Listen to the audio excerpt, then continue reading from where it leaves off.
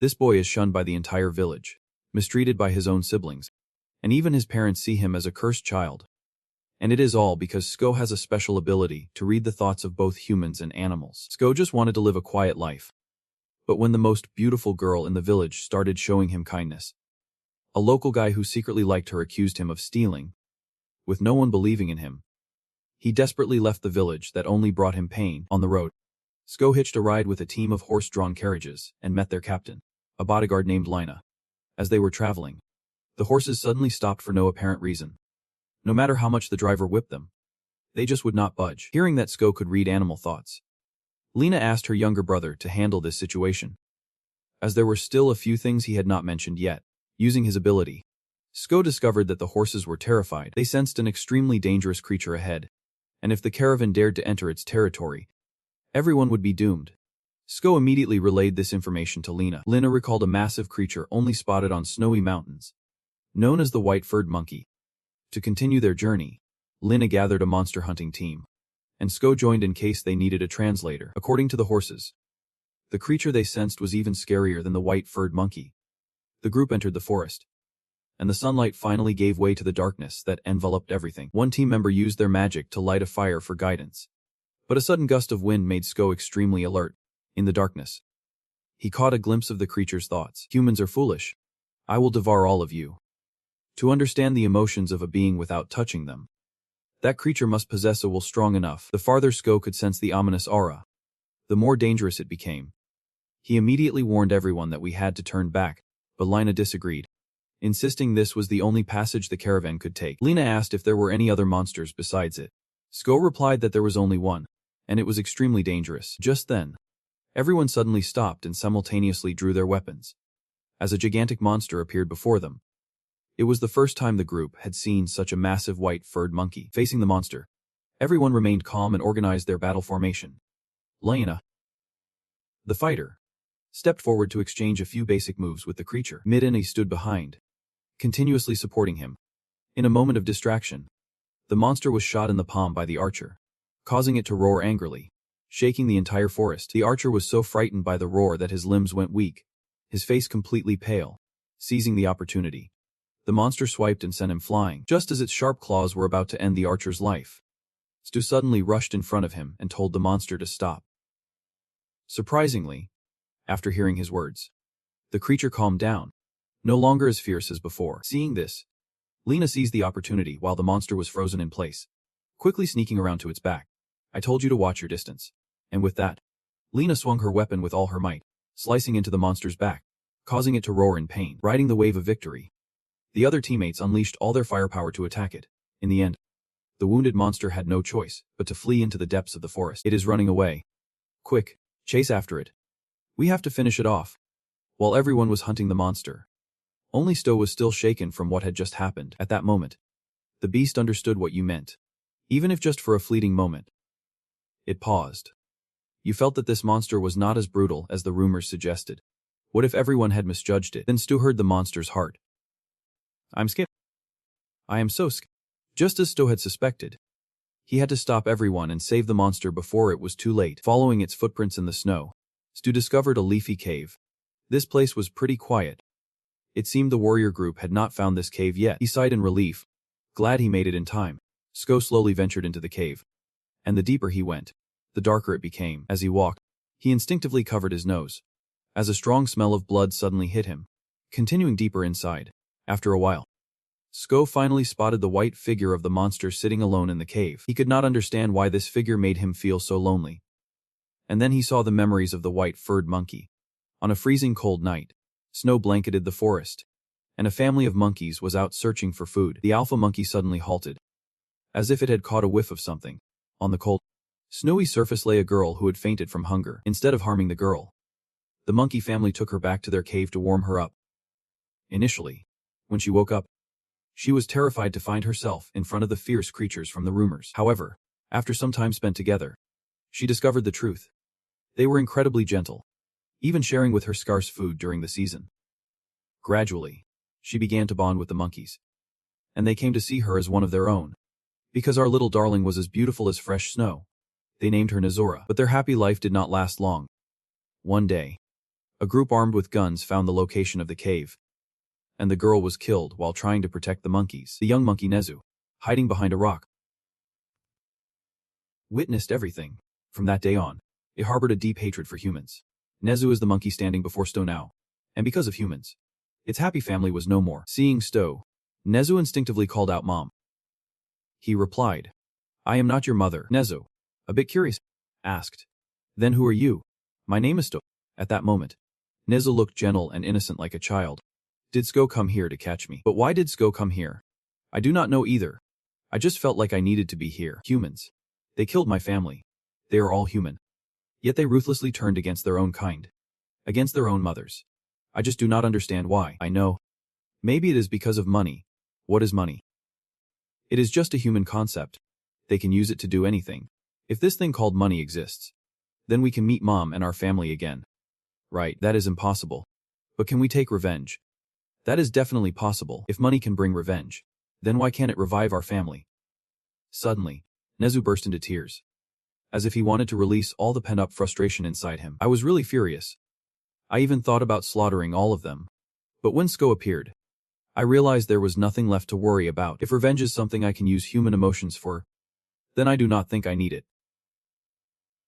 Because otherwise, I would be no different from that money. That is enough. I just want to rest. Goodbye. Then he left the cave, and just as he stepped outside, a bag suddenly landed on him. The one who threw the bag to Sko was a black-mouthed cat named Suki, whom he had helped before. I am glad Mai is still okay, Suki. I am not weak enough to be taken down by some punk. Do you want me to carry Mai? Man, this black cat's a real handful. Where's Mai going? Suki. To the car. Right. And what about Nezu? Forget about him, but he is injured. If someone finds him, he will die. Even if you freeze to death staying here, I think I should head back to the cave. It is up to you. You are really smart.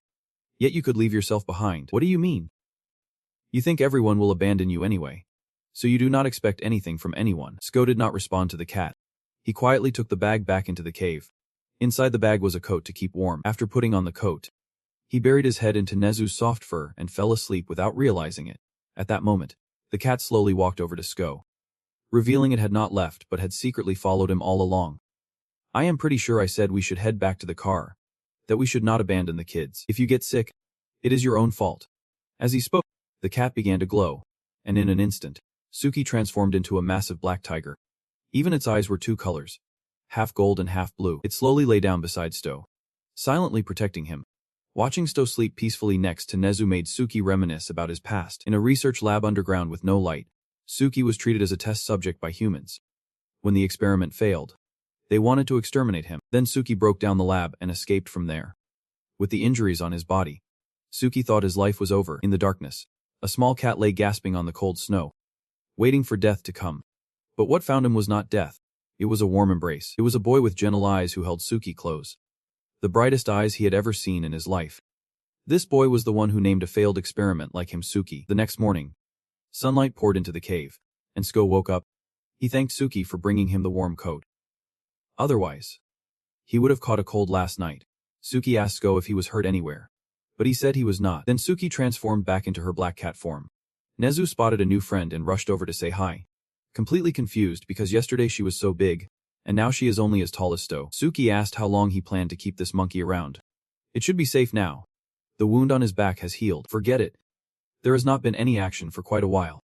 So it seems like the group chasing us is gone. Time to say goodbye. Take care, Nezu. Just then, Nezu suddenly called out to Sto. Not in his mind but with his actual voice. Shocking Suki, how on earth does this monkey know how to speak human language? Nezu continued. Let us go together. I want to join too. Sko was not so sure and asked if Nezu really wanted to follow them.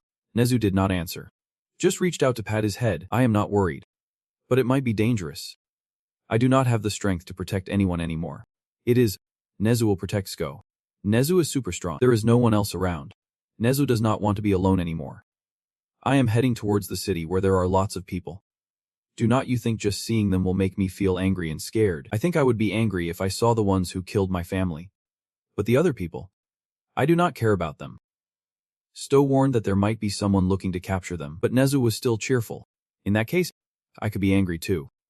Finally, Sto could not bear to leave Nezu alone, so he decided to take him along. That evening, Stu made it to Galatia just before sunset. On the way, Nezu behaved so well that outsiders thought he was just Stu's pet. However, since this pet was pretty big, Sko got stopped by two guys in blue uniforms. Didn't he know that medium-sized animals in this town have to be leashed? That is a white-furred monkey. Right. Isn't he a beast? You could get into trouble for that. Seems like you are from the countryside. So you do not know the rules. They handed Sko a pet collar and told him to put it on Nezu. If you are caught without a leash again, it will be illegal. So remember that. Nezu was very understanding. Knowing Sko felt awkward, it encouraged him to just do it. It was fun. Sko looked at Nezu like that and felt bad, wanting to say something.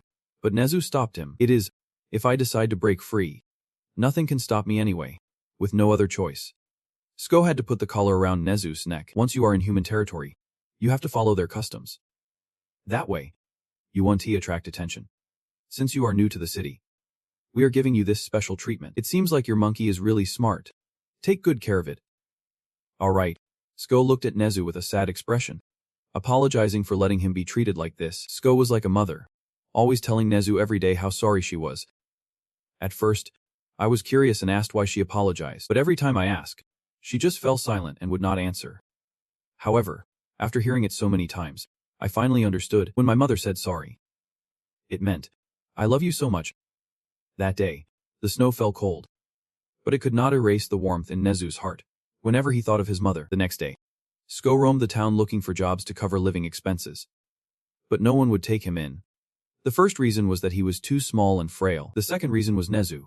Even though it was very gentle, to everyone else, it was still just a white-furred monkey. If the kid was looking for work, heading to the guild would probably be a better bet. They could offer a few suitable jobs for him, and they also accepted those who met their requirements. The kid would definitely find something he could do. Just head to that building in the town center. I think the guild's name is Ignis. Following the address, Sko found the Ignis Guild. Customer satisfaction guaranteed. Welcome to Ignis, the best guild with a completion rate that just opened. As soon as he stepped inside, a staff member greeted him. Welcome to our Ignis Guild. For requests, please go to the right door and take a number. I heard you are hiring new members. That is right, sir. Please head up the left stairs and fill out an application form. If I can read it. No worries, I have learned how to read and write. After that, Sko politely bowed to the receptionist and took Nezu upstairs. Sko's curious demeanor caught the attention of a man. Was he here to apply for a job at the guild? This kid was definitely a country bumpkin, especially with a pet in tow. I am here because I heard you are hiring new members. That is right. Do you know what kind of work the guild usually does? I heard you take on requests and complete them. Exactly. My name is the branch manager of Galatia for Guild Ignis. After that, the manager invited Sko to discuss things. Usually, I decide whether to interview after reviewing the application. But lately, requests have been pouring in, and our manpower is limited. At this point, I am open to negotiating help. May I ask where you are from? It is a land of rivers. The whole river is your hometown. Which river are you talking about? It is the Serbia River. What is your specialty? Taming animals. I guess. Something like that. Something like that. You would best not use those words to describe it. I need to know exactly what you are good at so I can arrange a suitable job for you. My specialty is reading the hearts of animals. This kid has a unique ability. But I have never heard of anyone being able to read the hearts of animals. There are countless abilities in this world. They create magic using mana or connect with spirits. Some find and exploit special laws, while others can heal wounds. Only a small group of these abilities exist worldwide, and most are categorized. But the strange ability he just mentioned does not fit any of those. Not human. But animal. This is a bit odd. I apologize. If I had known you were an ability user, we would not have wasted time with this interview. Right now, he feels like a wild card depending on the number. He could be a full house or just end up with a pair. Let us take a gamble and see. Number 3. Find the animal trader on the street. He is a monk who is part of a guild. But it seems he has recently acquired some rare species and is struggling to keep them alive. If you really have that ability, maybe you could solve his problems. If this mission succeeds, you will earn some guild currency from the merchant. That guild currency acts like proof of your success. So grab it and come back here. House number 3. The Street of Death. Over there. Thanks a lot, Nezu. After Nezu pointed out the house, Sko headed to the address written on the paper. This house had 2 fierce dogs chained up at the front door, but facing Sko's pet behind him. They had to bow down. The 2 dogs immediately fell to the ground in front of him, trembling non-stop. Nezu still had that innocent look on his face, as if he had not done anything wrong. You do not need to be scared. I won't attack you. So relax. I am here to see the owner of this place. Sko spoke. He patted the dogs' heads, making them feel at ease. Suddenly, someone from behind asked if he was from the guild. Sko turned around to see a bald old man. Yep, sir. I am the one sent here by Yield Ignis. I brought these dogs because they are battle dogs that do not obey anyone. If they are quiet, it is either because they are going crazy or you truly have that strange ability. Come on. Kid. The old man then led Sko to his workspace, and the two stopped in front of a cage containing some creature. Look. Do you know why this oat keeps rolling around like that? It is a rare and expensive breed. And when it first arrived, it was fun. But this darn oat won't even eat when I bring food. It is driving me nuts. Sko quietly read the old man's thoughts. Even though he seemed upset, he genuinely just wanted to tell it. Little one, please do not get sick anymore. This showed that the old man really cared for and loved animals. Sko began to sit down and carefully assess the creature in his arms. It is still just a baby. What are you talking about? If you do not start training it from a young age, when it grows up, it will attack humans. If the nobles complain about you selling exotic animals, how am I supposed to come up with an excuse? You brat. This kid is definitely not normal. The old man said it is in pain. But exactly where? Sko began to use his powers to communicate with the little creature. He suddenly felt a sharp pain in his heart, as if someone was squeezing it, making him stagger. Seeing this, the old man anxiously asked if he was okay. Are you in pain too? Meat is not. It is the pain of this dragon. What are you talking about? How can that be? At this moment, Sko was focused on viewing Dragus' memories. Hey kid. Are you standing there dumbfounded? Damn it. Why did you stop talking mid-sentence? That poor thing. Its heart is bleeding right now. The old man did not understand what that meant. What nonsense are you spouting? Sko explained that this species typically lives in extremely cold waters. If you cover it with dry soil or sawdust, it won't be able to breathe and will wither away to death. But the old man thinks Raki is a desert monster, and Sko is just talking gibberish. I said his ice-cold heart is melting. Come on. What kind of creature needs a frozen heart to survive? But when he saw his pet writhing in pain, he got really worried. Regardless of whether Sto is right or wrong, he had to give it a shot. Winter is coming soon. So I will create an environment like the desert where you used to live. He sighed, muttering about that pesky little brat before tossing the shovel into Sto's hands. What are you just standing there for? Hurry up and go outside to scoop some snow and bring it back in. Don't leave it all to me. Do you want an old man like me to do it all right now? I do not have any strength left. So you, the young and able, better scoop some snow in here. If it takes too long, you and this troublesome little Rocky are done for. After that, he took Rocky out of the cage and dropped him into the water. Sure enough, after coming into contact with the cold water, he seemed much more comfortable. Seeing that, he felt relieved. It turns out that kid really was not fooling him. But what is that guy just standing there looking at? Hurry up and get moving, you lazy butt. Uncle Tam is kind, but he can be a bit grumpy. You know. After that, Sko had to take the shovel outside to scoop snow. Once he got the snow, the uncle told him to put it into the water tank. Look at you. Get some more. Why are you just standing there like a statue? Do we need more? Stop talking and keep scooping until I say to stop.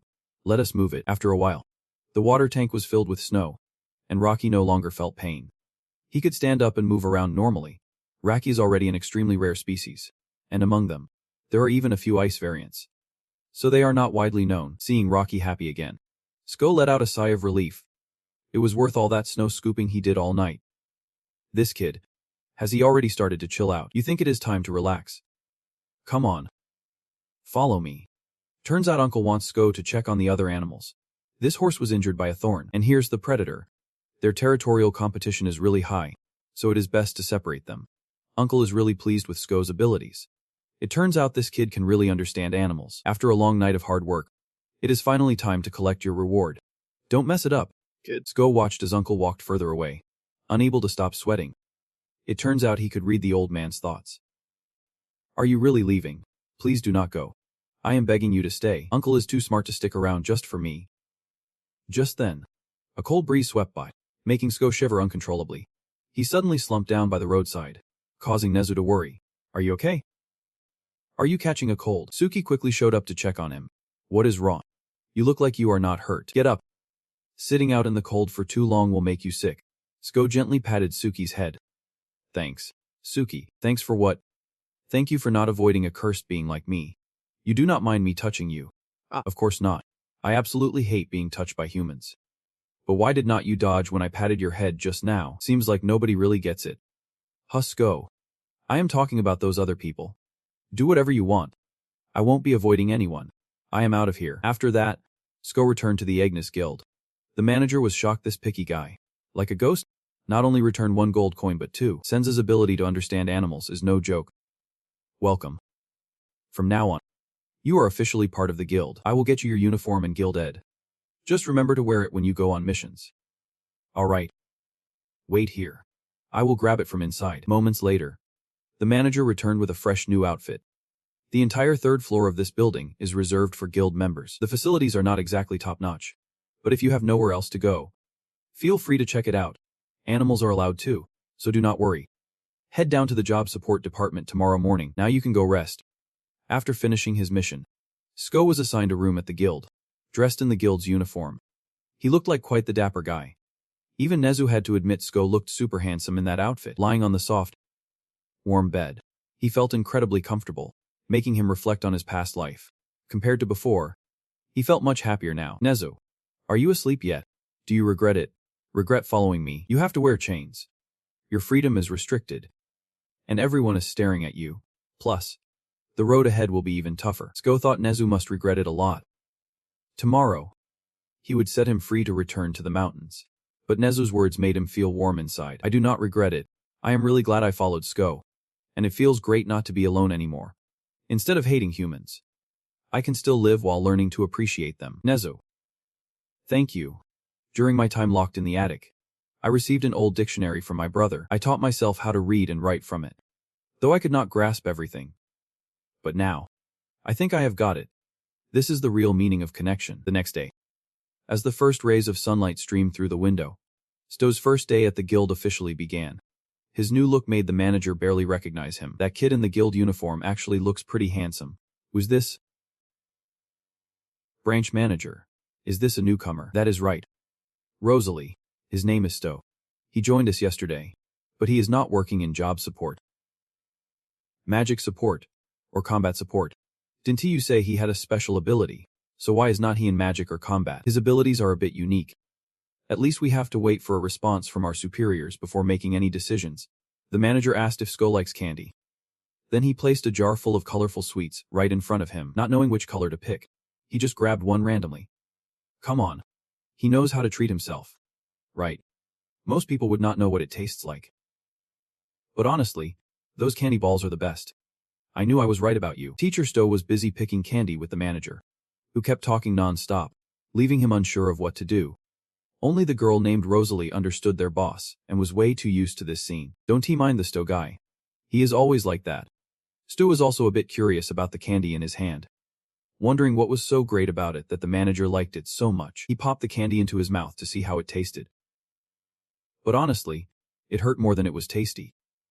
Right now, we still do not know which team you will join, so just help us out for now. After we pass through that first door, we will get to our workplace. Inside was a spacious room where everyone was busy handling files and documents. Have you ever seen a black rubber band? I have been looking for one for a while, but no luck at all. I have never seen one either. If I could just find one, that would be awesome. And so, the two kept staring at each other in silence, creating a pretty awkward atmosphere. Your kid is so clueless.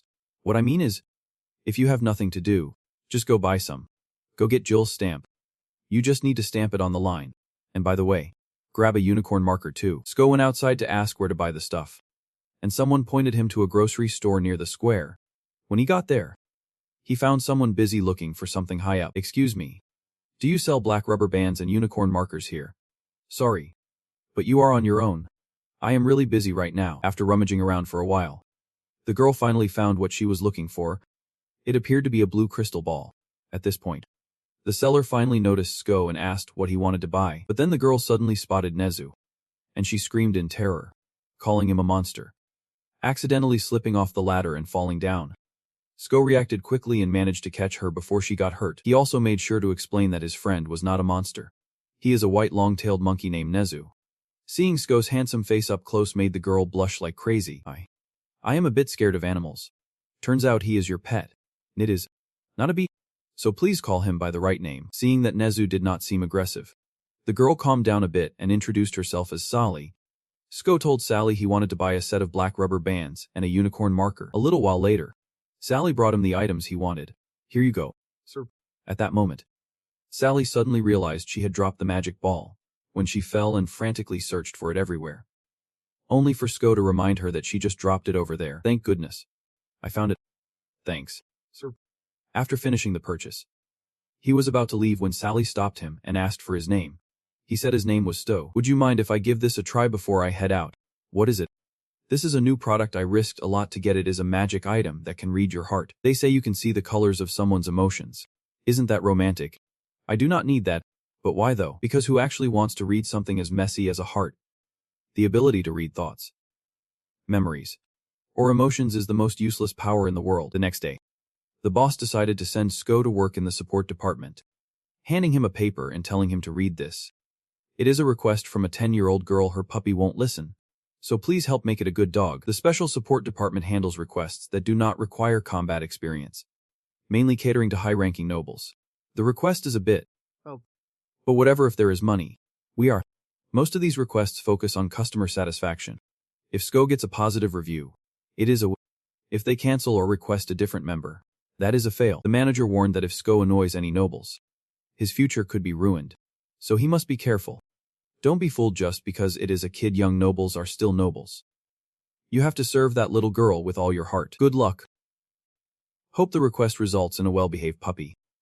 As usual, before starting a mission, Sko picks a candy from the jar, pops it in his mouth, chewing and thinking the flavor is just like last time. Then Sko arrived at the Fabian family estate. He told the 2 guards at the door that he was there for the request sent to Guild Ignis. After confirming, they allowed him inside. Just as he stepped into the estate, Sko heard the sound of a dog barking non-stop. Compared to the 2 dogs from last time, this one was nothing short of a nuisance. Koma had more attitude than those other pups. Anyone who has raised those tiny dogs knows how feisty they can be. They are often snappy, even with their owners. Here we go again. Get lost, you little beast. At that moment, a girl came running out of the house, calling the dog by the name Hiru. She was the owner of Hiru. Koma did not even respect its own owner, Hiru. Whenever the girl tried to get close or touch it, it would growl and push her away. Sko stepped forward to introduce himself as someone from Guild Ignis, here to handle the disobedient dog. I expected it to be some grumpy old man, but a pretty boy works at Gilsaw too. How old are you? I am 17 this year. The dog saw Sko lingering around and immediately started growling, threatening to chase him off. No matter how fierce a dog is, when it meets a white monkey like Nezu, it better back down, or it is gonna get smacked. Now the noble girl noticed Nezu. It was her first time seeing a white-furred monkey up close. Moreover, Nezu was gentle and not at all aggressive like people said white monkeys were. Seeing the cute little monkey, she thought about keeping one as a pet. I am Sarah Lynn, but everyone just calls me Sarah. Miss, it is really dangerous. That white-furred monkey is a beast among beasts. You should not approach it. Just admire it from a distance. Fine. I will keep my distance. Just like our beautiful, kind-hearted lady would. She then turned back to look at Sko. I have heard you can read the hearts of animals. Figure out why my Hiru is acting so hostile towards others. At that moment, the dog named Hiru was so intimidated by Nezu's presence that it did not dare bark at men. Seeing this, Sko told Nezu to step back for a bit to make Hiru feel more comfortable. Then he slowly sat down in front of Hiru. This time he no longer felt oppressed by the white-furred monkey's aura. But the dog still did not make a sound. Both stared calmly into each other's eyes. It was the first time everyone saw Hiru so silent. Sko took off his gloves and slowly extended his hand towards Hiru, saying, I want to hurt you, as if sensing Sko meant no harm. Hiru slowly approached and nuzzled his head against his hand as Sko made direct contact with Hiru. He began to see its memories, inside a dark, damp room. Hiru and its mother were trapped in a cage. When Hiru's mother became too weak to have more puppies to sell to rich nobles, she was discarded like trash. At that moment, Hiru could only watch helplessly. Where are you going? Please do not leave me. It seemed that small breeds were trending among the nobles. They had to be tiny to sell for a high price. We just need to feed it enough not to starve. Isn't he today Viscount Fabian's day? Please wait a moment. I will wash it up quickly and bring it to you right away. I am so scared. Please save me. This world is so cold and terrifying. Humans took my mother away. They are the ones who made me suffer. Saralyn, happy birthday to my precious daughter. This is your birthday gift. Take good care of it. Thank you, Dad. Dad. The more I look at Hairu, the cuter it gets. It is super adorable. Ouch. That hurt. Hairu, get out of here right now. Do not you dare. I will take care of it really well. Haru is my puppy. Letting it bite its owner is not a gift. How do you plan to raise that foolish and cruel creature? Send a request to Gil. If they can tame it, then I will take action myself. That was all of Hairu's memories that Sko witnessed. Sarah Lynn asked how it was going. Did it dislike anything? Everything. Hero fears all the love you have for it. This child believes it has never received love because one day, humans will treat it the same way they treated its mother. Hearing those words, Sarah Lynn instinctively bit her lip. Her tiny hands clenched tightly into her shirt. Why would they? I am the biggest fan of heroes. If I could read hearts, I would treat her even better. Sko believes that just reading hearts is not everything. Hairu's mother was killed by humans, and it was forced to starve to increase its value. Have you ever thought about how to soothe its fears? Hairu's mother is really gone. Is not. That is right. She was too fragile and weak to bear more children, so she was discarded like trash. Sarah Lynn could not hold back her tears. Thinking, I had no idea. What can I do when I do not even know? Miss, please stop crying. You must not lose your elegance. I just want the best for Hairu. At that moment, Sko began to use her powers, allowing Sarah Lynn and her furry friend to connect their thoughts for a brief time. Sarah Lynn was amazed to find she could understand what Hairu was trying to say to Sarah. Honestly, it was a bit confusing, but Sarah loves me. Right, she has never hit or hated me.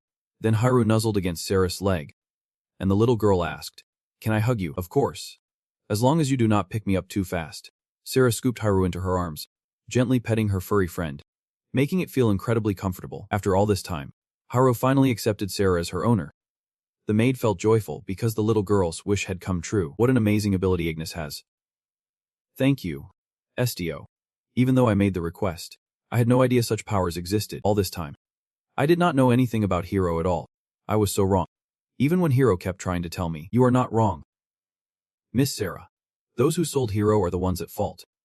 Hero just misunderstood your intentions, because they were completely different from what it has experienced. After fulfilling the noble girl's request, Sko received a reward of 1 Su-gil. As he was about to say goodbye and head back to the guild, Sarah's father suddenly appeared. It is not that I was intentionally following you. I just happened to be returning home too. But when I got to the garden fence, I heard Sarah Lynn crying. Dad. I was not crying that loudly. Your brother heard it too. Right. Jeremian. Yeah, Dad. My sister's voice is really loud. What are you two talking about? We have guests. Right. You are the member Ignis sent over. Are not you? Yep, sir. I am Sko from Ignis' Special Support Department. From what I have observed, your ability is used to handle quite unusual situations. What exactly is that ability? It is the ability to read animal hearts. Sir. Hearing this, Sarah's father suddenly changed his tone, saying, You are truly shameless. Don't you know what happens when a commoner like you dares to lie in front of a noble? I am really curious to see how you classify what is animal based on intelligence or soul. What about human-beast hybrids? If you can't answer that, then your real ability is nothing more than mind reading. At that moment, Sko heard the innermost thoughts of Sarah's brother. No way. If he could really read other people's hearts, then he truly is a monster. Reading someone else's heart. That is quite an intriguing power. I have encountered many abilities and heard countless stories, but I have never seen anyone quite like you. A special ability just like your name. Do you understand what I am saying? In this world, there is only one job you can possibly do. I will soon send a request to Guilt. After saying that, Sarah's father stepped into the house, leaving Sto outside in the hall. Sarah walked over to talk to you. So your name is Sto? I almost let you go without even knowing your name. Anyway. Thanks. I will call you again next time. Sarah's brother suddenly asked Sko if your ability has no limits. I can't read everything. I won't be able to read you, so do not worry. Are you sure? Didn't you just say you would read everything in no time? If you are done, you should head home. Get out of our house. Pronto. He is our guest. What are you doing? Sko, help me and Hero. That guy is dangerous. Listen to him. Sarah. No way. I hate you so much. After that, Sko left the Fabian family mansion. He looked up at the sky, his gaze drifting into the distance, knowing that wherever he went, people would still see him as a monster. Humans really are strange. Nezu was so happy that Sko could read my heart. He understood my thoughts without me saying a word. I guess that is why they hate it. Nobody wants their thoughts to be read. I think that is what makes humans so odd. But Sko is not scary at all. To Nezu, you are way kinder than others, and you have a good heart too. The real danger is not Sko. It is the thoughts others hide. Sko ruffled Nezu's hair. And no matter how angry or scared anyone gets with me, or if they think I am a monster, I won't let it bother me, compared to being locked away alone in the attic for years. Walking together like this makes me feel alive. Back at the guild, the manager was showering Sko with praise for completing the mission excellently. I knew you would do a great job. Looks like the Lord had his eye on you before. Ah. Congrats. Nobles usually love something special. Right. Since Sko has unique abilities, it is no surprise. But this is even quicker than I expected. A special assistance request has gone to Guild Ignis, the Jefferson Company, which holds the largest trade market share in the city. For some reason, they have shut down, causing jewelry businesses to struggle. They are looking for the owner, Thompson, to investigate why. After completing the first request, a guild fee was charged. If the second request is completed, it will pay 3 guild fees. Nezu and Sko, be careful out there. Remember to come back early. If you get a chance on the way back, grab some pickled bread from home. Which way are we going? We just need to follow the main road on the map. From this guild to the southernmost tip. That is so far. Walking will probably take forever. Should we let Nezu wait for Sto? Nezu runs way faster than Sto. After all, if we walk too long, Stu will tire out. That is not necessary. I thought I would finally be able to help Stu a bit, but it seems I am still not good enough. Alright then. I will leave it all to you. Nezu runs like the wind. Thanks. You really are an amazing runner. After arriving, Sko knocked on the door and asked if anyone was inside. But there was no response. What should we do now? According to what we got, the company owner lives in this building, even though the business has been shut down. This is still his home, so he won't be leaving. Is that person inside? I am not too sure. He might have just stepped out. Then, Sko leans against the door, waiting for the person he is looking for to return. Nezu asks him if he is really going to keep waiting in this cold, to which he replies he is fine. Nightfall comes quickly, and the chill outside becomes even harsher. At this point, the person in the house can't hold back anymore, and steps out to talk to Sto. Hey. Have you lost your mind or what? I thought the cold would make you lose your nerve and head home. Are you Thompson, the owner of Jefferson Company? What does it matter who I am? You were sent here by some noble. Right. I am not selling anything, so just go home. This is the first time I have seen someone as stubborn as you. I was just asking. But you are not trying to off yourself. Are you? My place has become a prime spot for that. Ah. There is a bridge 2 streets down. They say the river there is nice and warm, so why not go jump in? That is not it. If that is not the case, why are you sitting outside someone else's door? Just scram already. While the two argue, Stu touches the man's hand and accidentally reads his memories. Thompson had a beautiful wife named Tin. He fell in love at first sight, so when she accepted his proposal, it felt like a dream come true. However, married life turned into a long string of painful days awaiting bad news. Their first child died just before turning 1. And then the second and third followed suit. It was a nightmare of pregnancy and miscarriage. The overwhelming stress drove her into depression. She could not even bear to look at the baby after its first birthday. Tensions between the couple began to crack. Eventually, Thompson decided to shut down the company, dedicating all his time to caring for their little girl. Back in reality, Sko tells Thompson that if his wife does not want to talk, he should respect her wishes. If she does not want to face the truth, forcing her one to help. Suddenly, Thompson grabs Sko by the collar, throws him inside, and slams the door shut. What are you? How do you know about my wife? Sko calmly replied. I am from Ignis Company. Those damn nobles. Have not they dug into my personal life enough already? Now they send requests to me too. But just by looking at this guy, it is clear he is a total weakling. Is he really the worst member of their group? A bunch of greed-blinded fools with their eyes on jewels. I apologize for being rude. I am indeed the owner of Jefferson Company. What request brought you here? Is it a request for help so you can reopen your business again? The Lord really is quite impatient. Is not right. Come on in. Then. My name is Natsta. Have a drink as an apology.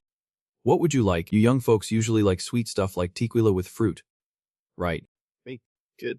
You seem a bit short on brains. Ah. If you drink now and get into the right vibe, maybe then your little requests will actually work out. To make this mission successful, you will need a good relationship with me. It is quite surprising that you brought up my wife. Revealing someone else's private life is not exactly a fun topic. You have got to consider the context when talking about others. I admit I was a bit out of line talking about your wife. Honestly, you seem way too naive and childish. Why would guilt send someone like you here? Anyway, I have no plans to reopen my business anytime soon. You look pretty calm. Aren't you going to ask me why? Why do you think I do not want to reopen my business? Just like this kid. You do not even seem interested. I really love my wife and daughter. No amount of worldly offers could ever make me want to trade them for anything. But since last year, no. It has been several years now. My wife's condition has not been great. Ever since we lost our first child, I have not seen her smile again. She has become more tight-lipped. And eventually, after giving birth, she would not even leave her room. There was a time I tried to force her out, and she reacted so violently she even bit her own tongue. Thankfully, she was okay. My wife would rather die than face our daughter. After saying that, Thompson broke down, burying his face in his hands, sobbing uncontrollably. At that moment, Sko was thinking this could not be happening. My abilities have been activated, and I did not even notice. Thompson continued. I only managed to calm down a bit after putting Lee to sleep. But it seems this story is dragging on longer than I expected. Anyway, I apologize for causing your mission to fail. But at least I have no intention of reopening this year. You should tell them to look for supplies from other companies. If I told you that your wife's condition could improve, would you reopen the company? If that is the case, then maybe I can help you. I can get your wife out of her room. What the hell? How are you planning to get her out of the room? Stu did not respond but just touched Thompson's forehead with his finger. He immediately heard a voice booming in his head. Please. That is Neju's thought. You are asking for help. Stu is not a bad guy. After waking up, he felt terrified. A voice just echoed in my head. Stu revealed that was his special ability. Finally, Thompson decided to let you meet his wife. Sko was led to a tightly shut room on the second floor. Thompson gently knocked on the door. Darling, we have a guest. Inside the room. There was silence, no response at all. Seeing this, Thompson had no choice but to open the door himself. Inside the room was a woman with long, disheveled hair, sitting alone on a chair, her eyes completely vacant, devoid of any emotion. Sko slowly placed his hand on the girl's head, then focused his energy and closed his eyes. The girl's inner self was so tranquil. Do I need to push it a bit more? If so, how much force do I use? I have never had to exert strength like this before. This will probably be the first time I willingly use it. At that moment, a swirling vortex of energy appeared above his head, then spread throughout the room, causing Thompson to cover his eyes. When he regained consciousness, everyone found themselves in a forest. At that moment, a strange plume of black smoke suddenly filled the sky. Thompson looked up in shock. What is this? After a brief panic, the group continued their exploration. They found a basket filled with wild grass on the ground. Not far from there, a large axe was firmly embedded in the corner of a freshly cut tree, with neatly stacked logs surrounding it. At this moment, Sko instinctively sensed a strange aura. He immediately turned around, alert and cautious. Suddenly, a woman's voice called out from behind. It is so hot. We have to work in the fields on a day like this. The group turned simultaneously to look in the direction of the sound. A soft sigh echoed in the tranquil air. I really want to take a break today. Upon seeing her, Thompson, who had just been silent, suddenly called out loudly. A flicker of confusion crossed his mind. She seemed just as normal as before. How? Sko's gaze fell, glancing at Tin's figure. Though it was not my intention. At this moment, Sko made a logical guess. But clearly, this was a memory of his wife. He turned back to Tin, who was humming a familiar tune as she walked. Tin suddenly wondered, should she go relax by the lake with John? Just one day should be fine. Right. Tin is the daughter of a poor farmer. Her mother had passed away when she was too young to remember. And as she grew older, her father followed suit, leaving her with just two younger siblings who needed care. Faced with this cruel reality, Tin could only hold her siblings' hands tightly. Since that day, Tin had taken it upon herself to raise her two younger siblings. Her hands swung the hoe with determination. For survival, she resolutely brought it down to till the land for planting. Not only that, on some days in the wooden room, Tin diligently sewed, holding a worn pink teddy bear in her hands. Tin's eyes narrowed, her hands carefully turning the gem. The next morning, she was back to her farming work. At that moment, the two children called out to her.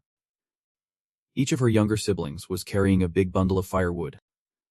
I have collected some twigs for firewood. The little girl chimed in, boasting. I even gathered some edible grass. Before she could finish her sentence, Tin quickly patted their heads. Oh my. Are not you both just the cutest? A little boy ran up, holding a flower branch. This is for you. Come a little closer. She hurriedly complied. Like this. The girl's voice rang out sweetly as she gently tucked the flower into Tin's hair. Here, in that simple moment, Tin's heart fluttered like a soft note of music. And then she fell in love. Just as John was focused on his work, Tin's voice suddenly broke through. He instinctively turned around. In front of John stood her, an incredibly beautiful and gentle girl. They both burst into laughter, their eyes filled with simple joy. In that moment, it felt like the world only had room for them. John shyly gazing at Tin, and she could not hide her happiness. Laughing aloud. But poverty loomed over them like a heavy cloud. Leaving Tin with just a few spare coins in her hand, she stared blankly at them, her face showing clear anxiety. This afternoon, she could not afford both food and medicine for the kids. I even increased my workload. And then, the little boy suddenly called out loudly. He tilted his head curiously. I heard Dome propose to your sister. Hearing this, she could only smile awkwardly. Dome told you that? This guy. My sister is not getting married yet. Did you know she has rejected him 3 times? After a moment of hesitation, Tin could not bring herself to admit it. But we have decided to break up. She bowed her head, her voice soft yet firm. I have no intention of marrying him. I just need to let him know this as soon as possible. And Tin and John went their separate ways. The scene shifted to a villa designed in a modern style. Running quickly down the street with Tin, the sound of footsteps echoed loudly. Tin was running while looking at the sticky note. Today, I still need to finish 5 more orders. Inside her, worry bubbled up. If she skipped lunch, would she finish before sunset? Thinking this, Tin unconsciously smiled to herself. All right, at this rate, I will definitely win. Just then, a man suddenly collapsed to the ground. In front of her, a look of confusion was clear on her face. Immediately, Tin tightened the paper in her hand. Without hesitation, she ran over. Are you okay? Thompson groaned as he got up from the ground, the pain making him wince. Back in reality, Thompson started recounting the story. That was the first time without any delay, he admitted. Yep. Tin same. After that, Thompson lay still in the hospital bed, and she kept vigil right beside him. After a while, he finally woke up from his coma. Thompson's face suddenly turned as red as a ripe tomato. Tin ran over to him, her eyes filled with concern. You are awake. Time slipped by, and Thompson knelt on the ground, looking straight at her. Will you marry me? In front of her was a delicately crafted ring with a stunning ruby. A few days later, John was frantically chasing after Tin. He hesitated, asking her, I heard you are getting married. In that moment, Tin's ring-clad hand struck John's eyes. Despair almost overwhelmed his mind as he desperately shouted, If you are leaving, I will end my life right here. As soon as he finished speaking, John pulled out a strange vial. On this side, Tin's face changed color. She felt terrified. What are you doing? He confirmed once again, shaking but resolute. Yep. I can't imagine a life without you. At the last moment, John shouted powerfully, Please come back to me. At this moment, Tin's expression seemed a bit unwilling. Right after that, she bluntly turned around and refused. Do whatever you want. I won't feel sorry for you. She walked away. Whether you live or die, it does not matter to me. We have been done for a long time. She spoke as if stabbing a sharp knife into Doan's heart. He staggered after her. Why would you say that? Tin turned her back, not looking back once. If you are done talking, I am leaving. Before she went, she slightly moved her lips like a farewell, hoping he would find a good girl and live happily. Contrary to Tin's expectations, John suddenly twisted the vial tightly. In an instant, a loud crash echoed in her ears. Sensing something was off, she quickly turned around. There on the ground lay his lifeless body. Tin rushed over. She cried out in desperation, pleading, Please wake up. Thompson's face twisted in agony as he recounted. I had no idea there was another man who loved Tin. Sko boldly speculated. It seems she did not want her husband to find out. Right then, he bluntly concluded, as she felt like she was the one being betrayed. Hearing this, he clenched his fists tightly. Even though he did not want to admit it, Thompson lowered his head in pain. After all, the reason she married me was probably just for the money. Upon hearing this, Sko's voice immediately chimed in. That might be true. After all, she turned down a poor farmer to follow someone who could shower her with luxurious gems. He sighed in resignation. Indeed, at that moment, he unexpectedly asked Seth Thompson, if that is really the case, would he change his mind? At the sudden question, he gasped. What the hell? Sko's voice rang steadily, piercing straight into Thompson's heart. If his wife's decision was influenced by money and poverty, if she longed for the things he possessed, in the final moments, he posed the pivotal question. Would the wife still be among the 2 most precious people in the world that he had once told me about? After a brief silence, his voice rang out as if each word had been carefully weighed from the depths of his heart. Tin is still the one I cherish the most. Immediately, Sko turned to look directly at Thompson. So what has changed? He stared blankly at him, his lips barely moving. Nothing has changed at all. Thompson's voice grew heavier. That is right. Tin is still my precious wife, he painfully admitted. But the truth is she is trapped in these memories. Just then, Thompson could not help but shout. It infuriates me that she gave up the chance to grasp happiness for herself. As he said this, his voice caught in his throat, as if struggling with an unnamed pain. Tin felt nothing anymore. Even if her daughter were to die, in that moment, Tin did not even look at the newborn baby. Thompson held the baby in one arm, gently pleading, "Please, just hold our daughter once." At the same time, Sko slammed his hand on the armrest. It is not that she does not feel anything. Sko leaned in to observe Tyne. The truth is she was suffering deeply, he repeated in confusion. Suffering deeply, the boy confirmed. At this moment, Sko added. His wife believed that every lost child was a price for her sins. Thompson's voice cracked, as if he could not believe what he had just heard. How could that be? The moment he spoke, he lowered his head as if unable to dispute it. Thompson stepped heavily toward her. He knelt beside Tin, looking directly into her eyes. It is not your fault. Thompson gently took Tin's cold, distant hand. Our daughter is not dead. She is alive and will be strong in the future. She is waiting for you. As he said this, his voice nearly broke. So please do not blame yourself anymore and come back to us. Thompson poured his heart out to hold on to her, saying there is no reason for you to hurt yourself. If there is any pain, let us face it together. Over here, Tin's eyes were empty, like a soulless shell. Yet, he did not give up, softly whispering in her ear, because we are family. Right. Suddenly, the door burst open, shards of glass flying everywhere. Thompson quickly shielded Tin. Wondering what just happened, she slightly recoiled, her eyes wide with warmth as she looked at him. Thompson turned to Tin in shock. You. At that moment, Leela suddenly burst into tears, and the two instinctively turned. Hearing that, she quickly stood up, her eyes scanning the room. Whoa. Immediately after, Tin said nothing and dashed forward. The dark staircase loomed in the silent scene. Above, a small object dangled in midair. It was a toy spinning top. Tin gently cradled the baby in her arms, whispering, Little one, I am sorry your mom is not here with you. Meanwhile, Thompson lightly placed his hand on her shoulder. He pulled out a bottle of milk. Look, the baby is hungry. You can tell just by hearing the cries. Thompson did not forget to ask Han. You must be hungry too. Right. We have got some chicken, Tin replied softly. Thank you, brother. He could not hide his happiness as he embraced Tin. In another turn of events, Sko gripped the staircase tightly.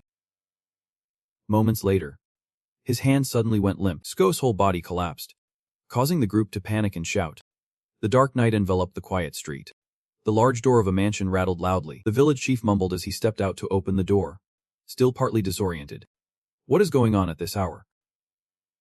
Moments later, the door swung open with a creaking sound. Before him was a shocking scene.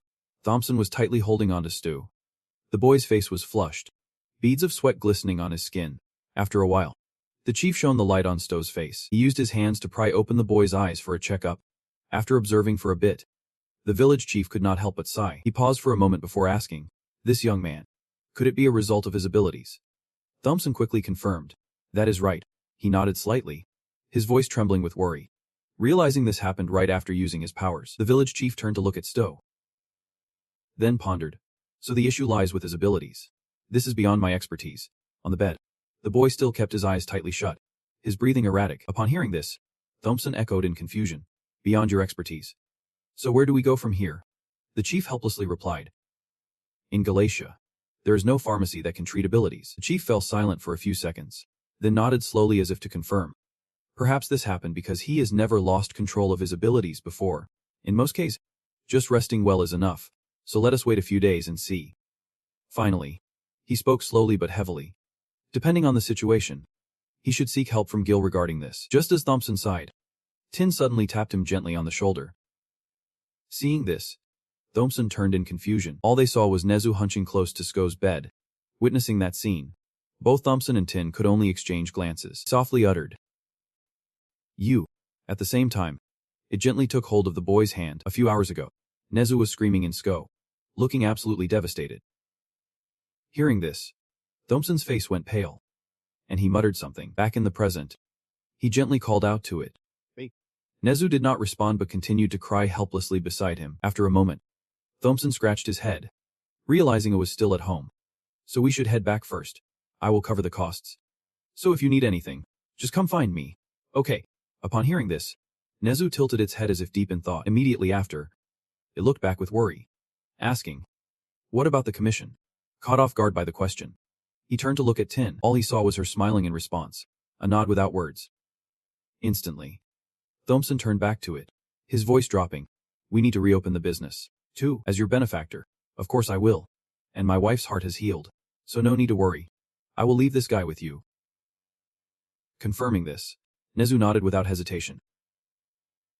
Feeling relieved, moments later, the two Thompson and Tin quickly stepped outside. In the quiet room, a wheelchair stood lonely in the corner, alongside a cluttered medical supply table. On the hospital bed, Sko lay still, his face pale from exhaustion. At that moment, it softly called his name. Nezu's voice rang out, echoing through the room. You are back to normal now. The commission has succeeded. You did it. At this moment, it sat quietly beside Sko, its eyes half closed, unable to hide the heavy sorrow weighing on it. Soon after, Nezu bowed its head in distress. Wake up quickly and go home. The next morning, the first light of the day spilled over the city, transitioning to a cozy room. At this time, Sko awoke after a long sleep. He glanced around, exhaling weakly.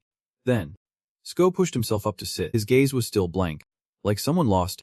After a moment, Sko stared dazedly to the side. All he saw was Nezu looking at him with teary eyes. Without saying a word, it rushed over and hugged Sko tightly. The manager asked him worriedly, are you sure you do not want to rest a few more days to stabilize your condition?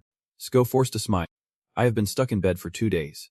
That is enough. With that said, they both walked down the snow-covered road, transitioning to a shop with a sign promising customer satisfaction, welcoming everyone to Ignis, the best gilded with a commission success rate of 99.9%. Inside, gold coins were scattered across the table. Laughing and chatting, he could not hide his excitement. I have managed a lot with these 2 hands, but this is the first time a member has achieved results this quickly. Like you? Sko asked, bewildered. Really? The man confirmed again. Absolutely. The man kept blabbering. Do you know your reputation has spread far beyond here? Even to the nobles in the neighboring city. Do you know what they are saying? Hearing this, Sko repeated in confusion. Saying what? In that moment, the man's voice echoed in Sko's ears. A unique power has emerged, he said. Moments later, Sko stood before a mansion with Nezu. Clutching the paper tightly, he looked up. Viscount Fabian still looked down at the piece of paper in his hand with a heavy heart. The commissioning agent. Viscount Fabian. Detailed. Hidden. Rewards. After discussing, confusion swirled in his mind.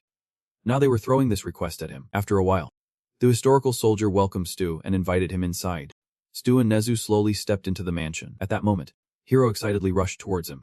It was thrilled to gather around Stu, who hesitated, calling out, Haro. Hiro joyfully wagged its tail, eyes sparkling as it looked at him. It has been so long. Hearing that, he quickly gathered everyone around. Haro. At the same time, Sarah Lynn pouted as she stepped out. Do you like Stu more than me? She quickly turned around and barked loudly as if to confirm her words. She sighed softly, half sad, half resigned. Honestly, I can win against Stu. Sarah Lynn lifted her head, her voice as light as a breeze. So are you here for a visit? She quickly glanced at what Stu was holding. Did your dad call you? After a moment of hesitation, she bowed her head to greet him, saying she was really happy to see him again. He nodded slightly. Yep. And she suddenly asked, what about Stu? He was silent for a moment before quickly responding, it is not bad. Upon hearing this, Sarah Lynn moved closer to Stu. Not bad means it is good, or is it not? After a while, he looked up at her, half jokingly. Are not you afraid I will read other people's hearts? Sarah Lynn smiled playfully as if caught off guard. Not all. Hearing this, Stu threatened.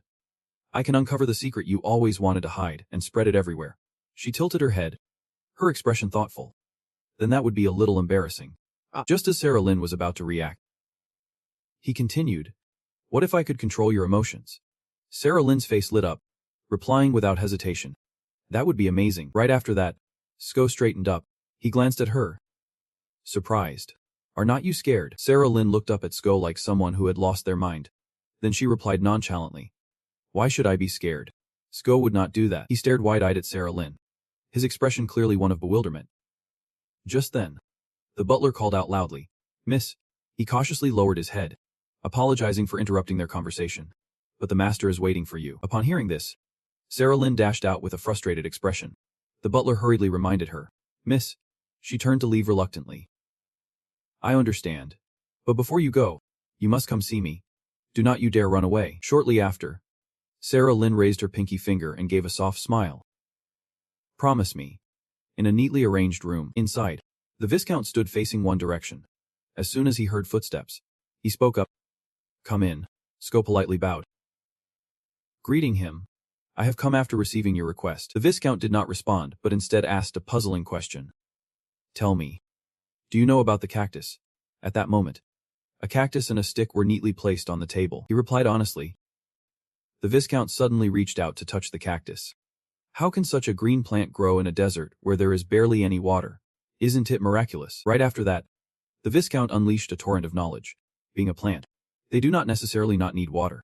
But if they get too much like regular plants, they will rot and die. His voice was steady. The humidity just right, not too little.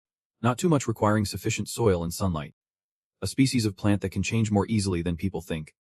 Depending on the caretaker, its size and condition can vary greatly. At this point, Sko suddenly dropped a cryptic remark. If the owner does not recognize its value, they might easily kill the plant. At that moment, he hung his head, a flicker of hesitation crossing his face. After a moment, the Viscount turned to look at Sko. And yes, he was right. His gaze was fixed intently on Sko. But can anyone really read the thoughts of a plant? At the suggestion, Sko fell silent. Not responding, he narrowed his eyes, staring intensely at the Viscount. Sko's focus zeroed in on the man's hands. Where the aru plant was tightly cradled, his gaze began to widen, almost penetrating the heart of the plant. Immediately, Ahuru voiced its complaints. "Shut up already." Hearing this, Sko jolted slightly. At that very moment, the Viscount stepped closer to him. He tilted his head towards Ahuru. "It is hard to say that plants have thoughts," was furious, nearly shouting. "Old man, you are talking way too much." On this side, Sko's face darkened, struggling to maintain his composure. The Viscount suddenly moved closer to Sko. A cactus had no choices, but the person had the power to choose who would support them. Right after the Viscount made his proposal, "Become my subordinate. It does not mean I am just recruiting anyone." His voice carried weight. "You will become a member of the family." Sko blinked, his tone steady but cautious. "Are you saying I will be a soldier under your command later on?" The Viscount chuckled awkwardly. "A soldier? I do not intend to use you like a typical white soldier." At this point, the corners of his mouth lifted slightly, and then the Viscount paused, his gaze deeper than ever. "I will appoint you as an advisor." In the softly lit afternoon of the estate, the Viscount's voice rang out steadily, but it carried an air of authority, a position that no one in this household would dare disrespect. "The only one you need to answer to is me, Viscount Fabian, who will grant you the highest privilege as a commoner." Sko raised his head, his gaze unwavering. "What will I have to do?" Hearing this, his eyes instinctively lit up. "You will do things that only you can do." Immediately after, the Viscount reached out and lightly patted his shoulder. "It is very simple." He leaned in closer to Sko, a slight smile on his lips. "You just need to read the minds of the people I have chosen." As soon as those words left his mouth, Ahuru immediately shouted, "Donnie, trust him. He is lying. It is all just manipulation." Hearing this, Sko immediately straightened up but still kept his politeness. "Thank you very much for your offer, but I am quite satisfied with my current job." The Viscount halted, clearly taken aback. He chuckled lightly as if he would just heard a poorly timed joke. "Seems like there has been a misunderstanding here." Only to see the Viscount step closer to Sko, he sternly declared, "This is an order. You should not remain still. Do not evade." But his gaze clearly showed caution. "What will happen if I do not comply?" The Viscount replied nonchalantly. "Right now, nothing. But it will definitely catch up with you eventually." Ahuru could not help but let out a smug remark. Feeling so confident that someone might even mistake him for a fortune teller, Stu remained unfazed, merely nodding slightly as if to say, "Excuse me, but if you want me to switch jobs, please discuss it with Jill first." Hearing this, Hootie was skeptical, probing for answers, ultimately concluding that the person would not willingly come here. Viscount tilted his head in thought. If he agreed so easily, that would be a hassle. This was much better, at least it had to be this way for him to utilize the guy properly. After a moment, the kind gentleman offered, "I will give you some time to decide what is best." With that, Viscount brought Ahuru closer to the butler and tossed the plan aside, declaring, I will replace this with a beautiful flower instead. Ahuru immediately complied, saying, "Yep, sir." But then he got angry. Who is messing with me? Get off. You human. Right after that, the butler politely gestured for him, saying, "This way. Please." The two hurried down the dark corridor. At this moment, Ahuru kept resisting, his voice filled with frustration. "What is this? You are planning to ditch me. My thorns have not even pricked you yet." Sistu stopped, his eyes fixed on the dusty cactus with its small thorns. After a brief hesitation, Stu hesitated. "If you are going to throw it away, then can I ask?" the butler confusedly. "For you?" He tightened his grip around the pot, noting that it had no flowers and was covered with thorns not to mention. It was hard to take care of. Stu then reached out towards Aru, saying, "There is no guarantee it won't bloom." Hearing this, the butler handed it over to him. "All right then." Before leaving, he did not forget to remind him, "Miss Cyrilin has asked you to wait, so please stay here for a bit." Meanwhile, Aru suddenly chimed in weakly, "It is so. I will freeze before I burn to death. Freezing to death might hurt less. Right." Stu glanced down at him, shivering from the cold. "I want to kill you," he responded instinctively. Suddenly, Ahuru fell silent, as if he sensed something unusual. A moment later, he reassured him, "I am not going to roast or freeze you. However, since this is my first time seeing a cactus, I do not know what is best for you in terms of heat or cold." Sko hesitated, adding, "You have to tell me straight when you are thirsty." "Okay." He looked directly at Ahuru, his gaze warmer than the spring sun. "I can hear your voice. So if something feels off, just let me know." After a brief silence, Ahuru spoke up, "Are you a god or something?" Sko immediately replied without hesitation. Upon hearing this, Ahuru announced loudly, "I." Then complained, "That is too long." And he chuckled awkwardly. "Sorry about that. Regular plants are like that, quick on his feet." Sko decided, "I will just call you Ahuru." Nezu watched him with pride. Sko can even talk to plants. That is so cool. In response to the compliment, Sko felt slightly bashful. Immediately after, he could not help but smile with delight. Stu then brought Ahuru right in front of him. "This is Zora," Nezu said politely. "Hello. You are so cute," Ahuru responded in a shy voice. "Thank you. Thank you. You are really cute too." Suddenly, he reached out to lightly touch Ahuru. "You are not prickly at all," Ahuru bashfully replied. "That is because of Sto. Or else I would not be like this. But if someone touches the thorns the right way, it really hurts." "Right." Stu wore a confused expression. "Is that really okay?" Ahuru quickly confirmed. "Of course. But I still can move my body comfortably." Hearing this, you could not help but feel curious. "Not yet." He skeptically probed. "Do not you know?" A moment later, Ahuru explained in detail. "If we live long enough or become strong enough, we can move it at will." He puffed up with pride. Even though he was still young, his will was strong enough that at least I could move my own body. Stu stared at Ahuru. Just with sheer willpower he is able to move. Then that peaceful moment was shattered when Jeromian suddenly shouted, "Did not I tell you not to come here anymore?" Hearing the noise, Stu reflexively turned around. He shot you a displeased look, his voice dripping with disdain. "Is your memory really that bad?" Jeromian's heavy footsteps echoed on the cold stone floor, accompanied by a voice half contemptuous and half mocking. "You think my words are a joke? Peasant." Seeing this, Stu politely raised his voice. "Right away, Viscount." He suddenly sneered. "You claim to read hearts. But you can even teach animals to speak too." At the same time, Nezu stared wide-eyed at Jeremian without a hint of reaction. In the final moment, he mocked once more. "Truly a monster. Jeremian brazenly evaluated you, creating a beast that can speak human language now. And you are even thinking about teaching plants to talk. Who pays for that?" Speaking of which, he glanced over at Nezu. "This white-furred monkey has learned human speech. So it should make for a rare and beautiful pet." Over here, it seemed to sense Jeremian's gaze and looked up. At this moment, he casually turned to Sko. "How much?" On the other hand, you remained silent. Your eyes locked straight on Jeremian. His hand reached out, as if wanting to grab Nezu. With that massive body, feeding it one tea come cheap. "I will take it from you." "Okay." At the same time, Aru could not help but curse. What kind of idiotic, overgrown fool is this? Sko halted, raising his voice to question. "Nezu is not merchandise." Hearing this, Jeremian seemed unfazed. He appeared smug. "How bright it is. Since you can read my mind, this negotiation is finished. Just accept it." Immediately after, Jeremian tightly examined a pile of gold coins. "This is 10 gold pieces." At this point, Sko displayed an annoyed expression. "Nezu is not a product," he remarked sarcastically with a sigh. Being too greedy is not good. You know, Jeremy nonchalantly pointed at Nezu while loudly asking. So how much do you want then? You gave a short and firm answer. I will not sell it. At your assertion, his face gradually twisted in anger. Jeremy screamed like a madman, waving his hands around as if he were performing martial arts. A commoner like you dares to look down on nobility. I held back from punching your face. And yet here you are ignoring my warning and loitering around this house. Below. Nezu looked up with a worried expression. Seeing this, Sko immediately stood in front of him. I came here only because I was invited by the Viscount. He was furious, barking nonsense too quickly. Ah! Right after, Jeremy grabbed your collar with a piercing scream. You think I do not want your wicked heart? The sound of Nezu echoed like a bell ringing in his head. Do not mess with Sko. Hearing this, Jeremy snapped awake, terrified as he loosened his grip. His body collapsed to the ground.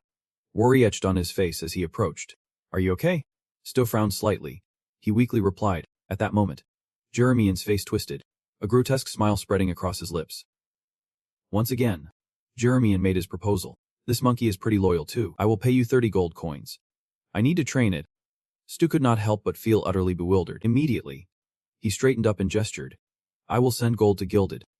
Someone. Take this white-furred monkey to the breeding grounds at once. Hearing this, he shot up and shouted. I said I am not selling. A moment of silence followed. Then Jeremy gritted his teeth. You dare, he yelled in response to Sko's defiance. Daring to raise your voice in front of a noble. Have you lost your mind? At this point, he crouched on the ground, his face displaying sheer terror. He noticed soldiers had surrounded Sko and Nezu at some point. He fell silent for a moment, his body hunched low. It had come to this. One of them lunged forward. Come on, hand it over. In an instant, blood spurted everywhere. He howled in agony. My hand. My hand. Right in front of him was Nezu, its hands covered in fresh blood. Nezu gently extended its hand forward, each finger distinctly visible. The floor had been soaked with blood at some point. Witnessing the horrifying scene, the soldiers trembled involuntarily. Jeremy clenched his fist, his voice raised as if to mask the fear rising in his throat. You dare harm a merchant from the Fabian family? From behind, the group of knights rushed over. What is going on here? He pointed his spear at Sko. That commoner tried to kill me. Arrest him immediately. Hearing this, Nezu could not help but retort. You are the one who called me a monster. So why are you? At that moment, its body was ensnared in a net. Soon after, they activated electricity, causing Nezu immense pain. Feeling somewhat confused, acting even more cruelly than a real monster. In the face of this scene, they laughed with smug expressions. Immediately, the knights tightened their grips on their swords, stepping closer to Nezu. In that moment, it opened its mouth and let out a deafening scream of rage. Hearing that, Jeremy instinctively leaned back. He took a step back in fear, as if he was afraid Nezu would notice him. At that moment, Viscount suddenly appeared. What is going on here? Jeremy. He was momentarily shocked. After observing for a while, he ground his teeth. You fool. Viscount unexpectedly grabbed Jeremy tightly while shouting. That was supposed to be in my hands. But you barged in and ruined everything. He stared wide-eyed. What do you mean? He did not explain but scowled. Shut up. You idiot. Shortly after, the Viscount sternly ordered. Soldiers, clean this up. He did not forget to remind. Capture him alive. The monster. Whatever it takes, the knights shouted in unison. Understood. As they advanced step by step, one of them suddenly cast a spell. Nezu immediately sensed something was off. Magic. On the other side, the group of Dacia looked up at them. At that moment, he looked up with a heavy gaze. Nezu apologized, saying he just wanted to be by Sko's side. Hearing this, Sko gently reassured him. Don't apologize. While a bunch of crazies yelled. Monster. Suddenly, he lost his smile along with a cryptic remark. It seemed. Then Nezu turned back with a satisfied smile, saying, this is the end for me. On the other hand, the knight began to cast a spell, and flames suddenly erupted. In an instant, they all launched an attack towards Sko. The fiery trap immediately engulfed the Jeremy palace, eyes tightly shut. He could not help but mock. If you took the money, it would not have turned out like this. Behind the thick smoke, a figure stood resolutely. Chapter 26. Hidden behind the dense smoke, Stu gradually emerged, his voice cold and loud. The one who needs to apologize is not Nezu. It is you guys. Upon seeing him, the Viscount and the Jeremian group could not help but panic. The Viscount quickly shouted orders at the knights. Capture him. The knight suddenly hesitated, his whole body trembling. A stream of golden light began to gather between his fingers. Just then, the knight jolted like he had been struck by lightning. His body started to convulse. He screamed in agony, his whole body shaking as he fought against the pain spreading throughout him. In a fit of rage, another knight raised his sword towards Sko. At that moment, he unexpectedly turned around in Sko's gaze. The knight looked momentarily stunned. With a pale face, he was sweating and stuttering in sheer terror. In the next scene, the knight raised his sword. Moments later, he turned the tip of the sword toward his own chest. Witnessing this, the Viscount rushed over. "Prez, what are you doing?" Before he could stop him, the knight had already plunged the sword into his own chest. Fresh blood splattered onto Sko's pristine skin. Yet, he remained calm, his gaze fixed ahead. At that moment, only 3 knights remained, their bodies starting to tremble. In that instant, Sko subtly glanced in one direction. One of them suddenly went slack, his eyes vacant like a lost soul. Then, he dropped the sword from his hand. His body collapsed right at Sko's feet. In the blink of an eye, the knights began to fall one by one to the ground. Sko bowed his head, exuding a dark aura. Zeromian could not help but feel something. His body crumpled to the ground, his feet desperately trying to drag backward. At that moment, his gaze suddenly shifted. From the stairs, Saralyn appeared with tears streaming down her face. "Dad. Brother." Upon her appearance, Sko merely looked up with a cold stare. Saralyn suddenly felt a lump in her throat. Instantly, she fell freely below, while the Viscount rushed over. "Get away from her." He painfully embraced her cold body. "Are you satisfied now?" The Viscount, with a thick skin, questioned him. "Look around. Does this place need more bloodshed?" Hearing this, Sko wondered to himself, "Why do I keep holding myself back?" Remembering the past of being bullied, he became more certain, questioning why he ever suppressed himself in the first place. At this moment, Sko clenched his fists so tightly that they could bleed if he wanted to. Instantly, he smiled with a benevolent expression, saying, "I will take a break." The Viscount could barely contain himself. It was amazing to have a friend who truly understood him. Lowering his voice, he said a condition. "Let us just pretend nothing happened here." The Viscount began to breathe rapidly, his voice trembling as if he could not believe what he was hearing. A furious roar erupted from behind. Jeremian shouted angrily, "You vile bastard. You caused this mess, and now you dare to ask for that." Hearing this, Sko immediately turned to him. He remained calm, almost cold, his voice low and steady. "This is not a request." Sko tilted his head with a smile, reaffirming, "It is an order." On this side, Jeremian was so furious he was gritting his teeth. After a while, his body began to sway. Soon after, the family of 3 Viscount, Jeremian, and Saralyn collapsed onto the ground. Just as Sto was about to leave, a familiar voice called out from behind. Hearing this, he immediately turned around. "Suki." In an instant, his entire body began to transform. Suddenly, Suki's tail visibly elongated. "Now." Before Sto stood an incredibly fearsome tiger. It turned to Nezu and said, "What is with the distraction? You can't just carry it yourself." Upon hearing this, Stu understood. He held tightly onto the net. Stu gently placed Nezu on Suki's back, not forgetting to pet him. At that moment, Suki unexpectedly suggested, "Just hop." Stu hesitated slightly, but Suki reassured him. "It won't be a big deal. Carrying you won't make much of a difference." Seeing this, he climbed onto Suki's back, saying, "Thanks for this." Before taking off, Suki reminded it, "Hold on tight." In the quiet of the night, Suki carried both Nezu and Sto swiftly through the wind. At that moment, he softly called out, "Suki." Hearing him, Suki immediately responded clearly, "Yeah." Sko's confession flowed slowly. "It seems I really am a monster. I can read hearts," which made them end their own lives. "I have killed so many people." As he said this, he unconsciously felt disgusted with himself. Yet he felt nothing at all. At this moment, Sko began to tear apart internally, struggling with guilt, knowing what he did was wrong, but feeling neither fear nor sadness. In contrast to Sko, Suki turned to him with an indifferent expression. "So what?" It spoke in a tone as light as air, its eyes shimmering with coldness.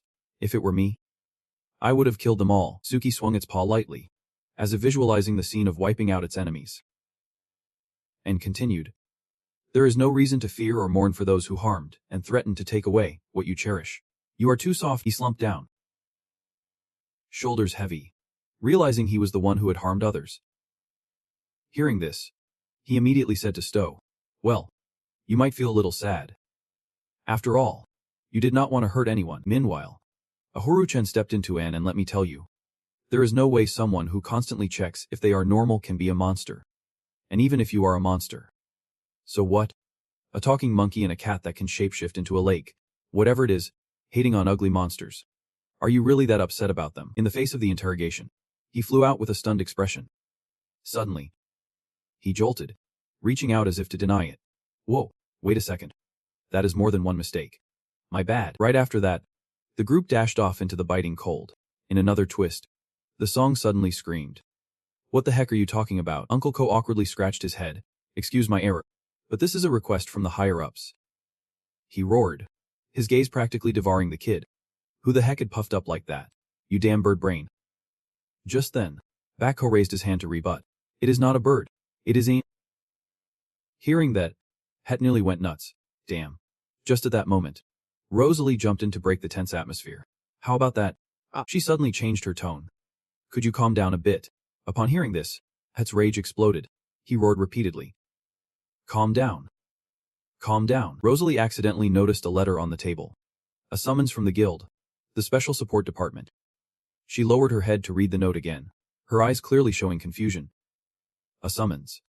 Possibly due to pressure from the royal family. Or someone at the headquarters thinks Stowe is a dangerous capability. On top of that, he has been missing for 10 days now. And there is also a rumor swirling around the Viscount Fabia's house. In another turn of events, the door, tightly bound by chains, suddenly appeared. At that moment, Hut spoke up seriously. That kid is not the type to harm others like that. Just then, Rosalie surprisingly shouted. Hey, what is it? He tiredly turned back. What now? Immediately, she glanced towards the door. Has Stowe returned? He stepped in with a firm stride. Sorry. Het immediately looked around at Stowe, stopping short at the disheveled appearance of Het stuttering. His emotions felt stuck in his throat. Wait. You have... Just then, Sko appeared with a dirt-smudged face. Blood still smeared on him. In that moment, I suddenly reached out towards him. Finally, he lightly patted his shoulder.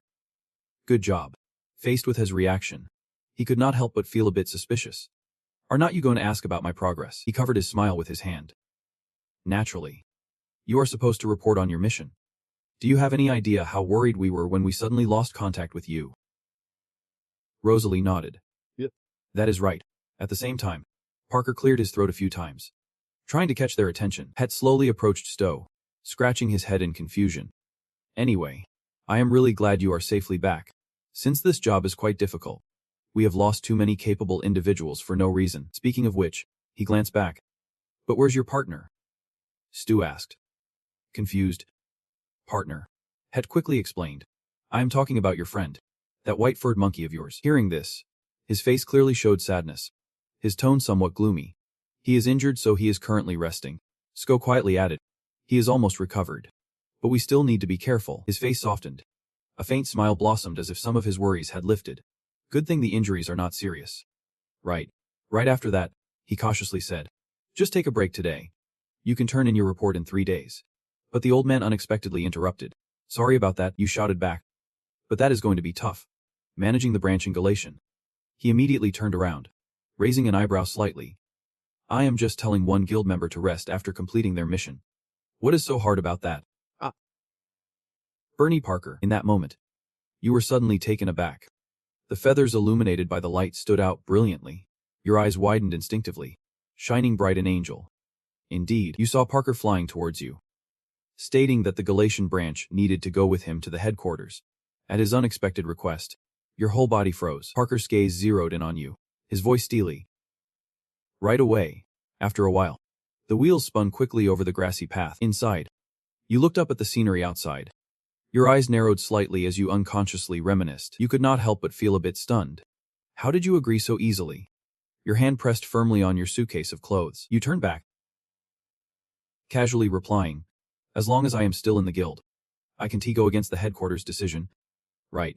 At your response, Parker stood there dumbfounded. Right after that, he could only sigh in helplessness. That is true. Back to reality. You thought to yourself with a sad expression, feeling both grateful and guilty towards the branch chief. Thinking of this, you could not help but feel lucky and relieved that you found another place to go. The afternoon sun gently streamed through the window, illuminating Stowe's golden locks. You slowly opened your eyes, looking bewildered at Ahoru's unexpected words. Got it, he said in a playful tone. I have figured out Sto's problem. Right after that, Ahuru scolded. Stu is terrible at saying no. And you listen to others way too much. Just say no if you do not want to. Or say you hated it, is that simple. So why not just say it? Parker beside you immediately sensed something was off. You anxiously asked Han, what is going on? Immediately, Sko turned around with a friendly smile. Nothing at all. Ahuru shouted. Did you just say nothing? Ridiculous. He kept berating. I had to lose sleep over that conclusion. You know, Ahuru was really mad now. And Sko mumbled an apology. Sorry. Ahuru, upon hearing this, you reminded him sternly. But let us keep it down. Okay. Ahuru still felt grumpy but eventually agreed to sit down. Responding, fine. Meanwhile, Parker shot a skeptical glance at Sko. You instinctively asked, did you just communicate with that tree? Sko calmly replied, yep. Parker gasped with a mix of surprise and excitement. That is amazing. I heard Sko has mind-reading abilities. Can you tell what I am thinking right now? At his unexpected proposal, you silently cursed. What a hassle. Stu inadvertently turned to look at Nezu, who was lost in a dream. Suddenly, Nizia's face scrunched up, accompanied by an incomprehensible mumble. Your expression shifted, eyes clearly showing concern. It was at this moment that Parker unexpectedly jumped back. You whispered in shock. This is crazy. It is terrifying. They say the white long monkey is a monster. What if it eats me? What should I do? At that moment, Stu suddenly blurted out a stream of confusing words. I really should not have. You straightforwardly read the opponent's thoughts. Wanting to wear pants too much. Parker awkwardly shouted. All right. Seeing this, Stu hesitantly asked back, so you are not curious anymore? You quickly replied, that is enough, so do not read my mind anymore. Meanwhile, Nezu had somehow woken up, its eyes darting ahead. Stu gently patted Nezu. Go back to sleep. Nezu, we still have a long way to go, it murmured softly. What about Sto? You bent down and whispered. I can sleep a little too. Seeing Sto's tired look, Nezu kindly suggested. You look so worn out. Lean on me and sleep. I will be your pillow. You smiled lightly and whispered. It is. Without saying another word, it quickly pulled Sto close. Nezia's fur was so soft, so hurry up. Your hair brushed lightly against its velvety fur. Sko looked up, lips slightly moving. Thank you. After a while, you suddenly remembered Parker. Do you have something to say? Parker instinctively replied. Well, seeing you guys like this looks just like a family. Ahuru rushing in with a sulky face. Even I am in a huff. Moments later, the sky suddenly poured down. Inside, Parker gently asked Han. Are not you cold at night? Should I turn up the heat? Sko shook his head lightly, still lying still. However, you were not reassured and suggested further. Should I bring you another leg if you are hungry or uncomfortable? Please just say so, Sko casually replied. This is comfortable enough. Your gaze carried a hint of nostalgia. Feeling much more comfortable than when you had to live in those cramped places. Thinking of this, Sko suddenly felt a craving. I really miss those wave-flavored candies from the branch office. Outside, the rain fell like a gentle shower, accompanied by the soft sound of water dripping down the carriage. Inside, Sko gazed outside. It was raining. At this moment, Ahuru jumped up excitedly. It is time to tell a ghost story. It is perfect for this weather. It loudly threatened. Ghost stories are super scary. You know. Sko suddenly reached out and lightly touched Ahuru's spikes. Humans are the scarier ones. Right then, you looked up at Parker, who was dozing off. You saw him turn over, yawning widely. Witnessing this, Ahuru commented, that guy is snoring up a storm. At the same time, Nezu's ears twitched slightly as if sensing something unusual. It did not wake up, its face clearly showing fear. Seeing this, Sko gently cared for Nezu. If that sound woke you, you can go back to sleep. Suddenly, it turned its gaze towards the distance. Something was circling around the carriage. Nezu suddenly felt uneasy. Both humans and animals were on edge. It paused for a moment, then lowered its voice. I really have a bad feeling. Plus, it is here to kill us.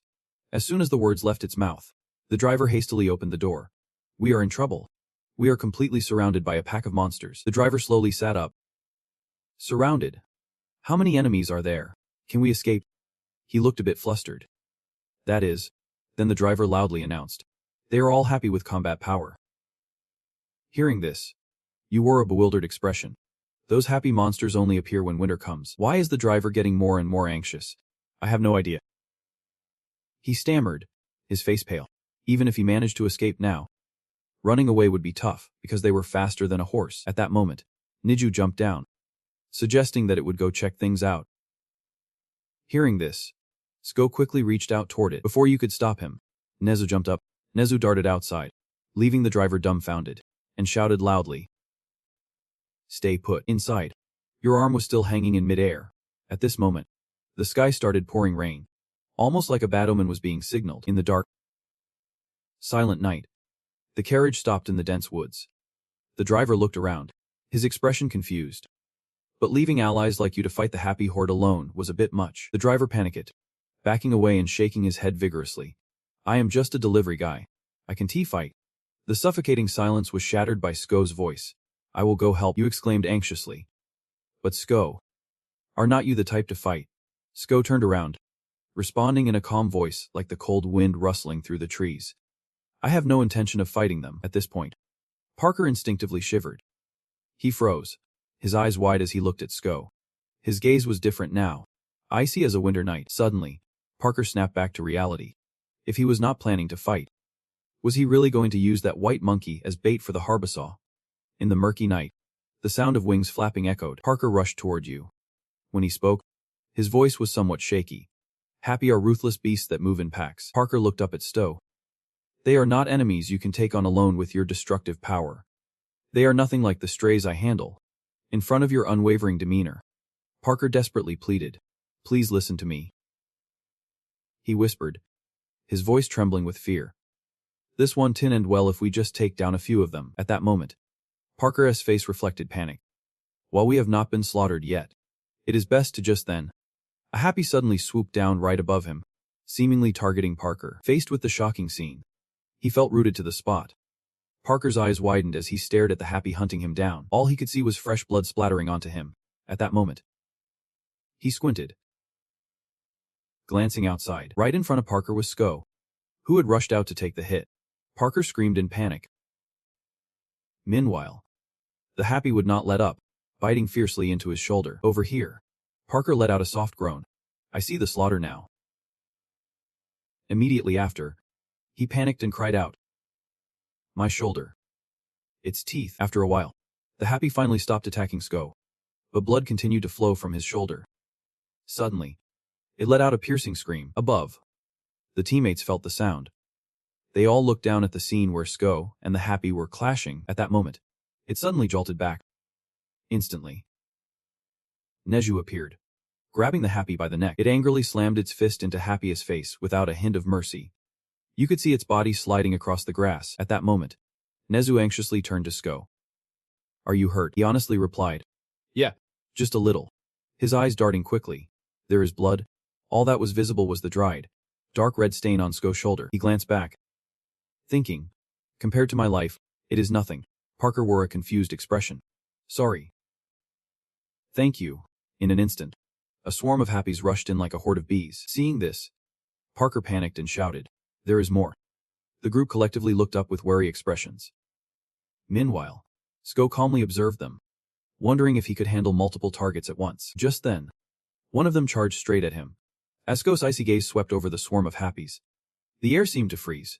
He commanding shouted, "Stay still." Amidst the chaos, the trees swayed violently. But then, bizarrely, everything fell into a strange stillness. In front of Sko, the happy stood completely motionless. He looked up at them, wrestling internally. Should I kill them? After a moment of hesitation, Sko waved his hand, signaling, "Go back to your hiding spot." No sooner had he spoken than the happy turned around and flew back to their old hiding place. Behind him, Parker looked up. His jaw dropped in shock at what just happened. Thinking about it, he could not help but wonder how a monster just obeyed a human's command. At the same time, Sko turned back to Parker. "Let us head back to the carriage." Neju excitedly replied, "You still look so cool." Turning back to Parker, he still had not collected himself. On the ground, the happy that had just been attacked lay utterly still. In the silent night, the scene felt eerily unsettling. The shocked doctor looked up as the happies vanished in an instant. Confused, he glanced at Sko. "Is it really over that easily? Now I understand why so many bosses are always searching for you." On this side, Sko carefully reminded, "Be careful." "Nezu," he kindly asked Han, "are you hurt?" The doctor remained still, his gaze cautiously darting towards Sko. "It is dangerous." After a torrential downpour, the night sky cleared up. The carriage carrying Sto continued to move forward. Inside the carriage, was completely lost in a deep sleep, unaware of anything. Suddenly, a voice broke the silence. "You are being too fussy."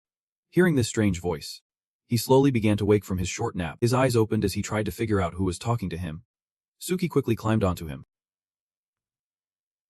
constantly commenting, "Always acting on your own. That is why I hate humans." As soon as she spotted him, he was quite surprised. "Suki." But before he could say anything else, she pressed on. "Get some more sleep. Do not run around like an idiot and get bitten by monsters again." Suki's gaze turned unusually contemplative, feeling guilty about his actions. Sko immediately expressed his heartfelt apology. He had no intention of blaming him. This time, she gently walked towards him and advised, "Don't apologize. Just stay out of trouble. And there won't be a need to say sorry in the first place." Sko stared blankly at Suki. She sat quietly on one side, deep in thought. Just do not get hurt anymore. After a long journey, the carriage finally arrived in a land blanketed in freezing snow. Ahuru joyfully bounced around, having the time of its life. Watching this strange sight left Sko feeling a bit puzzled. What is going on here? Ahuru smiled and chimed in. "Hey there." Just as Sko was trying to wrap his head around everything, he noticed something unbelievable. Ahuru had grown legs. The sight shocked Sko so much he could hardly believe it. "You can walk?" This made Ahuru burst out laughing, glancing at Sko and asking, "Surprised to see a walking cactus running around you in the morning?" Then its expression turned serious. "I am shocked too." While the two were still chatting, Nezu quickly approached, staring at Ahuru with sparkling eyes. "You can walk?" Nezu's fingers reached out playfully. "Congrats." Upon hearing this, Ahuru laughed and nodded enthusiastically. Thanks. Hearing their different conversations woke Parker from his sleep, leaving him confused and wondering what the heck was going on. The first thing he saw was Ahuru and Nezu, still laughing and enjoying themselves. This intrigued Parker greatly. Your friends are really something. Even though he had his own thoughts swirling in his head, he wondered what was so strange about a walking cactus. After all, he could scare away a whole bunch of happy creatures with just one word. Parker could not help but recall when Sko stood still, gazing at the happy creatures fluttering in the air. He had no idea why Sko had called them back to their nest. Thinking back on it, Parker felt a bit lost as he looked at Sko, who was injured, sitting there quietly. If it was Sko who could befriend a dragon, he would not be surprised at all. He quickly stretched and pondered. The power to steal hearts and heal others. Suddenly, a voice rang out. That is amazing. Seeing Sko's puzzled expression made Parker uneasy. Sko continued to repeat the compliment. Your wings. Upon hearing this, Parker finally understood something. He smiled shyly and scratched his head. Thanks. The carriage resumed its journey, moving forward through the cold land. While preparing breakfast, Sko suddenly remembered something. He saw Aro, who had been bouncing around playfully ever since it grew legs. Curiosity got the better of him, and he asked, Ahuru, do you need water? Ahuru did not think twice and instantly refused. Sko glanced around the carriage, surprised, and asked, have you eaten? Ahuru shook its head, clearly wanting to explain more. Well, yesterday when Sko got hurt. Sko nodded silently, listening to Ahuru recount the story. Didn't you bleed a lot? He remembered the wound on his shoulder and nodded in agreement. Yeah, that is right. Bright red blood had been steadily dripping from his body. In fact, the blood droplets had fallen so much that they started hitting the ground below. Unfortunately, Sko's blood dripped right onto Ahuru, who was sitting nearby, oblivious. Wrapping up the story, Ahuru pointed to its head and explained further. I had a little of your blood. After hearing this, Sko fell silent, pondering, which made Ahuru feel a bit confused. After thinking for a short while, I slowly reached out to bring it closer for a better look. The expression on my face turned utterly incredulous. The blood of mine. Ahuru. I nodded firmly. This conversation silenced everyone inside the carriage, leaving an awkward tension hanging in the air. Seeing everyone thinking in a different direction, Ahuru quickly shouted. Don't misunderstand. It is my house. At that moment, I could not even move. And it was not intentional either. The blood just happened to fall on me. And then, it continued recounting as a flower sprouted from its head. And that was my first time blooming. After hearing this, Stu fell silent, realizing something. This time, he gently picked Ahuru up, unable to hide his astonishment. Interesting. So you bloom after drinking my blood. Hearing him say such strange things, Ahuru kept reminding. Wait. You should focus on the detail of a normal tree drinking its own blood and learning to walk. Parker, who had been listening to the story, was left speechless, unsure of what else to say. A little while later, Ahuru quickly gifted the bright red flower to Sko. "This is a present. Please accept my sincerity." He gently took the flower, saying thank you, which made Ahuru incredibly excited. Just as Ahuru was about to say something more, a burst of yellow light suddenly appeared. "I should be the one to thank you." Ahuru's flower glowed in a bizarre way that left everyone in disbelief. A second later, the flower wilted on its own and gradually floated away. Just like that, the remaining essence quickly entered Sko's wrist. Watching this situation left Sko a bit speechless, unsure of what to say. The melting flower made Ahuru utterly disappointed. "This is my fruit." But just a moment later, it realized something was off and quickly called out for Sko. Ahuru anxiously announced, "The light on your shoulder." Sko also turned to see what was happening, gradually sensing a change from the wound on his shoulder. Feeling something unbelievable, he nervously examined his injury, realizing the wound lacked any sensation. Contrary to what Sko had thought, he quickly removed the bandage to take a look. Seeing that the wound had completely healed, Sko exclaimed in surprise, "This flower seems to have healing powers." This made Ahuru beside him extremely delighted. "Isn't that amazing?" Remembering something important, Sko called out, "Hey, Neju." Upon hearing this, Neju jumped, quickly recalling last night, Suki came to visit us.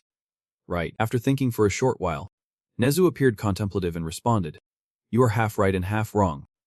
Nezu actually knew that Suki had been in the carriage with us since last night. Stu stood up, putting on his clothes, surprised and thinking, so it was not a dream.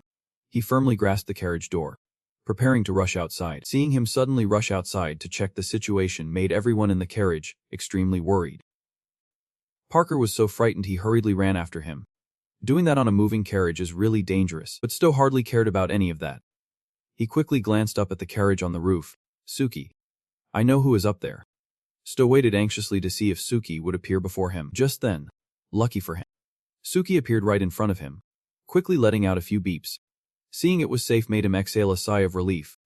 Things were really dangerous in there. After hearing his warning, Suki looked a bit incredulous, but it still obeyed Sko, slowly making its way toward the carriage door. It seemed like he was in even deeper trouble than it was. With his help, Suki finally jumped safely into the carriage. Seeing it inside safe and sound made him let out a long, relieved sigh. Sko quickly closed the door next to Suki, which caught Parker by surprise. A cat. Really? Parker had no idea that the little cat in front of him was a massive beast, not just a pet he kept. Upon hearing such naive questions, Sko shook his head. "Suki is not a pet." Suki quickly yawned, battling its drowsiness, which made Parker curious enough to say something more. Really? But just like that, Sko read his thoughts. "It is not a stray either." Hearing this, he let out a breath as if he finally got the story straight. Parker seemed odd to Suki, making it incredibly confusing. That idiot Sto quickly explained, "This is Parker," but perhaps it did not care much. This time, it gently sat on Sto's lap and quietly asked, "You are hurt. Are you okay?" Seeing its concern made Sto smile gently as he explained, "Ahuru helped me heal." This made Suki look at the tiny cactus incredulously, wondering what good it could do. Ahuru immediately felt a bit disrespected by such dismissive words. Understanding Ahuru's mood, Sto gently explained, "It has healing powers, Suki. If Mai is going to stick with me." Suki lay there in silence, stubbornly sticking to its own opinion. "I am not following you. I just happened to see you hurt while exploring." Not wanting to open up, Sko felt a bit impatient, asking, "Why do not you just go?" Suki remained silent, not replying, but its tail quickly flicked straight out. Flashing back to when Sto first met Suki, he had become incredibly attached. It seemed Suki cherished every moment as well. The scene shifted to the carriage rolling down a long road, Suki's voice echoing inside. "Let me be clear. I am only with you because you said so. Why do I always get hurt when you are not around?" Hearing this, Stu softly nodded in understanding. "Thanks, Suki." He gently stroked its head, making it feel something different. But Suki did not think too much about it and shut its eyes tight. "Stu has changed. I do not care how he has changed. But this change is fine." Time flew by quickly. And finally, the carriage came to a stop. While Sto was still pondering what to do next, a voice rang out. Parker pointed toward the grand gate ahead and announced, "We have reached the transport gate connecting to the main estate." Moments later, Sko led Suki and the crew on a tour of the entire place, while Parker quickly reported the information to customs. Parker and Sko just needed to keep the fees updated for the committee, and the staff nodded in understanding. Yep. It is confirmed. For security reasons. The gate can only be used 3 times a day for one adult. He did not forget to add a warning, saying, "You might experience some side effects after using the gate. If you accept these conditions, we will open the way for you." Stu stood quietly, observing the surroundings more carefully. Once the paperwork was fully confirmed, Stu wasted no time and stepped forward. With anticipation, he slowly moved inside through the teleportation door. A burst of blinding light made Stu instinctively shut his eyes tight. As he adjusted to the brightness, he gradually opened his eyes to look ahead. A stunning, magnificent place quickly unfolded before Stu's eyes, leaving him in awe. At the same time, Parker and the others had swiftly arrived, and upon seeing this grand hall, Stu could not help but remark, "This is the headquarters of the committee." While he was still deep in thought, Parker's cheerful voice rang out. "Welcome." He smiled and introduced, "This is the headquarters of Ignis Lake." Stu nodded in understanding, silently gazing at the colossal headquarters with its vast details. The two walked down the long corridor, continuing to higher floors. It was Stu's first time in such a place, and he felt a bit amazed. The seemingly endless staircase felt like a climb to heaven. Up front, Parker remained silent, lost in thought. It seemed like Stu was still wrapped up in his own musings, wondering if paradise truly existed up in that sky. He quickly thought of the terrifying figures who wielded both power and wealth, those who held the reins of change. Naturally, there were always those who catered to these powerful individuals, and their supporters, lurking in the shadows. With that thought, Stu questioned himself, will climbing higher really be better? Realizing how silly that question was, he sighed and shook his head, dismissing his own thoughts. While he was still pondering, Parker turned around with a smile, announcing, "We have arrived." This caught Stu off guard. "Wow, that was quick." Parker's face showed a hint of awkwardness as he explained, "This is a magic staircase. It is quite similar to the teleportation gate. Anyway, you were supposed to meet the head of the committee, but they have been absent for nearly 3 months." Parker did not forget to add, "So naturally, you will meet the vice president instead." Ahead, they reached a large door, and Parker and Stu quickly approached it. Without any more delay, Parker quickly knocked on the doorbell to see if there was any response.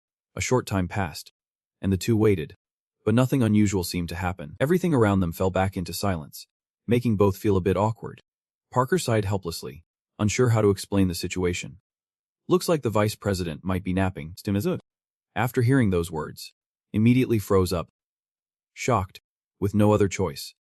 Parker just kept ringing the doorbell rapidly. After a series of persistent chimes, the grand door finally swung open. Stu was lucky enough to grab a haru just in time to dodge this massive door. The rough action left Parker completely stunned, unsure of what to do.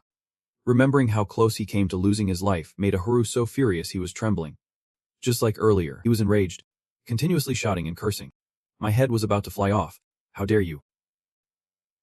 Hearing this, fell silent, pondering, "Where's the head of the cactus?" A figure inside the room appeared quickly with a sword. "Damn it." Looking groggy, hurriedly stepped out. "Who is there?" He seemed a bit tired as he stared at the people who had disrupted his deep sleep. Seeing Parker right in front of him left Gwen utterly confused. "Did I order a chicken or something?" Parker, hearing this, responded angrily, "I have told you 1,000,000 times. Vice President, I am not the chicken." Hearing their argument, Aru sighed and quickly agreed. "Yeah, he is right about that chicken." Remembering something important, Parker immediately got to the main topic. "I brought guests here." This left Gwen baffled. "Guests? What guests?" Parker kept talking in this confusing way. "Your guests?" His series of actions made Gwen furious. He yawned and contemplated going back to sleep again. "What nonsense are you talking? Why should we entertain guests? Isn't he anyone working down there? I will deduct your pay for waking someone who was peacefully sleeping this early in the morning." Seeing his strange behavior made Parker really uncomfortable. Gwen quickly turned to go back inside the room. "Go away." Suddenly, Suki piped up. Upon hearing the little cat's voice, Gwen became so flustered it was hard to keep his cool. In front of him was Suki, still sitting there and meowing. Finding it amusing, he chuckled and sat down to observe. "What a surprise. You are also a guest." While Gwen was still reaching out to pet Suki, it suddenly turned and walked away. It headed straight towards Stu's feet. Seizing the opportunity, Parker jumped right into the main topic. He is the one replacing the special support position in the Galatia branch. He grabbed the cactus Ahuru in his hand and stood beside Nezu. Seeing him show up, Wayne immediately stood up and said something very perplexing. A guest. His face broke into a grin, clearly intrigued by all this. I am meeting the leader from the rumors. Hearing Wen's confusing words made Sko curious. Leader. While he was still pondering, Wen quickly urged everyone, just come in already, and slowly walked into the room. Thanks. But contrary to the grandeur outside the palace, Wen's room had become a chaotic mess with various junk scattered everywhere. Stu was left speechless. It was the first time he would seen such a dirty bedroom. Is this even a room? A messy room like this makes Neju feel so awkward. If Neju had to walk in here, they would probably step on everything just to get through. As if sensing everyone's mood, Wen immediately steps inside the room, reassuringly saying, it is all good, it is all good. He smiles, stepping over piles of documents while announcing to everyone, I do not care what you step on, but this time, he glances at Neju, finding it too amusing. That white monkey friend of his speaks so fluently it is like he is part human. Nezu is utterly shocked by this guess of his. How did you know? The man laughs at that. Just a guess. After finishing his sentence, Wee quickly walks over to Neju, joking. Just kidding. If I were an animal. The thing is, his words are kind of hard to understand. I would not want to talk to humans about how I can speak, seeing him act so strangely. Sko thinks. There is such a huge difference between his inside and outside. While he is still pondering, Wee quickly glances at him and asks, you drinking coffee? Sko shakes his head. No thanks. Noticing that Sko does not seem interested in coffee, his face turns thoughtful. Let us try something else. You probably have not reached the age to appreciate the good stuff yet. Maybe a soda would be better than sleep. With that, Wen turns to prepare the drinks, leaving Sko pondering how to respond. I refused because it was not that great. A little while later, Wen finishes preparing a tray of drinks. He even has some fancy biscuits laid out right in front of Sko, holding a hot cup of coffee. Sko looks a bit pensive, speechless. While he is lost in his thoughts, Wee quickly comments, looks like our new leader is pretty young. Hearing that, Sko immediately looks up to explain, I have already had my coming-of-age ceremony. The man laughs heartily, clearly amused by how clueless Sko looks. That is why I say when adults are called young, they do not refuse, they just thank you. Remembering something important, Parker quickly calls out, Vice President. This surprises the man, who was just sipping his coffee, as he turns to look at Parker, whose face has turned quite annoyed by all this. You sound like some perv who likes to play with kids. So just stop. Realizing they have wasted too much time on this, the man laughs and says, let us get to the main topic. That is what the president wanted when he called the leader from headquarters. Upon hearing this, Sko clearly looks puzzled. I see. But why am I involved? Before Sko can finish his sentence, Wen quickly guesses his intention. Leader. Sko nods firmly in confirmation. Wen bursts out laughing like nothing happened and calmly adds, that is also the president's idea. I am just the messenger. At first, the title leader was just something new added, so I am not quite sure what it really means. This whole situation leaves Sko and Parker frozen, unsure of how to respond. Inside, Sko feels a bit worried as he looks at the coffee in his hand, wondering if this place is even trustworthy. Even though he does not want to think about it, he feels quite uncertain. They have a position and attitude that is too secretive, and their stance changes frequently. Still, Sko's gaze slowly becomes judgmental as he looks at Wen sitting across from him. Your face gradually turned more contemplative to the point of being strange. At least there were no lies spoken yet. While you were still lost in thought, Wen continued to comment, from now on, you would be taking on very different tasks than before. Clearly, Sko still did not grasp the deeper implications behind this statement. He acted as if nothing was happening and continued to gaze at the coffee cup in his hand. These would be special tasks that only a leader could handle. Suddenly, Wen's mouth curled into a smug smile. His voice echoed throughout the spacious headquarters. These would be special tasks that only the leader could handle. Before Sko could fully process this information, he pondered the meaning of leader. Out of nowhere, something was thrown right in front of Sko, catching his attention. What lay before him was a peculiar large sack, and Wen quickly spoke up to explain. He still did not quite understand what was happening when Wen smiled and recounted. Due to your promotion, the paper clearly stated the words, leader of the Ignis Society. His voice continued. It included the new uniform, badge of the society, and other supportive equipment along with the society's funds. Parker looked a bit stunned upon seeing Sko's reward in front of him, feeling a bit curious. Wen turned his gaze to the side. And finally, Nezu seemed incredibly delighted by all of this. He burst into laughter, quickly sharing what was on his mind. This is just my personal curiosity. It has nothing to do with the society leader. While Sko was still trying to understand what he meant, Wen continued the conversation. Just how powerful is this new leader that the society head wants you to accompany us so badly? I have been wondering about that while waiting for you. Wen had a grin filled with anticipation at your next move. So let me admire you before you leave. Little leader, hearing this, Stu could only sit in stunned silence at the barrage of his words. Before Sko could grasp what was happening, Wen immediately grabbed a sword from the side. Now show me how strong you really are. A long time passed, and all we saw was Wen sitting right next to the sword inside his room. He suddenly broke into a huge smile. Feeling quite triumphant, the coffee cup and the rules on the table were still intact as if nothing had happened. The only difference was that Sko's coffee cup had fallen to the ground, spilling all over the floor, but it seemed like Wen was a bit contemplative. He glanced at the remaining coffee cup on the table. Fighting against something like that? Don't make me laugh. Flashback to earlier when Wen was excitedly gripping the sword in his hand, eager to see what this kid could do. Seizing the opportunity, he immediately charged towards Sko with the sword. Just how strong could he be?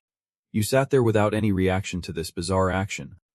Seeing you not wanting to avoid it left him feeling somewhat confused. Why was not he defending himself? As Wen continued his assault, something zipped past him, causing him to freeze in place. His face showed genuine confusion as he looked back at Sko, who was still leisurely holding the coffee cup in his hand. He had not even lifted a finger. When he looked at himself again, it turned out Gwen had used his own sword to pin him down. Though he tried to resist, it seemed all was in vain. He could not move at all. While he was still trying to control everything, Sko looked up at him and spoke. The thing he wanted to see. The gaze in his eyes was mesmerizing, locking onto him with an incredibly strange intensity. That should be enough. Right. A series of actions just now made Wen drop his own sword. Back in reality, Wen recalled those embarrassing moments from before. He sighed, propping his feet up on the table, ready to continue with his work. Looking at the stacks of documents continuously piled on the table, Wen felt a bit exhausted and sighed. As a leader, he should have been clearer about things. The council had turned into a bunch of deep thinkers, witnessing a series of actions that made them seem more like tyrants. How could he control a predator stronger than himself? Thinking about this made him let out a light sigh. Just not being swallowed whole was a relief. He recalled Sto's cold expression back then. Just thinking about all the exciting events to come made Wen break into an eager smile. Finally, perhaps he was waiting to see what would happen next. A new era had begun. The scene shifted to the vast hallway beneath the headquarters. A voice echoed. Magnificent. This time, a pot filled with nutrient-rich soil quickly appeared before Uhuru. After all the effort to prepare the large pot, Sko curiously asked, "Do you like it?" Upon hearing this, Uhuru quickly nodded in agreement. Yep. I love it. Seeing Uhuru excited about the new home made him feel happy too. That is great. Uhuru. After sorting out Uhuru's new home, Sko continued to look around his office. It was incredibly spacious with expensive items displayed inside. It even had living quarters for Nezu and Suki, to avoid leaving the room too empty. Even the space was decorated by servants with paintings of famous landmarks from around the world. Looking at the vast room before him, Sko found it quite bewildering. Did they really need to do all this? Suddenly, Nezu's cheerful voice rang out. Look at this. Nezu eagerly pulled out some outfits in front of him, announcing, "These clothes smell great." Even the luxurious outfits were neatly packed away inside the suitcase. Hearing this, Stu nodded in understanding. Those clothes. Nezu became extremely excited about these things. It is not just clothes. He quickly grabbed a piece of paper and read out the items prepared for him. There is even magic infused in them. How awesome is that? No need to say. His face lit up with excitement like never before. They had self-cleaning capabilities. Temperature control. Shock absorbers.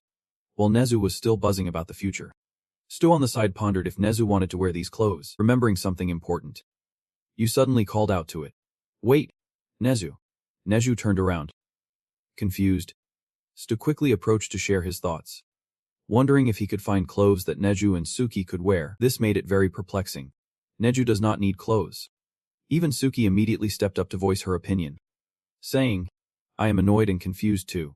So just ignore it. Stu sighed lightly, sitting down and looking at it with a worried expression. If my gets cold without warm clothes or feels awkward being naked like this. Upon hearing that, it felt speechless, saying, You are driving me crazy. Suki quickly used her small, fragile form, which he petted, saying, Animals do not wear clothes. We are fine. Even Nezu on the side examined all the new outfits prepared for Sto and added in, I heard people often wear nice clothes to be treated better. They call that social standing. You seemed really confused, clearly not understanding what Nezu was talking about. Social standing. In this quiet room, remembering Nezu's words, Sto's face turned very puzzled. Thinking, would it be okay if I were in better shape? Hearing you say that, Nezu smiled and explained everything again. Many people will like you more. This also made you feel very confused. Just because a few people have high social status, does it mean they will be liked more? People who do not like the king. Nezu was about to explain something further. He looked at Sko with bright eyes and continued. They won't attack on their own. After finishing, his face became very serious as he declared, Nezu will do his best to protect Sko. But it will be a hassle if someone stronger than Nezu attacks. Suddenly, Nezu recalled the moment when he felt powerless to save the one he cared about most. His mother. Seeing the sadness on Nezu's face, Sko seemed to understand more. He gently reached his hands towards him in empathy. Seeing Sko act so strangely also made Nezu very confused. To Nezu's surprise, you immediately unfastened the collar chain and reminded him, I will take this off when no one is around. It must be uncomfortable being chained like this. After feeling the chain removed, Nezu finally sensed a long-lost comfort. But now it won't hinder my movement anymore. Sko looked at him seriously and sighed, responding, seeing you like this makes me uncomfortable too. Hearing that, he nodded in understanding. All right. At the same time, Suki quickly jumped off Sko's shoulder and landed on the ground. But right now, his only focus was on Nezu, whose face lit up with joy as he looked at it. Grateful for the new clothes and happy for him. After finishing his words, Sko made sure to confirm once more, and added that there was no need to worry anymore. Seeing how understanding he was, Nezu could not help but feel touched. While Sko had his own thoughts brewing, because right now, if he wanted to, he could make anyone kneel before him. This time, he announced to everyone around him. He could feel the changes in his body, his powers growing stronger by the day. Even Sto found himself wondering why he should worry. So many confrontations had made it all too easy for him. Even when faced with those happy little birds, Stu felt no fear. Just think about it. Is not it convenient? With that thought, he clenched his fists. And though he did not want to admit it, he silently confessed that perhaps humanity was more selfish than he thought. The scene shifted to a nearby tavern in town, where a cheerful voice rang out with a request. Parker quickly pulled out a carefully kept letter and presented it to Sko as he was savoring the taste of a new dish. Sko was somewhat surprised to see the letter Parker handed him. Out of politeness, he immediately accepted it, thanking Parker. But because Parker was standing so close, a few feathers fell into his bowl. Parker burst into hearty laughter, scratching his head as he explained, well, this is just my job. I am getting used to the boss at noon. Looking at the letter in his hands, Sko seemed thoughtful but nodded, feeling quite at ease. I was feeling a bit bored with nothing to do. But now that there is a request, I feel a bit relieved. Seeing him deep in thought only made Parker more excited, his eyes lighting up. You really are meticulous. Now I should call you Boss Sko, he calmly asked. Do you want to eat with me? Hearing that, Sko smiled brightly and replied, sure. I will go get my portion right now. Stu slowly opened the letter, drifting into his own thoughts. Even if they called him leader or commander, he still did not know what he was supposed to do. Right before his eyes was a letter with a few short lines from the sender. A request. The requester, to purchase Rihega, a familiar name that surprised Sto. Rihega, he quickly recalled, while he was still lost in thought. Ahuru quickly approached and announced, I know that place. It became very serious as he recounted everything he knew about that location. It was one of the new style families in the country. The head of the family, Mubian, was the cousin of the current emperor and had a highly flexible ability to use his body. Hearing this, Sko began to understand something more. Have you met him? Ahuru nodded proudly. I know him very well. Listening to the conversation between the two, Nezu was left utterly confused. What are they talking about? He gently turned his head to explain it to Nezu. Ahuru said he has met our requester before. After understanding the twist in this story, Nezu became incredibly excited and continued to praise. Ahuru knows everything. Amazing. You are truly a cactus. Hearing all the compliments made Ahuru blush a little in embarrassment. Thanks. You are pretty cool too. Even though someone was still sleeping soundly nearby. Completely unaware, after thinking for a short while, Ahuru continued to recount everything he knew about Mubian, saying, it might sound a little crazy, but in my mind, I picture a close relative wielding a sword. I do not know much else, but his swordsmanship is pretty impressive. This information made Sko perk up in surprise. Is he really that strong? He shook his head, dismissing it all. No way. His expression grew serious as he recounted everything, not just strong, but before he became the top dog, there is another guy who is also famous for his sword skills.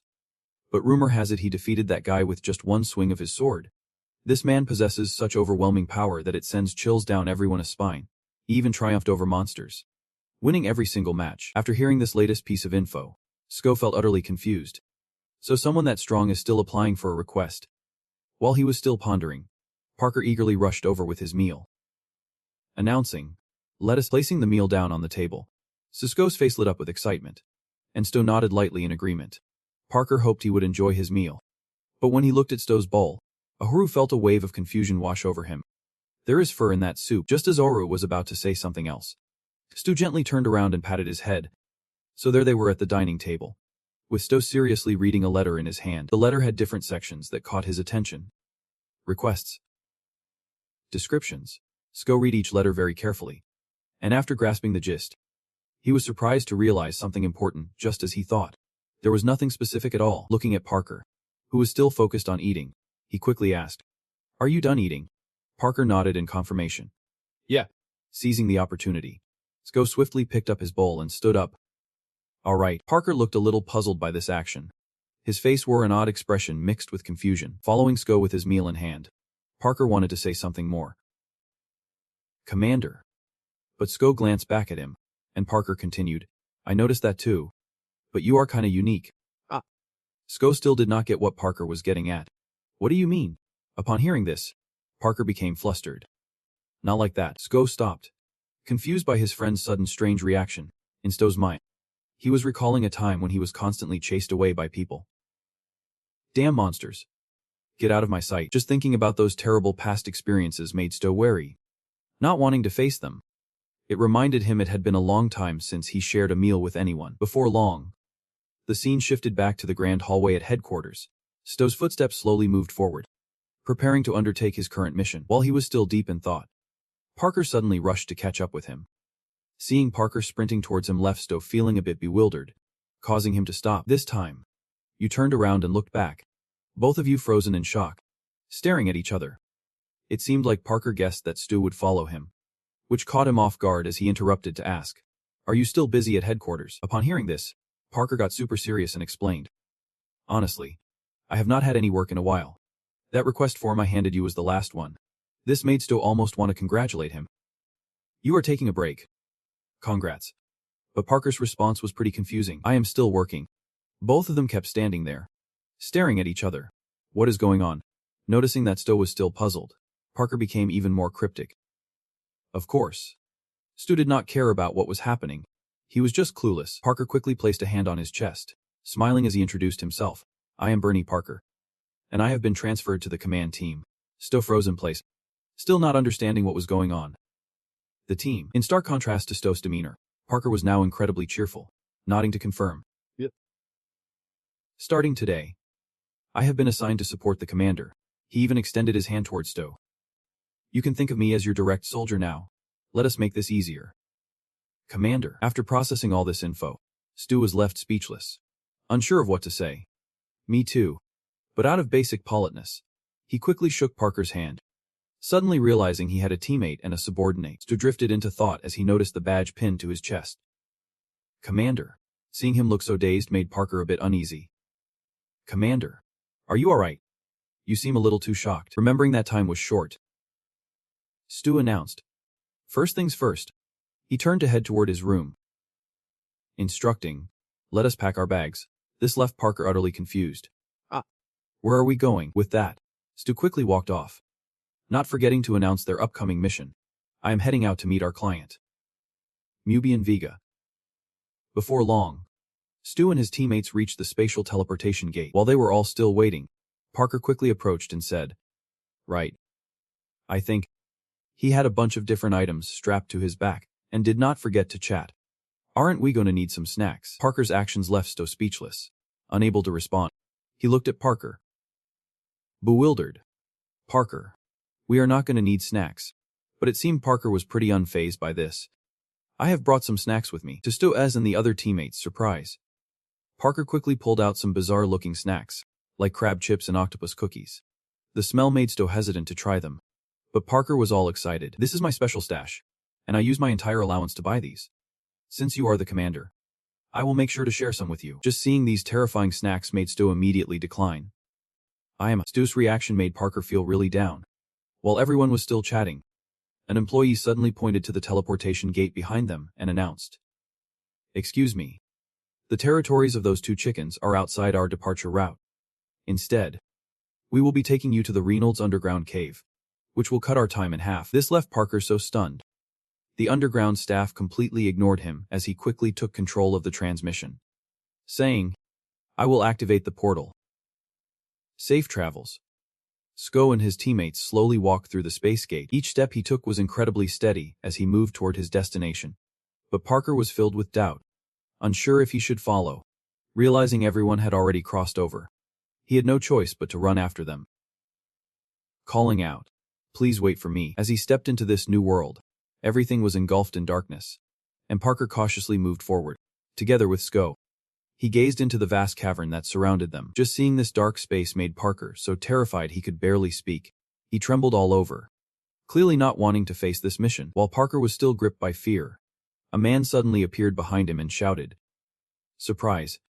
Parker was so scared he jumped and screamed in pure panic. Unfortunately, he leaped into the air and hit his head, landing painfully. As they looked at Parker lying flat on the ground, everyone seemed speechless at the sight. Feeling a bit worried, Sko asked, "Are you okay?" To which Parker breathed heavily and replied, "I saw some weirdos." As soon as he sat up, the manager smiled and complimented him. "You are quite the lively pigeon." This made Parker more alert. "Who are you?" The old man seemed surprised by the question. "Whom you ask? I am the manager of this transmission service, kiddo." After confirming the manager's identity, Sto quickly got to the point with him. "Excuse me, manager. We are in the Reynolds South Cave." The manager then turned his attention to Sto, bursting into a surprised laugh. "This kid is too polite." As he walked forward, the manager continued chatting. "It has been a while since anyone visited this cave." The little bats, sensing something unusual, kept flying out. "But why would a young person like you come here?" Sko recounted the mission he had received. "We are on our way to the domain of Hyga." Hearing that familiar name, the manager looked shocked. "Hyga?" Suddenly, his expression turned frighteningly serious. Not many explorers dared to venture into that deathly land. Hearing him say that, Sko could not hide his curiosity about why Hyga's domain was called the Land of Death. After thinking for a short moment, the manager slowly began to share the story.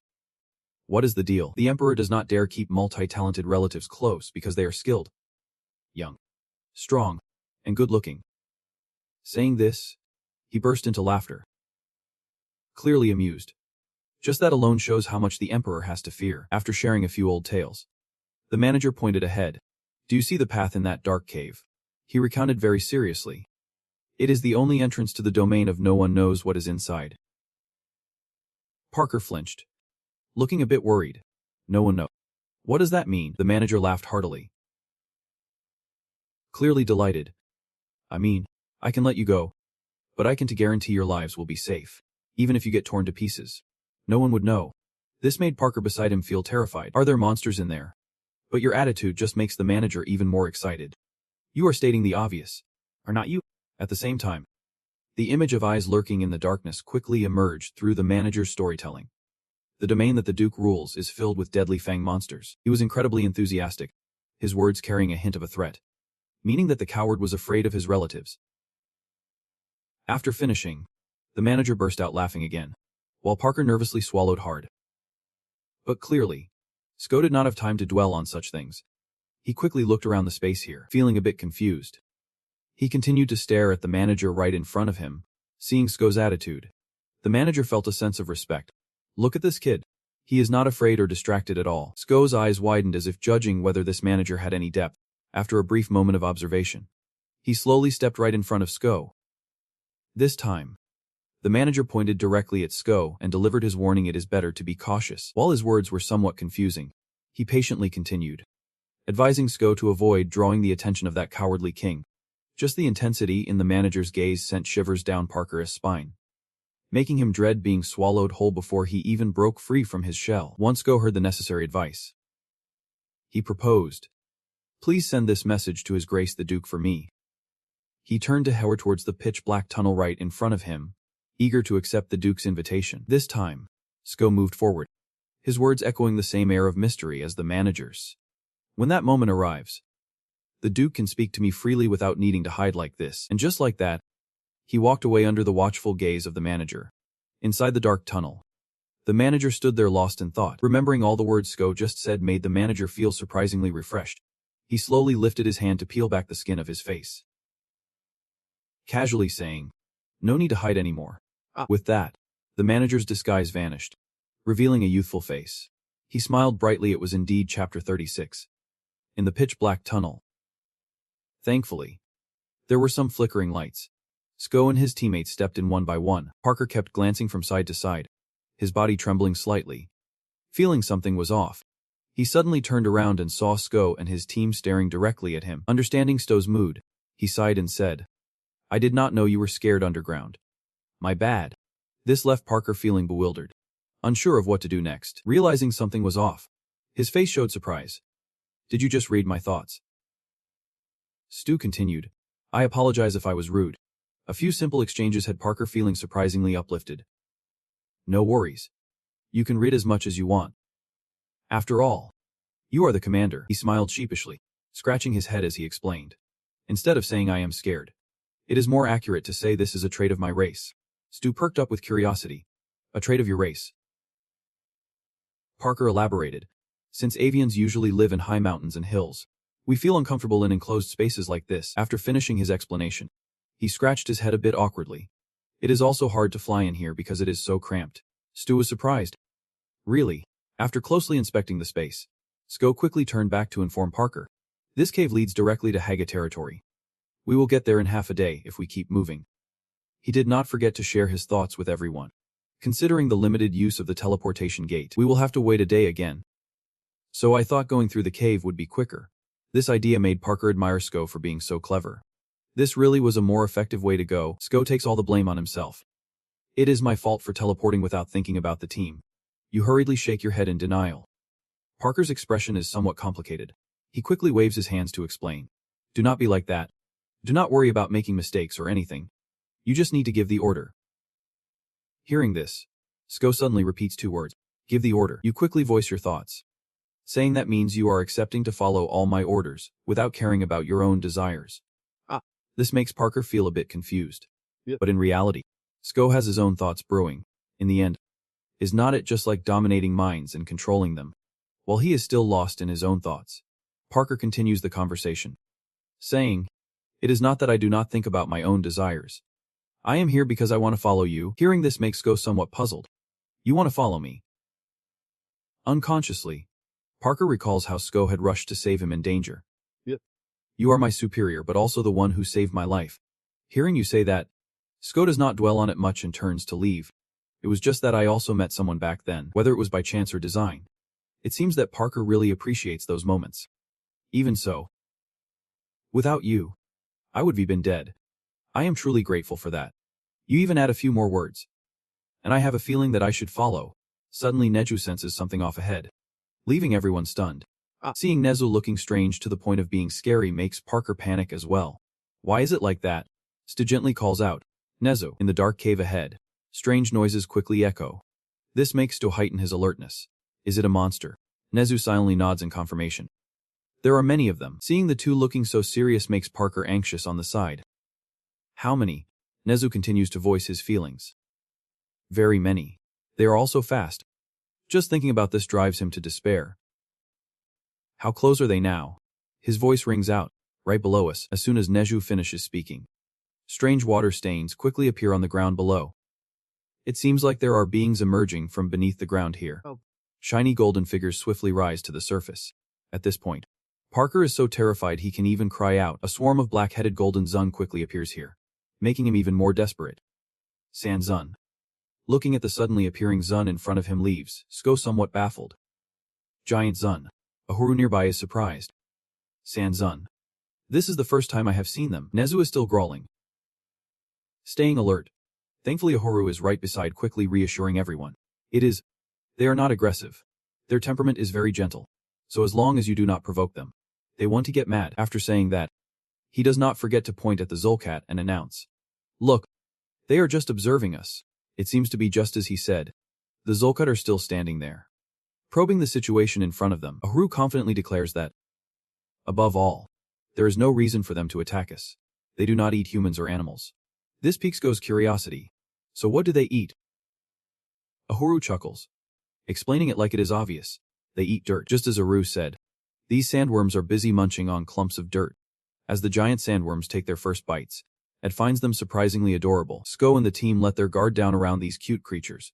But contrary to everyone's laid-back vibe, Parker is freaking out, screaming for help. Ahuru looks so exhausted by his antics, saying they won't kill you. Come on, you big chicken. Stop crying. After pondering for a moment, it seems Sko has a plan. He steps forward and announces to everyone that they can pass through there. This makes Parker panic even more. What if they eat us? He tries to stay calm, reassuring everyone that they want to eat people. Hopefully, seeing Sto marching straight towards the giant earthworms, Parker nervously chimes in. Commander, what if they grab you? But it seems like he does not care much at all, even brushing past the earthworms. They know we are here, and they are just curious since no humans have been around for a while. After saying that, he turns back and adds, they say this line as they're doing. It seems only Parker feels scared. What are these sandworms?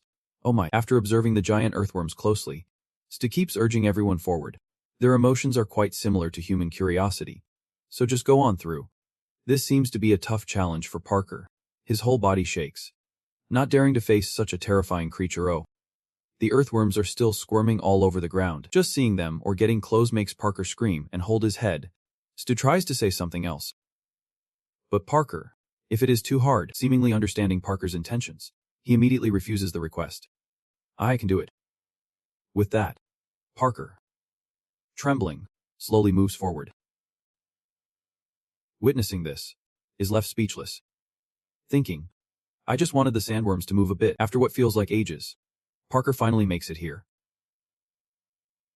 Sighing dramatically, I am completely filthy now. Nezu nods in agreement, adding, my fur smells like crap, but it seems Sto is not bothered by any of this, saying the smell is not too bad. Everyone is a bit confused, unable to believe it, so it smells that bad. He even manages a forced smile to comfort them, saying, what is wrong with a bad smell? It is a bad smell that is good. Seeing this face leaves Parker speechless. A guy skilled at mind control like him still can tell a lie. Realizing something important, Parker's face lit up with excitement. I think I misunderstood about this Reynolds cave. Hearing this, who was walking ahead, looked surprised. You mean?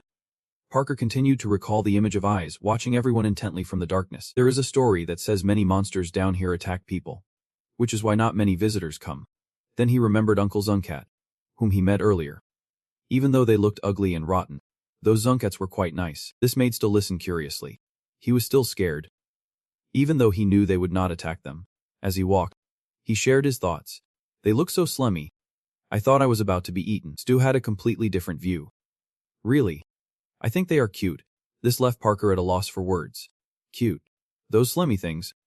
And so the two continued their conversation for a long time about the sandworms. But they came all this way to find us. Right. And they act all cuddly when they move. Time flew by in the blink of an eye, and Parker's voice sounded a bit tired and bored. It has been 3 hours since we entered the cave. Walking beside him, quickly reassured him. We should be almost there. But thinking about all the gunk on his body only made Parker feel worse. I want to wash off this smell as soon as possible. Even just a quick rinse would be great. While moving forward, Neju suddenly caught a whiff of something. Quickly pointing ahead, he announced to everyone, I can smell fresh water and hear a waterfall over there. Stu and Parker silently followed Neshu's gaze towards the front. At the same time, both of them stood frozen in surprise as they spotted a light emanating from the front of the cave. There were even waterfalls shooting up into the air, and the familiar sound of rushing water left Sto in disbelief. A waterfall inside a cave. Stu stared wide-eyed at the massive waterfall right in front of him. The whole group gasped in awe as they rushed closer to the real waterfall. Sko quickly moved in to investigate the rushing water. He slowly scooped some water into his palm, checking for anything strange. After confirming with Sko, he informed everyone that the water seemed really clear. He did not forget to turn back and warn them. It is pretty cold, so be careful. But before he could finish, a figure dashed forward. Just like that, Neshu dove down to the ground. splashing water everywhere. The droplets even sprayed right onto Sko's face, who was sitting nearby. It has been ages since Neju got to enjoy a natural shower, and he was thrilled, saying, "This feels amazing." Seeing everyone so happy, Ahuru on the side felt excited too, thinking how much fun they were having, but it seemed like Sko and Parker were completely soaked from the splashes. Sensing something was off, he quickly glanced over at his friend. Parker seemed to get the hint and turned to look at him. This time, a wide grin spread across Parker's face as he prepared to say something. Seeing their playful expressions, both burst into laughter, thoroughly enjoying the moment. Parker quickly walked towards the lake, and hearing that, Sko nodded in agreement, understanding the vibe. Over here, Nezu was having a blast, saying, "Come on in." Remembering something, Parker turned back in surprise, asking, "Aren't you going to bathe the cat?" It seemed Suki was not a fan of all this, her face showing signs of annoyance. Stu chuckled and explained, "Suki does not like water." Seeing her stubbornness, Parker sighed but still quietly suggested, "Well, we already have water. A little bath should be fine. Right, being dirty makes one sick. I can't take it anymore." Suki yelled, while the bird chimed in, and seeing her say those things, Stu quickly warned, "Suki," as if understanding his intent. Suki obediently walked towards the clear lake, saying, "It is, I will bathe myself." Her trembling hands slowly reached out to touch the water. But she really did not want to do this at all. She truly disliked water. While Suki was still hesitating about getting in, someone suddenly threw her in forcefully. Parker, holding her, smiled and dove into the water, announcing, "All right."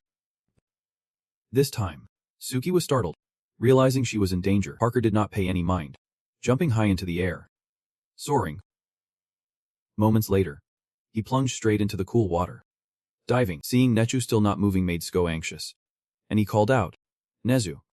But the next scene left him shocked with surprise. It turns out that at this moment, Suki's feet were brutally pressing down on Parker's head, but no matter how much he tried to escape, water kept splashing up onto his face. Watching Suki struggle to keep the water off his body was kind of hilarious for Sko in this scene.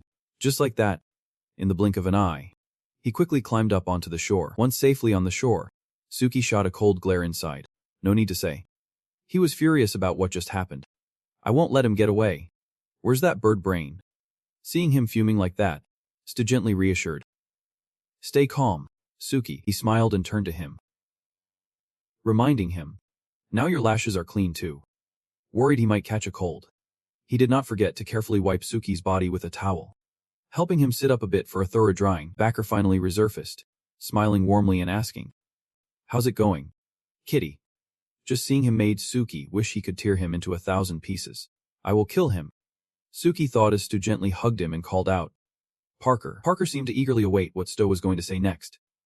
"All right, this time I am seriously scolding you," he said, realizing Suki had been startled. Then he looked at Suki, who loved him, and said, "Apologize. Okay, I promise I won't surprise you like that again." His words this time made Parker realize his mistake too. Feeling embarrassed, Parker quickly scratched his head and admitted, "Sorry about that." After apologizing, he did not forget to add, "Next time, I will let my know in advance." About the diving surprise, seeing time was short, Sko quickly turned around, "Let us." Meanwhile, Ahuru kept calling out from the side. Feeling a little strange, Sko quickly approached. "What is it?" And Ahuru explained, "I am thirsty." Hearing that, Sko glanced at the lake. "Water." Ahuru sighed in exasperation. "I just drank but it was not good." "Is this what it feels like to be a hungry cactus in a fish soup?" He gently placed Suki down on the ground, reminding, "Drink some water. Being too thirsty is not good." Suddenly, Ahuru sadly asked, "Can you give me something else to drink?" But Sko still did not understand what it meant. "Something else," Ahuru continued to explain. "Something stronger." This time, Ahuru thought of the delicious taste of Sko's blood back then, with its unique texture and mouth-watering flavor. Hearing him say that, Sko looked surprised and pondered. Has his eating habits changed since that day? This left him feeling conflicted. Is he some kind of living plant that drinks blood? Sko slowly reached out his hand toward Ahuru. Confidently, he gently ruffled his own bloody head, unlike the others. Naturally, this made Ahuru very pleased. "I love head pat." After thinking for a while, he quickly reminded, "Show me your spines." This also surprised Ahuru, Stu kept urging, "Hurry up." Meanwhile, Parker quickly grabbed his shirt and said, "Your shirt." After hearing his reminder, Uhuru immediately offered his sturdy cacti. Seeing the bright red drops of blood from Stowe flowing down, it became incredibly energized. Bloodthirsty. And this made Parker anxious. Only. "Commander." He gently turned to reassure. "I am just feeding the cactus.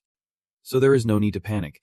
The bright red blood continuously poured into Uhuru's body, causing it to bloom more and more with various flowers. A little while later, Sko and his teammates continued their journey, and this time Parker asked again, "Do you think someone intentionally created that waterfall?" Hearing this, he nodded thoughtfully. Maybe that is the case. This made Parker very hesitant. Surely it was not just a coincidence that this waterfall was carved out to make a bathing stream. It feels like some great creature once lived here. Seeing Parker act strange, Sko seemed surprised. "Why do you think that?" He quickly stepped closer and said, "I have heard that caves like this often have a master." His face lit up. "Have not you heard?" "Commander, caves can house tigers, wolves." The images of mysterious creatures, yet to be discovered, quickly appeared through his storytelling. Hearing this, Sko looked a bit confused. Remembering the massive shape of the dragon back then, dragons also live in caves. Parker nodded confidently. "Yep. I once learned that a dragon's territory is usually caves. And recently there have been some discoveries about dragon territories in caves too." Then he and Sko looked around the damp space. But their bodies must be huge. This place is indeed a bit small for a dragon to live in. Remembering something important, Parker smiled and raised his hand to announce. "But some people say that dragons, the strongest of all dragon kinds, have two physical forms." Sko could not hide his curiosity. "Two forms?" Parker quickly nodded in confirmation. "Yep. One form has wings, a tail, and short front claws. They say that unless they use their powers, most will try to maintain a human form." This information made Sko understand more. "Are you saying that dragons live by transforming into humans?" He calmly extended both hands to explain further. "It is more than just transformation. It is like they have two bodies. Dragons are also a very divine species." The more he heard this information, the more Sko was taken aback. Is not it written in the scriptures that the human body is the embodiment of the Lord? Backer quickly stepped closer with a gentle smile, saying his thoughts. "Like this. Dragons also have a second form created in the likeness of the Lord. Although to confirm all this, we need to meet a real dragon first." It seemed he had come to understand something. "I do not know. Because I have never been to a temple before." Hearing this, Backer could not hide his surprise and asked back, "Ah, really? Every village must have a place to worship." He nodded in confirmation. "Because I was born in a very poor mountain city." His face showed a bit of sadness as he continued walking forward. Furthermore, even if blessed by the Lord, it seems Sko had gone through too much to conclude. In the end, they were nothing at all. His eyes revealed a deep sadness that was hard to express. Even as a species favored by the Lord, they were all extinct and left with nothing. Seeing him still lost in thought, Parker quickly tried to lift his spirits. "Actually, it is the opposite. Commander, this caught you off guard." "Ah." Meanwhile, Backer just kept moving forward, sharing everything he knew. "I heard that the dragons have abandoned this world and left." Backer continued to drop some crucial info, saying that even though they are called the hares, they are actually the mightiest species at the top of the food chain, who could possibly make dragons go extinct. But it seems like Stowe is not buying any of this. Didn't he humans wipe them out? Backer chuckled, shaking his head dismissively. "No way, that is true." You quickly stepped up, placing a hand on Sko's shoulder. "The real reason is humanity's unending evolution, and the aftermath of the wars that followed." With everyone still skeptical, you could not resist adding a few more words. Saying the dragons wept as they watched the world begin to crumble. The Lord gave them one final choice. Your voice echoed, recounting a completely different place, where they would remain in this world as guardians. Parker seemed incredibly certain about what he said. Either abandoning this world for one of their own, or upon hearing this, Stu understood they had left. Just like that, everyone continued on, chatting and having a good time. "I am not sure if it is true, but that is what the scriptures say." Parker smiled excitedly, adding, "But one thing is for sure. They are a species favored by the Lord, maybe even more than humans." While the conversation flowed, Neshu suddenly felt something was off. "Something's following us." Sko seemed surprised at this, wondering if it was those pesky cutthroat beasts again. Neju's demeanor shifted instantly, so they are not as friendly as claimed. It quickly glanced towards the pitch-black cave right in front, thinking they might want to kill us. At that moment, a clawed foot finally appeared where the fierce wolves were glaring at Sko like they were enemies, just itching to devour them alive. Seeing their vicious look made Parker jump in fear. They are the feral wolves. No doubt they live here. Nezu was furious at their behavior. Clearly not very friendly. Maybe they are just sensitive because they are hungry. While still pondering, it sensed something was wrong and looked up. This time, a gigantic wolf was charging straight at it from above. Then, the other ferocious wolves charged in, preparing to attack. Unable to stay still any longer, Neju leaped high into the air. It poured all its strength into a strike aimed directly at those wolves. Responding to the so-called friendliness they showed, after Neju landed back on the ground, the wolves were sprawled out right there. Neju's gaze turned furious at seeing those wild wolves, daring to take advantage of it. But the Sko group was now completely surrounded by the savage wolves. They even seemed to target Neshua's massive frame to exploit for their attack. Realizing something strange was happening behind, it angrily turned its head, eyes blazing red. Just one punch from it could send those fierce wolves flying. At the same time, its hands were now covered in blood from the wild wolves. After witnessing Nezu's current power, most of these wolves felt a sense of respect. Watching the battle unfold, Sko's face turned into a deep, strange contemplation. He quickly glanced in another direction.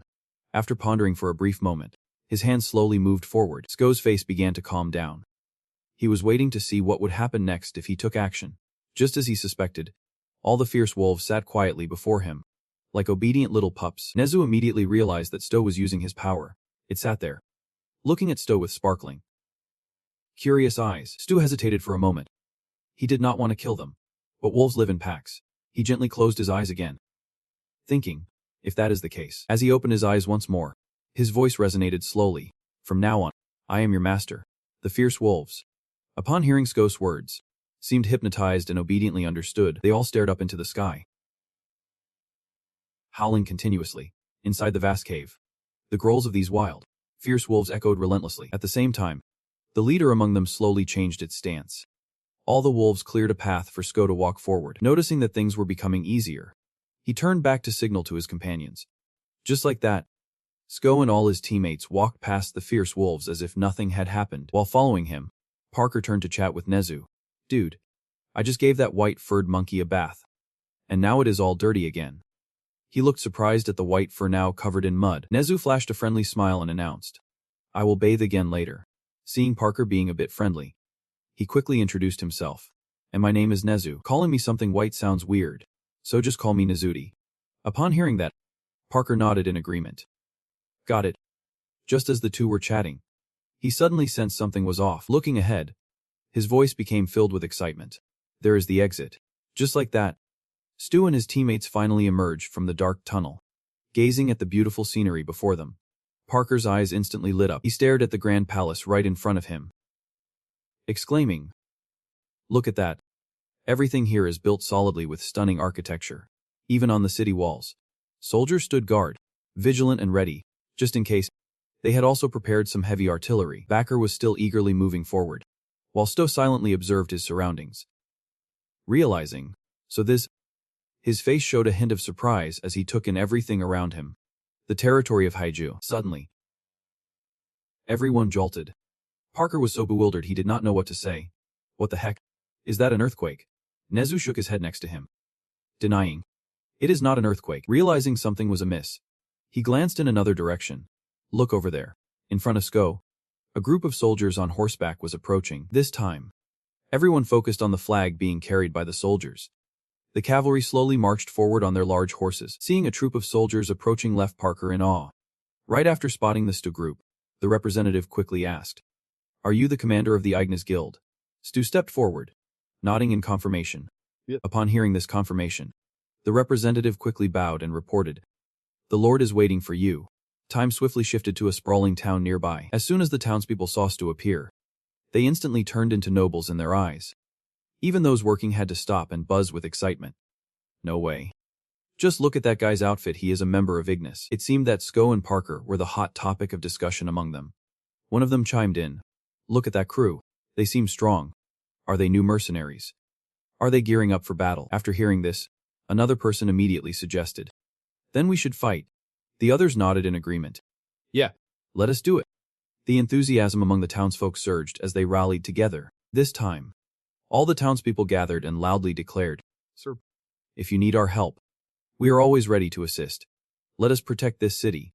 Their spirited actions left Sto momentarily speechless. He marveled. This truly is an amazing place. This puzzled the representative. Why do you think that? It seemed Sto deeply respected the townspeople's love for their homeland, recognizing the strength in their hearts, even in his mind. He held his own thoughts, those strong hearts yearning to protect their home together. Reflecting on himself, Stu sighed warily, closing his eyes tightly. I have never, not even once, felt that burning desire to protect the land where I was born. The scene quickly shifted to the grand luxurious Saho Palace. Inside, the decor was exquisitely refined. On the walls were paintings by various masters showcasing the opulence of the place. Parker and their teammates walked forward step by step while he was still taking in the surroundings. The guide's voice rang out. Excuse me. He nervously glanced at Sko and added, but only the commander of the guild is allowed in, reluctantly. But due to the orders, he had no choice but to inform everyone. Others can't enter unless directly invited by the Duke. Sko remained silent, listening to everything the guide said. Rules are rules. After pondering for a short moment, he turned back and announced, let us proceed. As he said, Nezu, hearing this, seemed ready to add something, but his face turned serious, calming everyone's nerves. I will consider your request right away. Just wait here, he said, though very reluctant. Nezu could only sigh and nod in agreement. Yep. And just in case something happens, call for me, Nezu added, glancing forward nervously. Sko smiled gently, nodding in understanding before stepping inside. Not wanting Sko to worry unnecessarily, Parker declared loudly, leave this to me, Commander. His eyes sparkled. I will take good care of it. Before you could finish your sentence, the door slammed shut. This broke little Parker's heart. And Nezu, right beside him, gently reassured him. It is. Once inside the room, Sko felt a pang of worry. It seemed he had never left the three of them alone together like this. He recalled their past interactions and wondered if everything would be all right. But with more pressing matters at hand, he had no choice but to gather the necessary information first. Just as he was about to step forward, he suddenly spotted a Ahuru right in front of him. Seeing it continuing to walk around left him momentarily speechless. He rummaged through his memories. Oh yeah, Nezu had carried it for a while, but there were times while he was still lost in his thoughts. A voice broke through. You made it? The man in front asked. Did we arrange to meet? Noticing Sko's lack of response, Mubian slowly stood up and cleared everything off the table. He smiled, letting his glasses fall, saying, you said you would be glad to accept my greeting. His face lit up with anticipation. Was not that what you said? But the moment he laid eyes on Ahuru in front of him, Mubian froze for an instant. Looking at it standing still there left him utterly baffled. A cactus. It quickly introduced itself, saying, my name is Aru. I am a Mubian, witnessing this scene, was left momentarily speechless. Noticing his strange demeanor, Ahuru revealed its own discomfort. At that moment, Mubian was at a loss for words. Suddenly, his yell echoed around the place, as both Aru and Mubian screamed at the top of their lungs. Sko stood frozen, listening to the screams coming from both sides. He helplessly closed his eyes and placed his hands on his head. Suddenly, the door burst open. 3 guards stormed in, shouting, my lord, is everything all right? Mubian stiffened, coughing a few times.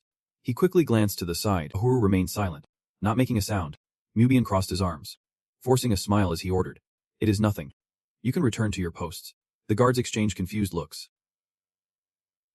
Clearly bewildered, he looked at the closing door and exhaled in relief.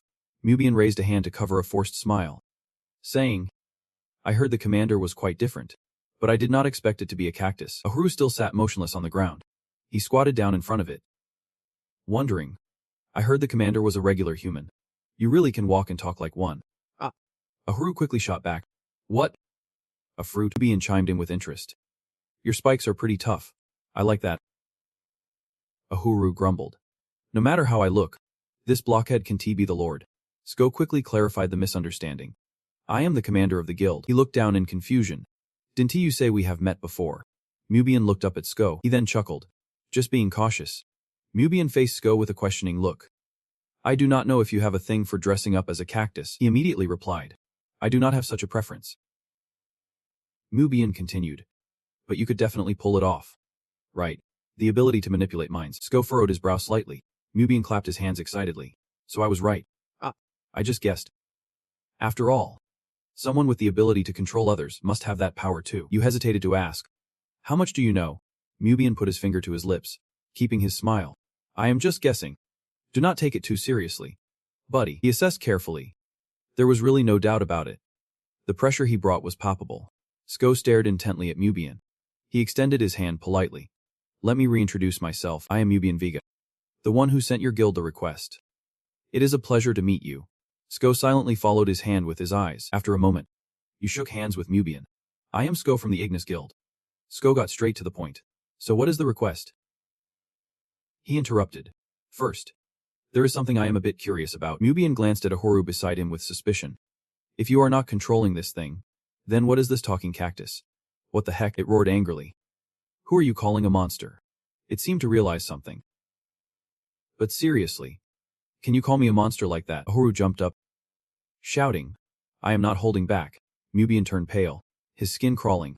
Well, what is it saying? The noise echoed throughout the room.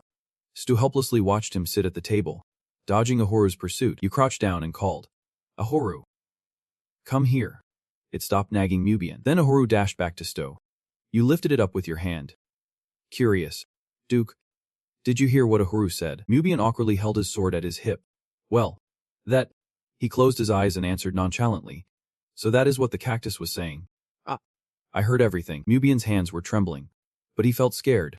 He looked at Sko and Ahuru and asked, what is it? Am I not allowed to hear that? You were flustered. I am sorry for asking. But can you really hear plants talking? Sko's cheeks flushed. Have that ability too. Mubian stepped closer to you, responding. What are you talking about? He tightened his grip on the sword. If it is the sword I always carry, then I would understand. Still looked confused. What does your sword have to do with anything? Mubian smiled lightly and explained. Some connections are stronger with fresh blood. Like... Stu glanced at Ahuru when he heard his answer. If that cactus drank your blood. For instance, Mubian rested his hand on his chain, grasping the concept. This must be your power then. Your ability. Your gift allows the voices of plants to reach my senses, and this ability can be activated in various ways. You can also command it verbally. Mubian raised a finger, elaborating. But if just enough blood is absorbed, you do not even need to say anything to activate your ability. Sko stood up, evaluating. You know about my power even better than I do. He waved his hands flustered. Don't get me wrong. I am not specially investigating you. It is just that the information I have gathered over the years has coincidentally come into play now. Sko was taken aback. So there are others with abilities like mine. Mubian smirked. There used to be. He turned his head away. At this point, it is just a theory. Mubian helplessly continued. Honestly, it is because the traits of our family line have been passed down through so many generations that I have been misunderstood because of my hair color. Sko looked confused. Misunderstanding. Tightening his grip on the sword, his black hair contrasting sharply. You blinked in shock. Sko was stunned, and the weird ability was showing. Mubian pointed the tip of his sword at you. Everyone was questioning this, that the ancestral family maintains a confident demeanor, claiming to be descendants of the Black Dragon. And you were left speechless. Ahuru piped up, a bit nervous. It was scared, assessing the situation. That guy's ego is too big. It is terrifying. Mubian ground his teeth in anger. Sko was sweating as he observed Mubian. The Duke. He slapped his forehead. Mubian grinned widely, clearly thrilled, feeling the essence of the Black Dragon flowing through his veins. Ahuru called out, let us head back. He chuckled, waving his hands. Sorry, I was just joking. Clearly, I am not a Black Dragon. Mubian sheathed his sword. I was just referring to some rumors that had circulated before. He turned away. Since those rumors were related to the request I made, Sko asked, what is your request? My lord. A light sound echoed. He reached out to grab the heavy bag that Mubian tossed over. It was too heavy. He spoke seriously. Mubian confidently sat on the table. I want to find out the true descendants of the Black Dragon. Sko gasped, eyes wide open in surprise. He raised a finger. 1 month. Mubian set a condition.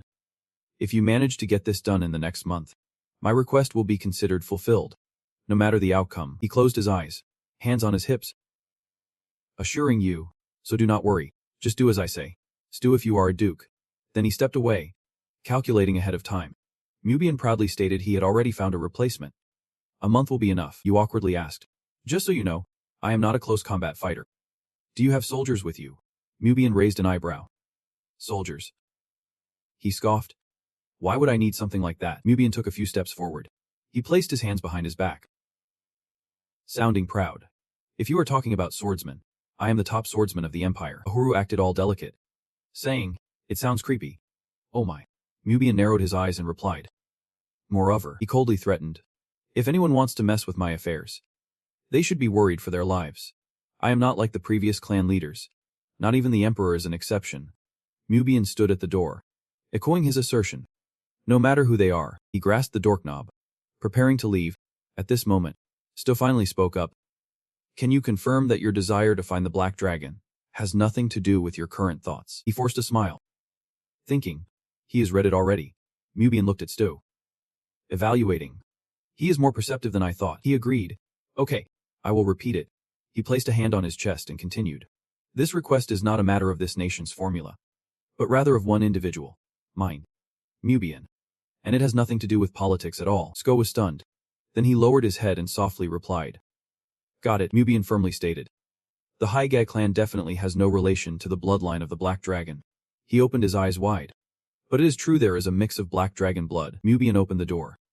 Outside, Parker was waiting to joke around with Nezu and Suki. "When you hear Mubian's voice, lift your head up.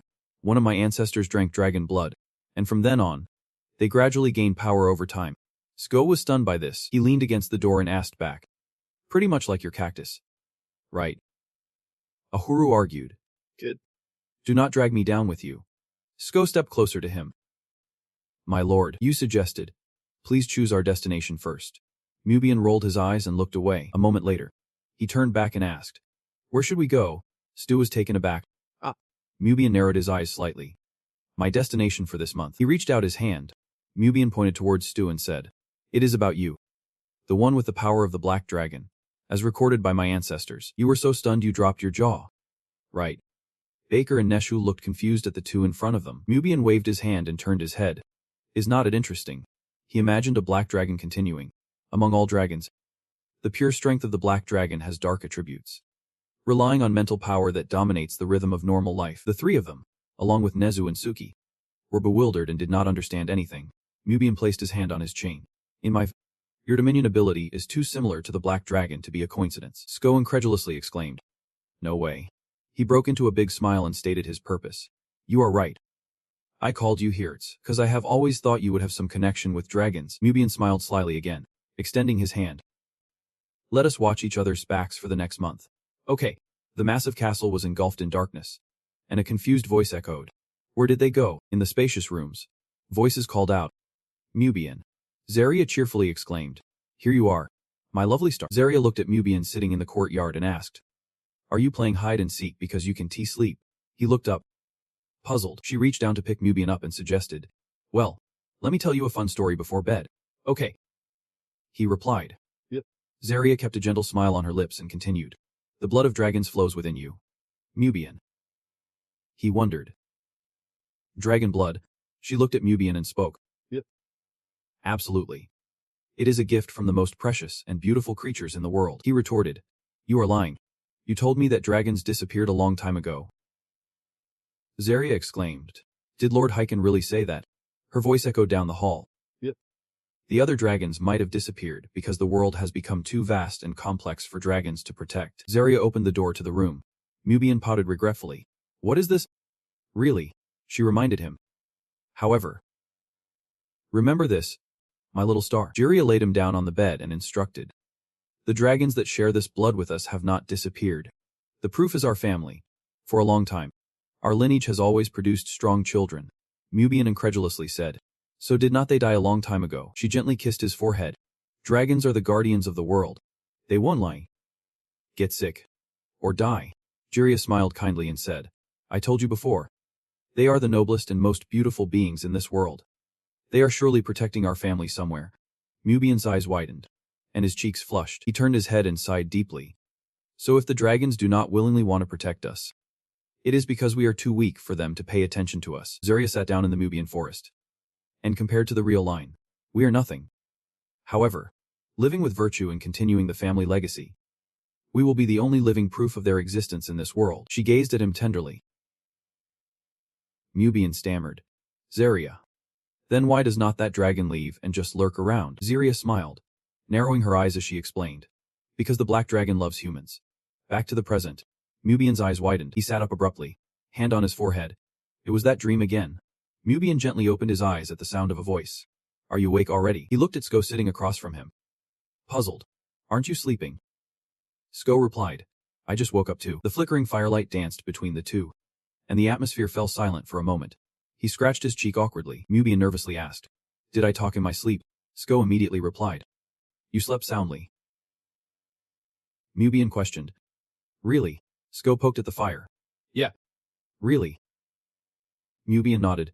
Lost in thought, he looked at Sko, silently evaluating him. The way he answered so calmly was kind of like. Mubian shook his head. Wondering. What am I thinking? Zarya is a gentle woman. Her hair is a lovely shade of pink. Completely different from that gloomy, emotionless guy. He glanced at Nezu and Suki, who were sound asleep, asking, But why are you awake? You are making me feel guilty. Stu raised a brow. Did you forget? My basic ability is reading other people's thoughts. If someone dreams of something too powerful, sometimes those images start to creep into my mind, even if I do not want them to. Stu held a piece of meat over the fire and continued. It is like it is being transmitted to me. His eyes reflected the flickering flames. Mubian then asked, So you see everything? The image of Zarya appeared. Sko remarked. She was a stunning mother. He chuckled, scratching his head. That is right. Zarya, my mother, was incredibly smart. Unlike me. Mubian gazed up at the sky, lost in thought. He watched the distant stars, even though she was not here anymore. Sko's voice broke the silence of the night. You only slept for an hour. Aren't you going to sleep more? Mubian sighed. I have insomnia. He squinted and replied. If that is the case, then that is enough. Suddenly, the entire space became silent. Mubian let out a laugh. Let me show you a glimpse of my past from my memories. It is an interesting dream. Right. Sko weakly replied. Yeah. He raised 2 fingers to explain. Zarya is my father's second wife. Mubian's eyes drifted elsewhere as he continued. But of course, I always viewed Zarya as my real mother. I heard my biological mother passed away after trying to give birth to me. He widened his eyes. Zarya is. Mubian recalled Zarya's smile. Because I am her shining star. He looked at the stars in the sky and said, She called me her shining star. Mubian bowed his head, filled with loneliness. But I could not give her anything. He gritted his teeth in fury. Not even her life. Mubian's hands clenched into fists. At that time, chaos erupted in the town. Monsters invaded the estate. The monsters were coming. Zarya. Where are you? Mubian helplessly smiled. Everyone died that day, except for me. He suddenly thought of a black dragon. What if the black dragon still exists in this world? The caped figure leaned back on the ground. And I really just wanted to ask it one question. Sko listened in silence. He gently placed a question on the table. What should we do? The caped figure seemed to want to reach for the stars. Now we needed to protect something. The caped figure's voice echoed through the forest. I do not need this damn power anymore. He replied somberly. If we continue like this, we might as well let the bloodline of the Haige clan vanish forever. Spoke softly. If you have nothing left to protect, then you can rest. You glanced at Mubian and said. Silly thoughts often pop up when people do not get enough sleep. He was surprised. What? I mean, you suggested. You should just sleep. He was puzzled, wondering if he was a backup for the black dragon. Stu crossed his arms confidently. Tonight you won't have any nightmares. Mubian hesitated, realizing. Right. He said he could read the minds and hearts of people. His eyes gently closed. Is not it true that even a little nightmare is not a problem? Clouds drifted lazily across the clear blue sky, and a pot of food hung above, the scent wafting through the caped figure's nose. He sat up, yawning repeatedly. Is it morning already? The caped figure was startled. Did I sleep that well? Person who knows how to use mental power is truly amazing.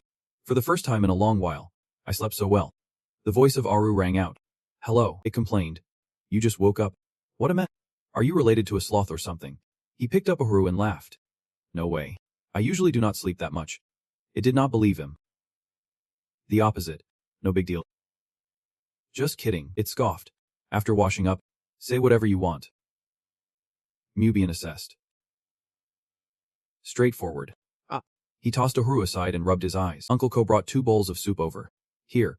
This is the corn soup with cheese. He took it. Describing, Mubian frowned at the dish in the bowl. What did you say this is? Uncle Ko sat down beside him and replied.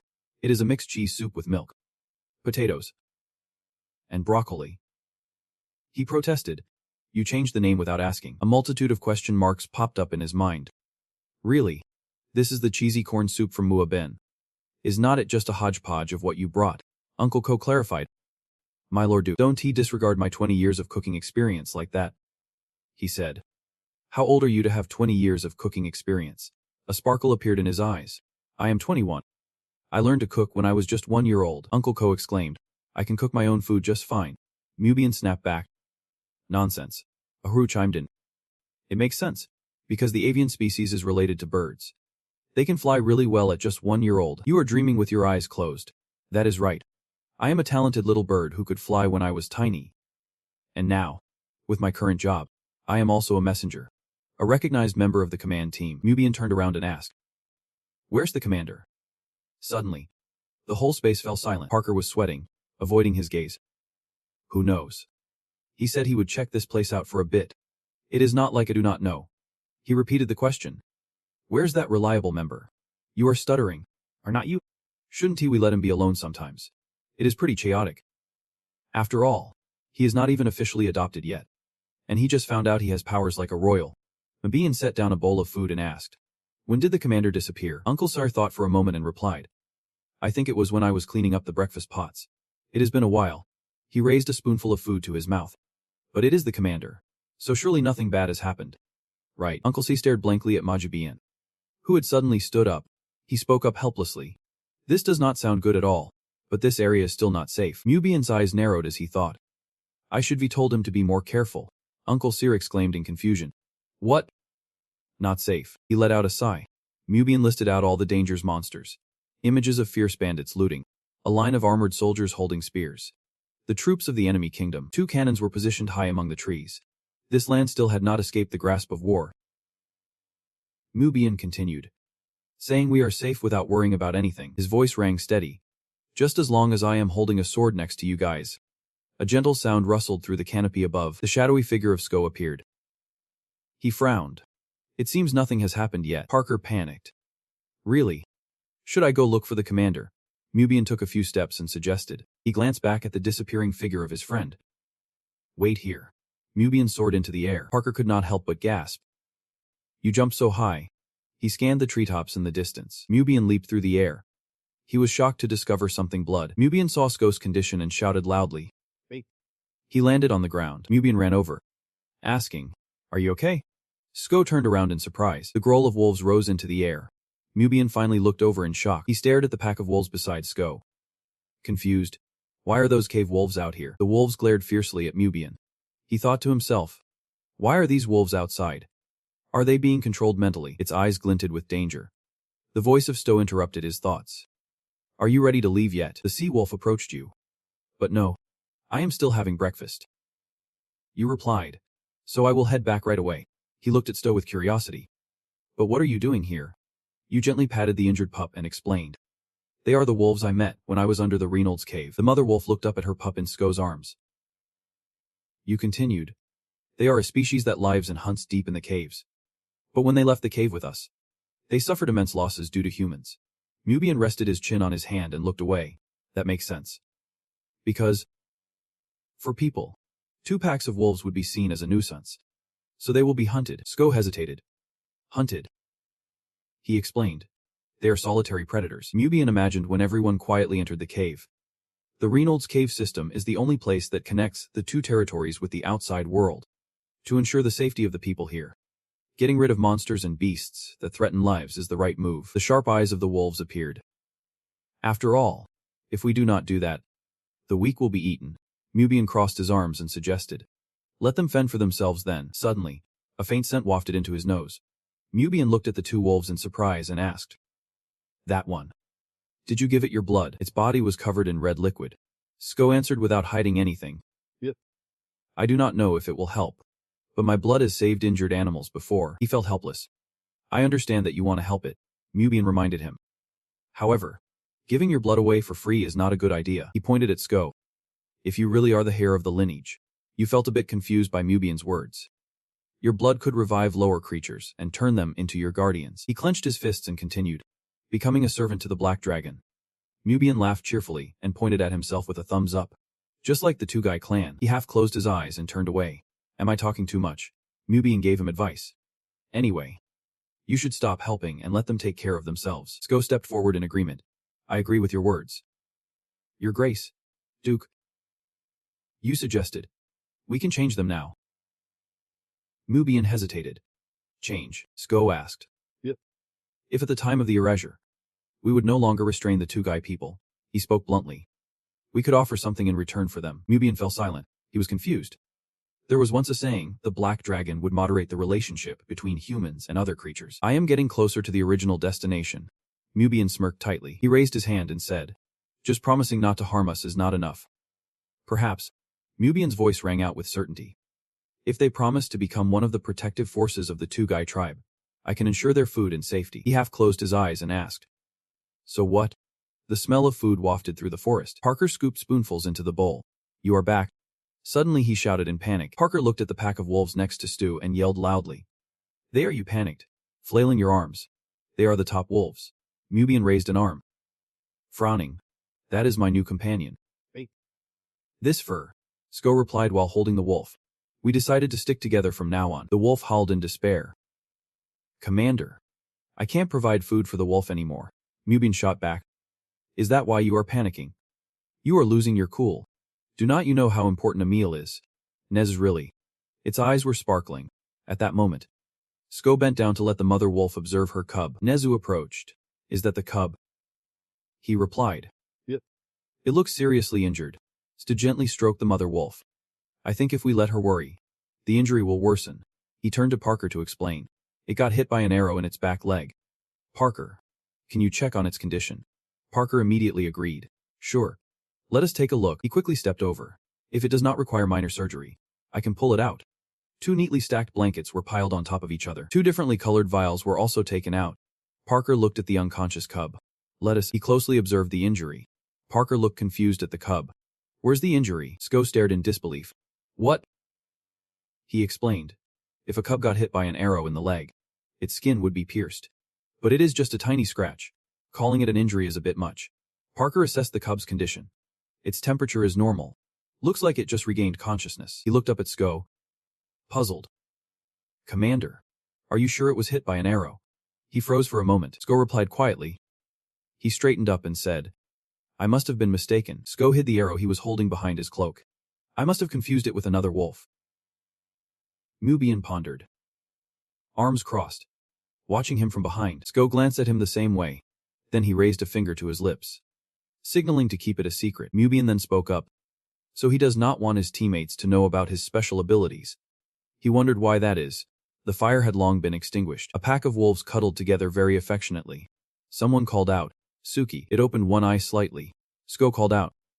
We are getting ready to leave. Suki noticed the wolves below, curiously asking, what are those? It instinctively looked down. Suki quickly leaped down. Now they are teammates and will accompany us until the mission is complete. Then it sat right on Sko's head. Teammate. He understood its thoughts. And the side replied. Yep. They will also be new citizens of the 2 chicken territory. Suki licked itself clean, lazily indifferent to the world. What do you want to do now? Have you thought about the next destination? Mubian raised 3 fingers and waved them a bit. I should have said this earlier. He chuckled. But I have already chosen our next location. Barker leaned in and asked softly. When did you decide that? Mubian cheerfully replied. Right now. You were startled by this suddenness. What? Mubian gradually moved closer to Sto. I heard you grew up in a rural village. Where exactly is that village? Hearing that question, Stu paused for a moment before responding. A village appeared in his mind. Then Stu answered. It is the village of Serbia. He happily confirmed the destination. We will go there, Barker shouted out a few times. Nezu heard this and also chimed in. Ahuru started judging Mubian, wondering why he would do something he knew Sko would not like. Is he a total weirdo? When Mubian flashed his handsome smile, Ahuru could not help but think the worst. Just look at that smile, he is definitely a weirdo, Sko politely asked. Why do you want to come back to my hometown? Mubian simply replied. But there was a hidden meaning.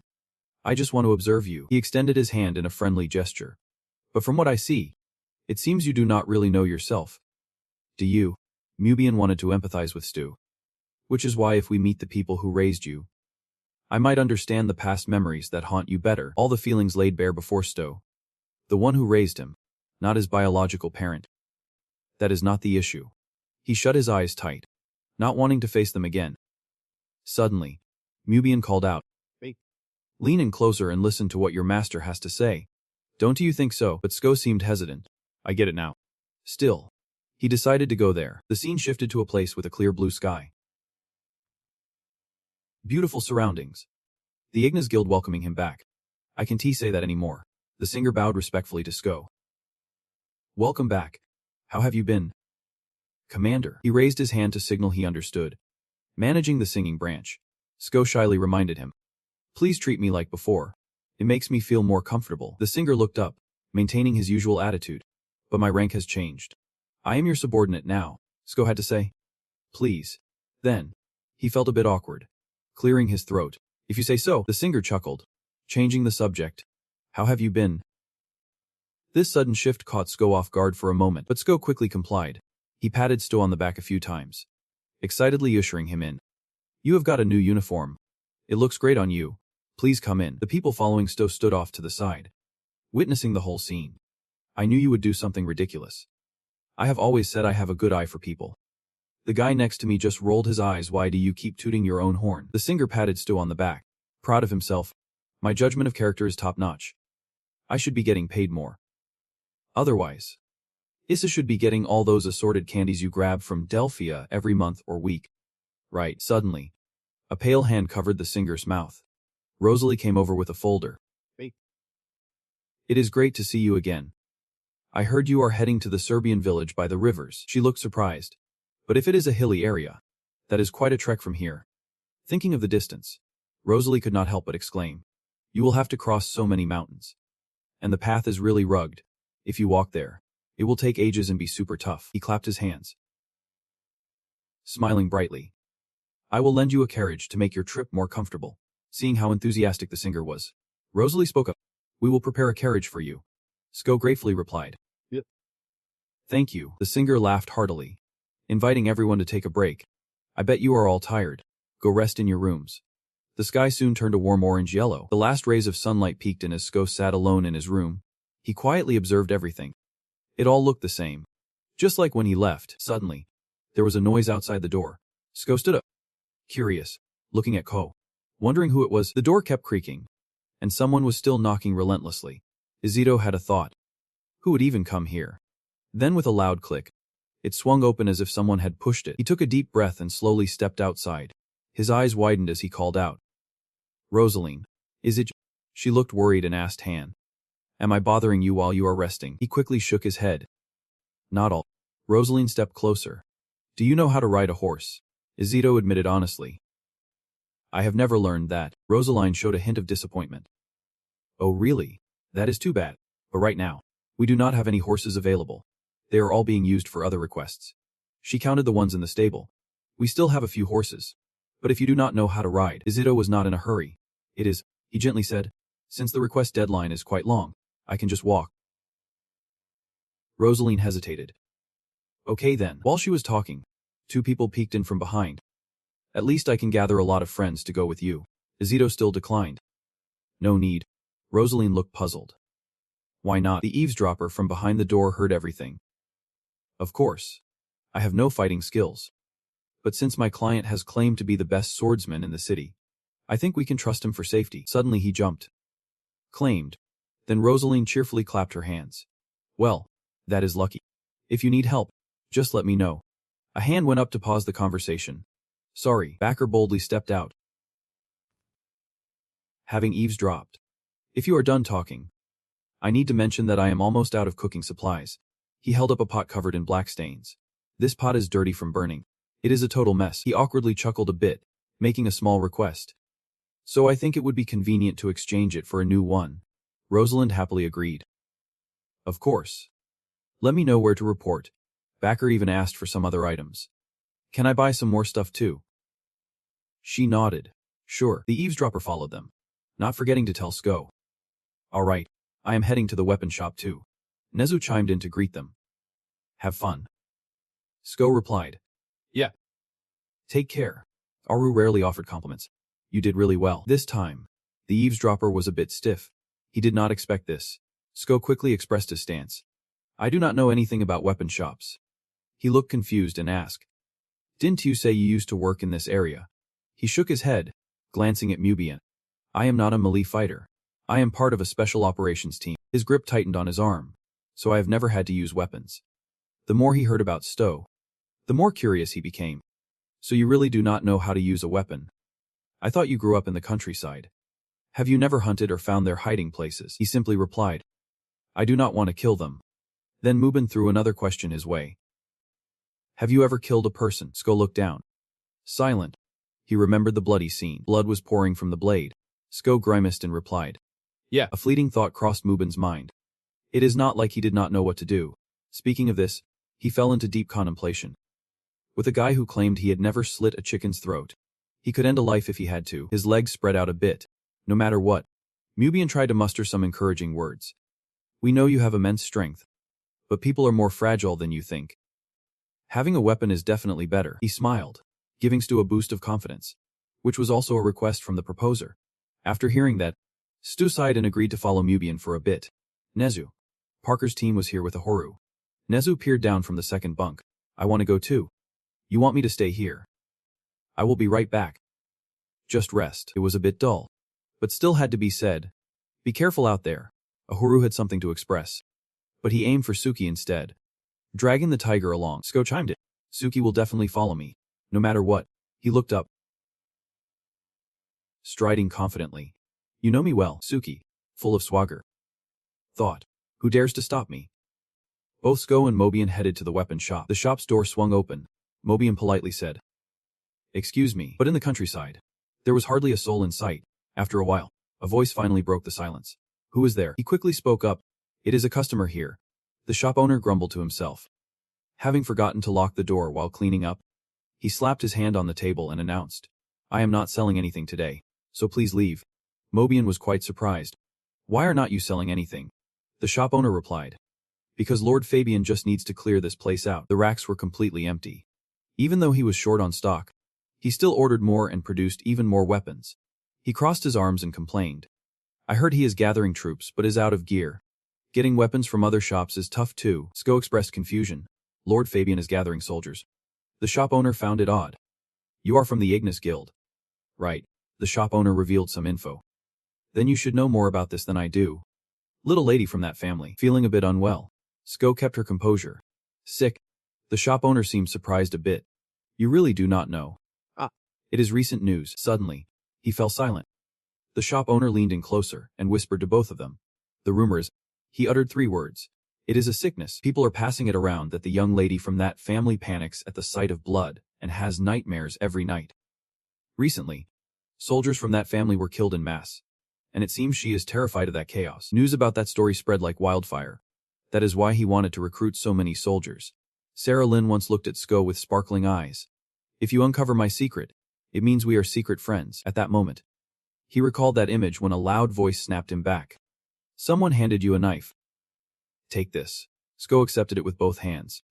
Why are you giving me this? Mubian replied. Better than going empty-handed.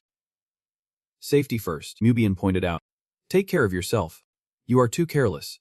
Then he turned sharply. Sko did not expect such a situation. The two of them walked down the narrow path. Sko strolled casually alongside Suki when suddenly he called out, Suki, you asked, do you miss Sarah? And he replied indifferently. I can't remember every person I have met and what they looked like. He stared straight ahead, thinking it might be better not to remember. It seemed like Suki still wanted to stay at Sko. He started to share his thoughts, saying they were making his life miserable. Yet he still cared about them. Suddenly, he clenched his fists tight. Sarah had not done anything wrong. Suki wanted to know more. So what was he going to do? He hesitated for a few seconds.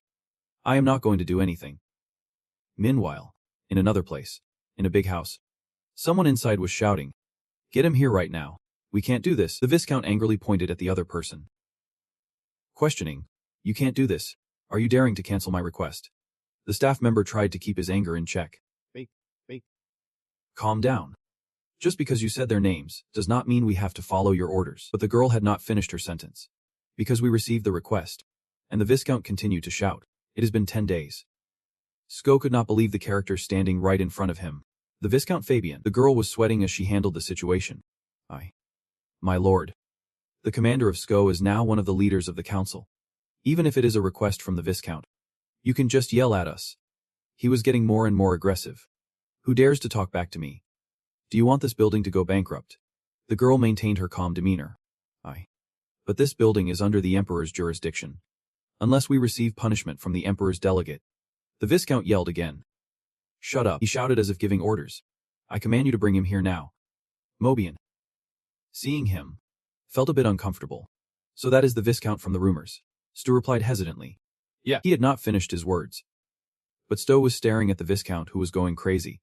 It seemed like he was the crazy one, not his daughter. Where was the quality of a nobleman? Why was he acting like this? Mabine suggested. Just ignore him and walk past. Stu agreed. I think so too. Then the two of them moved closer. The Viscount turned his gaze toward them. He shouted. His eyes were dark from lack of sleep, but lit up with joy when he saw the boy. The Viscount quickly reached out both hands to grab him. He held Stowe's arms tightly as if he had struck gold. It has been so long. I heard you got fired. Do you know how long I have waited for you? The Viscount's hands trembled as he spoke. So you will be here now. Stu felt disgusted at that moment. Let go. He forced a smile. Of course. Of course. The Viscount's face turned blank. I have been a bit chaotic lately. Leo Jeff. Listen to me for a moment. Tears welled up in his eyes. My daughter. Her condition is not good. You can help her. Right. Sko turned cold. Why should I? This was not what the Viscount wanted to hear. What do you mean? This is something only you can do. He was desperate for Sko to help. If it is you, you could erase the girl's memories. Or at least let her sleep peacefully. However, Sko turned away. Politely refusing. I am working on another request right now. Please. You should go for now. The Viscount's demeanor changed. Another request. He waved his hand and shouted. Forget it. Just destroy it. Sensing the tense atmosphere, Mubian chimed in. I do not want to. Then Viscount turned his attention to Mubian beside him. Who are you? He pointed at himself with a goofy grin. You made that request. Mubian pretended to be all dramatic, shaking his hand. I have no intention of withdrawing my request, so just drop it. This made Viscount grind his teeth in anger, his blood boiling. This punk has the guts to be rude in front of a Viscount. But Mubian just shrugged it off. Sorry. I have not introduced myself. He flashed a smirk, playful and mocking, then casually ruffled his hair. Suddenly, Viscount's wild demeanor calmed down. What? The two faced each other, and the earlier chaos faded into silence, leaving those around them frozen like statues. Viscount's gaze was emotionless. How can someone as significant as the Duke show up like this? He glanced over at Sko, who was turning his back to leave. Mubin tried to ease the tension. Sorry for acting like that little brat, Duke. His tone was laced with hidden meanings. Leaving Viscount dumbfounded, he spoke up. Really? The Viscount's presence is overshadowing Sko. And you still intend to hold a grudge against me for that? Theriot kept throwing around ridiculous insults, leading to an intense confrontation. Back to the present. Viscount desperately pleaded. Oh God. Please do not hold on to such trivial matters. He spoke sincerely. Think about it. Should not I be the one angry after losing so much? But the response was not what Viscount hoped for. I have forgotten everything. This is too sensitive of a time to think about that. Stu glanced over. Probing. Yeah. He is always like this. You felt a bit let down looking at Viscount, who seemed oblivious to his mistakes and unwilling to apologize. With no other choice, Viscount stepped back and pleaded. I want to ask anything more from you. Please, just this once. Let me off the hook. He grabbed your shoulder, but still remained indifferent. Why should I? Viscount struggled to find a reasonable argument to convince him. A lethal glint flashed across Stowe's face. Let go. Viscount's hand dropped in fear. You spun around and walked away, leaving Viscount unable to stop you. Sko walked away decisively. While Mubian turned back for one last look, Viscount was shaking with frustration.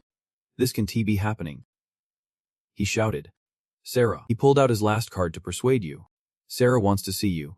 Viscount set aside his pride and knelt. I am begging you. This is a father's love. Please, save my daughter. This shocked everyone, including Mubian. Who thought? I did not think it would come to this. Stu's face darkened. His state was anything but good. He opened his mouth. Listen carefully. Stu reaffirmed his stance. I won't accept anything you offer or what I need to do. This is my decision. Then he walked away, still simmering over past grievances. He had not even received an apology once. At that moment, in a lavish white mansion, Sarah Lynn stood quietly by the window, alone. She looked up slightly, her once passionate eyes now hollow, with dark circles beneath them. Hiro clung to his master's skirt, fussing around continuously. A gentle breeze swept by. Suddenly, there was a rustling sound outside. Suki appeared in front of Sarah Lynn. It let out a cry. She wondered softly, is that a black cat? It seemed she understood why Suki was here. Suki's mismatched eyes, one green and one yellow, gazed at Saralyn. Looking just like him, she lay by the window, sharing a few thoughts. At first, I thought he was really dumb. But he is actually very quiet. It seems Saralyn really wants to meet Sto. He does not look happy when he is in someone else's head. If it were me, I would love to do that. I could talk to him. And even though he had the adorable Nezuko beside him, his face still looked empty. Saralyn reminisced about what his face looked like. But when she saw him again, he left a deep impression. His eyes were stunning. She closed her eyes. But he gently shone through.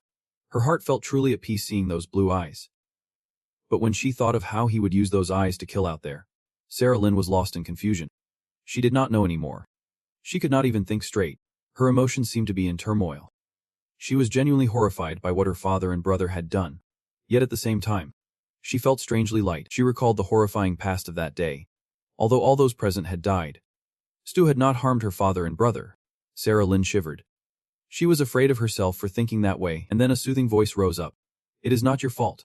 Someone she had longed for appeared, telling her not to blame herself for something that was not her fault. Suki jumped beside Sto. Saralyn unexpectedly called out to him. He smiled warmly in greeting. It has been a while, Miss Saralyn. And Sto reached out his hand to welcome her. For a brief moment, Saralyn froze.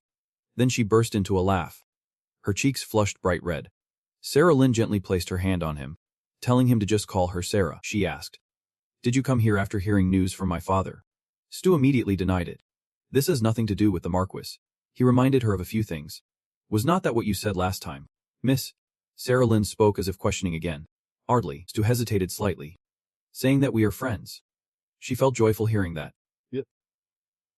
Secret friends. You still remember? Sko explained her feelings. Being friends with me means I have no intention of harming you or your family. And he delivered an important announcement that left her speechless. So I will erase the memories of the miss. Saralyn could not believe her ears. What? Sko patted her head reassuringly. Miss, you do not need to be afraid. He gently advised her. Sarah, this is necessary for you. And Saralyn firmly shoved Sko's hand away. What are you talking about? Your words have not even made sense yet. He posed a critical question. Are you planning to die? This left her at a loss for words. That matter. Sko emphasized the benefits of this. If you forget everything about me, you can happily smile when you see your family. Saralyn was so furious. She felt like she could explode. Her head hung low. Saralyn tightened her grip. What do you mean by what I need? Saralyn clutched Sko's shirt, dozing her face with tears. Is it really good to just ignore things I do not like? Just look away. Pretend. And forget everything. She felt a wave of disappointment. Is this what being an adult is about? Sko gently spoke up. That is not what I meant. But Saralyn could not take it anymore. Then what do you mean? You idiot. Tears welled in her eyes. I am scared I will have to forget all these feelings. Saralyn's feet felt unsteady, bullying others without realizing it. Hurting them. I am afraid I will laugh even though I know what I did was wrong. She did not want to become heartless, like her father. Saralyn called out to Hiro and picked him up. Haro. Come here. Hiro rested on her shoulder, seemingly comforting his owner. If I forget about you, I will forget everything about Hiro too. Tears fell from Saralyn's eyes like rain. I never wanted that to happen. Sko hesitated. Well, he asked about Saralyn's wish. What do you want? She slowly replied. Go on. I have always wanted to be your friend. Saralyn forced a smile through her pain. That is enough for now. I will figure out the rest myself. Sko's voice was filled with worry. Is that really okay? She nodded. Yep.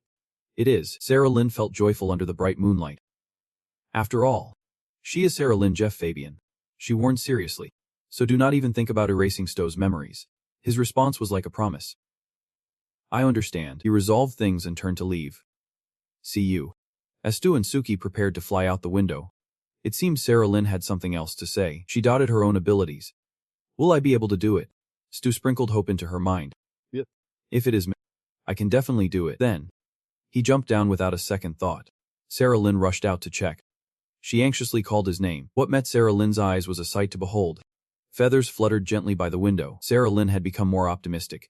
She watched Sko take steps. Now he had so many friends. The sky quickly turned dark.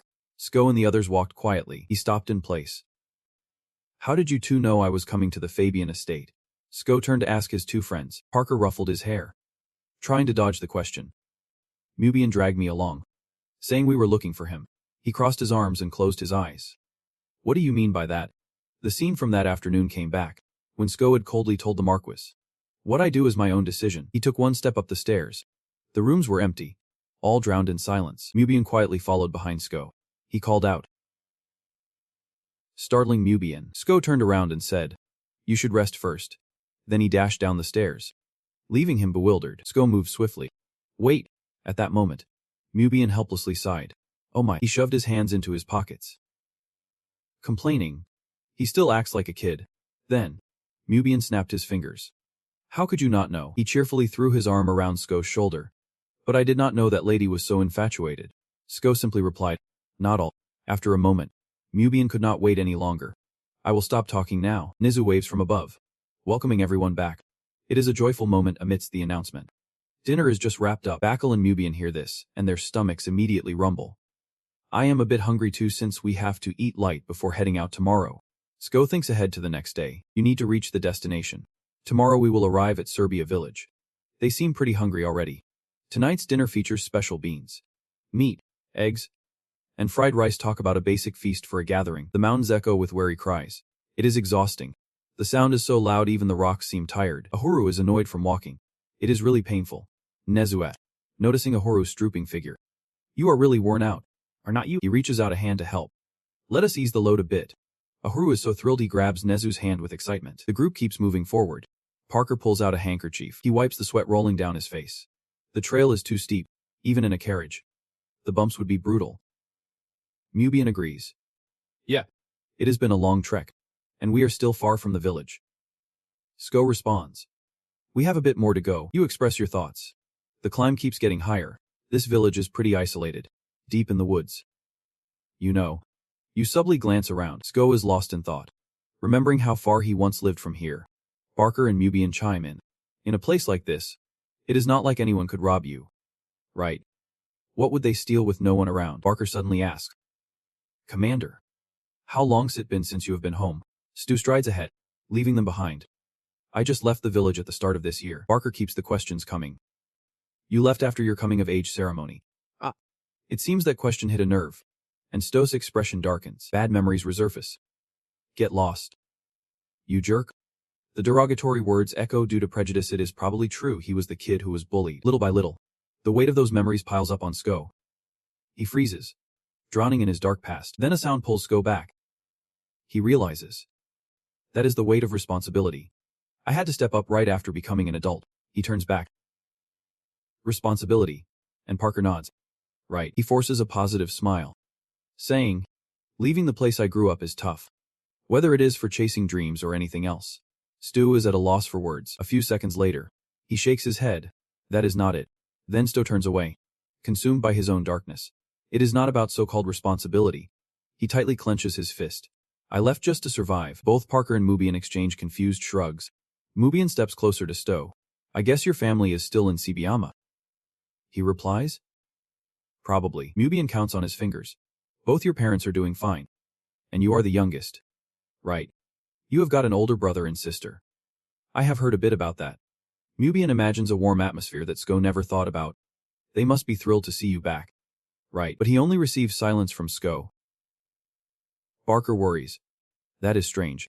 Is not Sko happy even after becoming the guild leader? He starts to analyze this psychological tree. He rarely talks about his family. The expression when he mentions them is also grim. But why?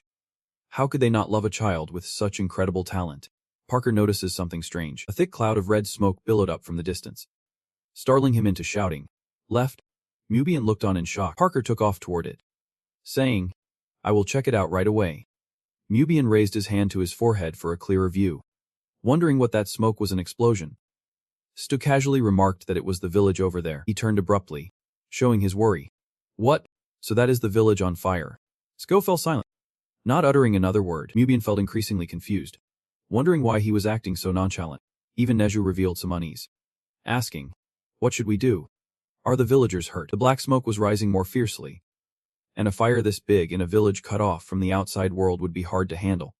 Mua assessed the situation, admitting that since none of us can manipulate water, we are already in a tough spot. Suddenly, Nesu's eyes sparkled. Can we manipulate water? An agreement was reached to analyze further.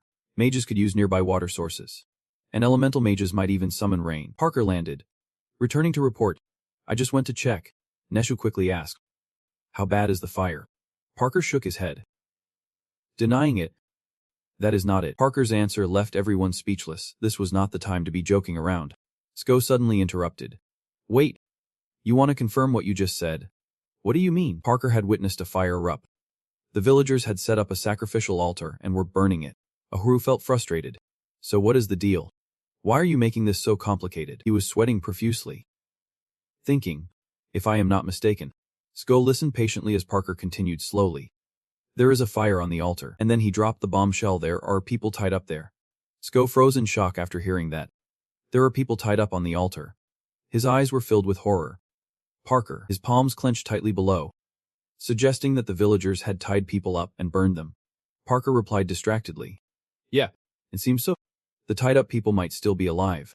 This left all four of them in an incredibly awkward silence. Sko kept biting his lip, trying to convince himself. No way. He must be mistaken. Yet despite this thought, he rushed into the forest. Sko. He weaved through the tall, lush trees with each hurried step. He thought, the villagers would not dare go that far, even if they were wicked. They would not dare break the sky's rules.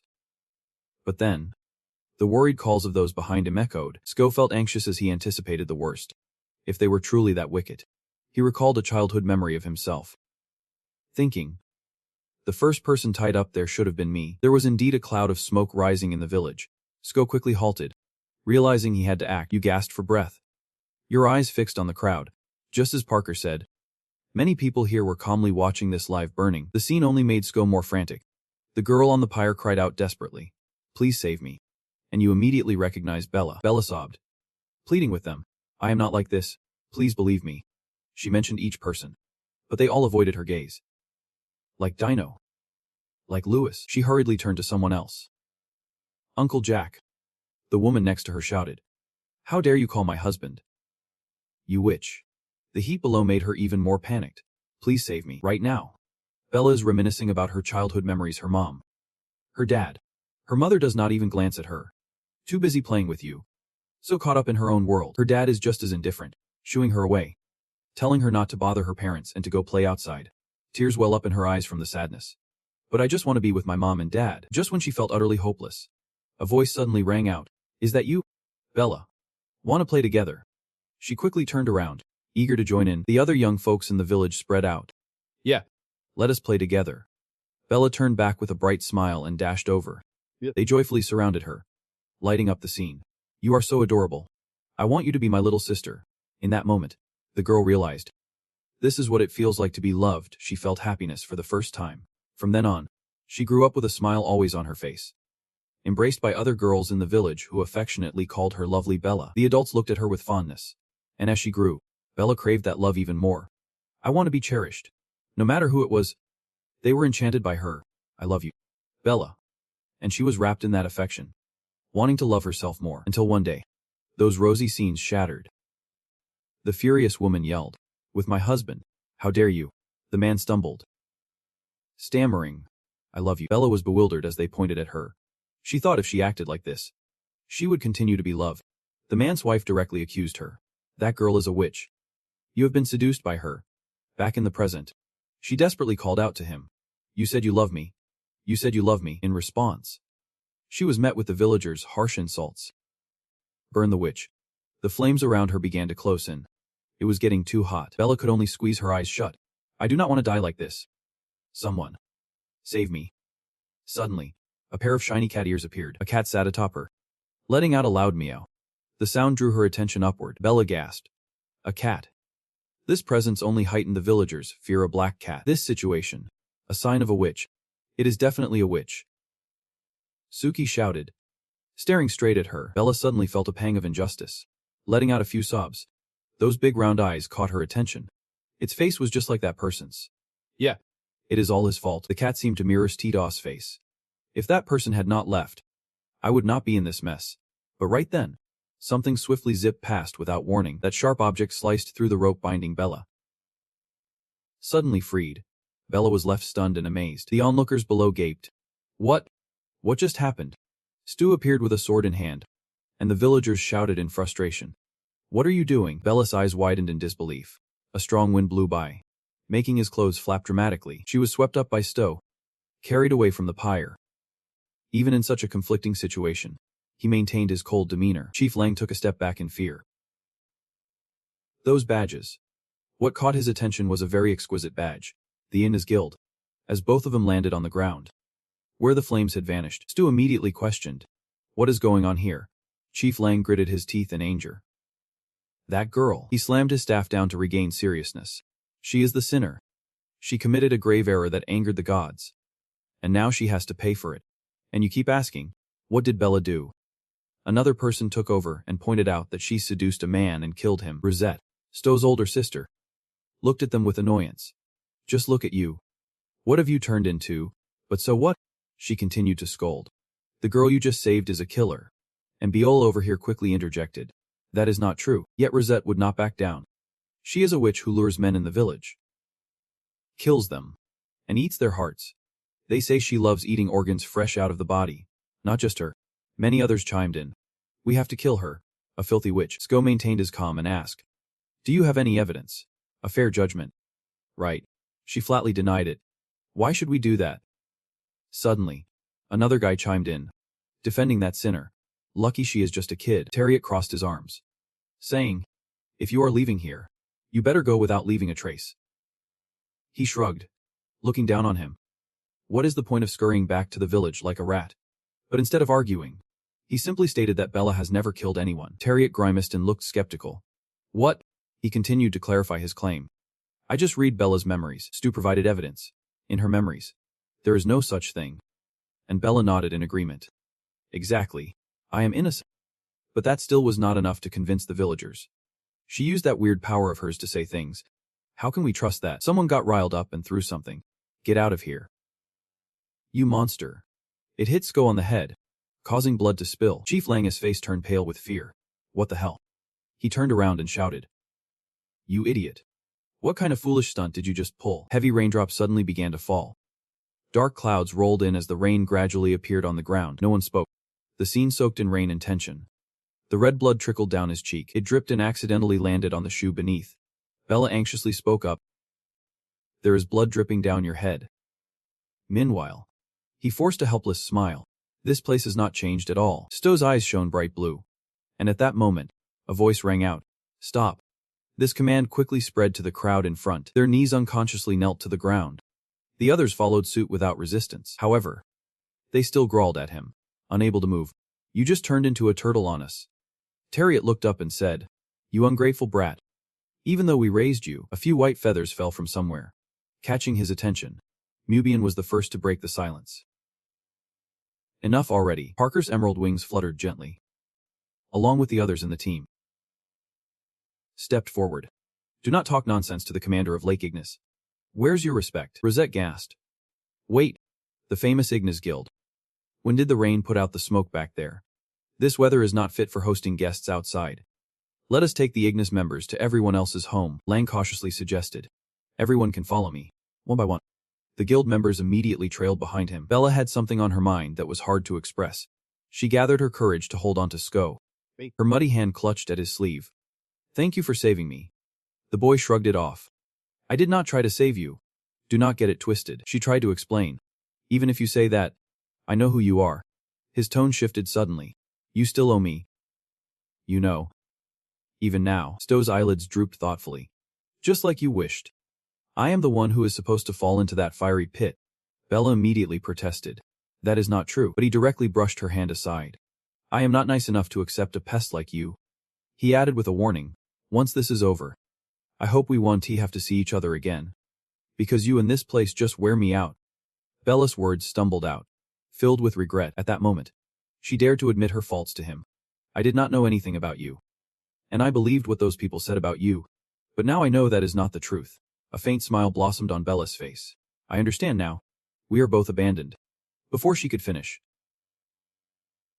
someone interrupted. What are you doing? Mubian frowned. Puzzled. Wanting to hear more of those silly words, Sko replied and continued walking. Just a few steps later, someone called from behind. The girl trembled with despair. We were friends when we were kids. Right, he emotionlessly replied. When did we ever get to say words like that? After that, he quickly left with Mubian. Bella was left behind, shocked and fell to the ground. What the? She hugged her face, crying out in deep pain. Wow. Meanwhile, the cold rain continued. The sound of water dripping against the house echoed non-stop. Inside the grand home of the village chief, a small gathering was taking place. The Innes Hall. He chuckled without hesitation. Such a wonderful person was born in our village. In stark contrast to that smile, his face was completely expressionless. He tried to remedy the situation by changing the topic. Right. It has been a while since you have seen your family. So let us have a warm welcome. The round table was full of people. But no one bothered to talk. Chief Lang had to chip in. Sko has made a name for himself, has not he? That is amazing. He even attempted to bring up old stories. Feeling like just yesterday, he was barely taller than his father. Yeah. That is right, but the curtain was pulled back when the cap guy spoke up. That is not it. Our commander is not here because he misses you guys. He crossed his arms with a clear attitude. He is here to fulfill my request. Chief Lang grimaced. I know you made the request. But do not interrupt when the adults are talking. His finger lightly touched the chip cup. What did you say? The cap guy took a sip and muttered. Whether nobility or common folk, you old guys all talk the same. Do not you? Then he suddenly turned serious, demanding a proper answer. Both Father Stu and Chief Lang jumped in surprise. He cautiously asked, Are you a noble? He remembered the guy with a hint of interest as the blind man slipped his hand into his coat to search for something. The drink was poured out like a toy. I said I am the one making the request. The people at the table lit up at the sight, since they were already caught in the trap. The blind man could not help but smile. He added, It is all yours. But answer my question first. And I will give you all this money on the table. The village chief was itching to say something. Without a second thought, he began to praise. Oh dear. You should have told us you were a noble. Lady Rosette smiled. You give off an elegant scent. Like you have bathed in honey. The blind man shrugged. Explaining, It is not honey. I use scented water. The girl was immediately captivated by that item. Scented water. Even boosted. I use Crick's distilled perfume. Gifted by the emperor himself. To massage my feet every morning.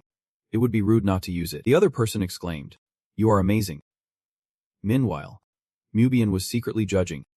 I expected something special since this is where Stu grew up.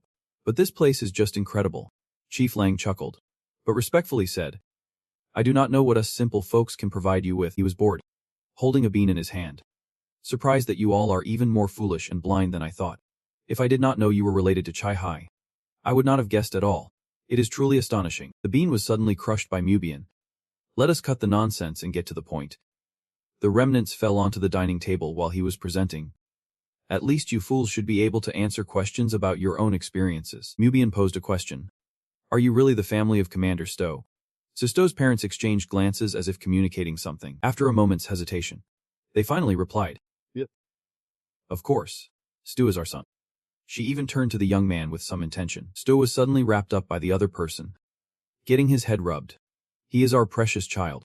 But that answer was dismissed by Mubian. He stood up to interrogate. I am asking if Stowe is related to you by blood. If you there will be punishment right here. So speak honestly, the mother insisted. Dear Sar, the boy is my son. Stu secretly broke a sweat under that pressure. He looks just like his parents and siblings. So why would you doubt that? Tariot and Rosette were both biting their lips, waiting in tension. Mubian turned to those present during Sko's request. Right, Tariot boldly admitted. I do not remember. Sko's father chimed in, trying to clear things up. They were just too young back then. Tariot was only 3, and Rosette was just a year older. Mubian shrugged nonchalantly. But I remember everything I heard and saw when I was just 1. Parker nearby exclaimed. It is just because you are special. Sir Mubian. He shifted the conversation back to Sko. Did they tell the truth? You looked surprised at him. Why are you shy to ask me? Mubian had no qualms about giving a reason.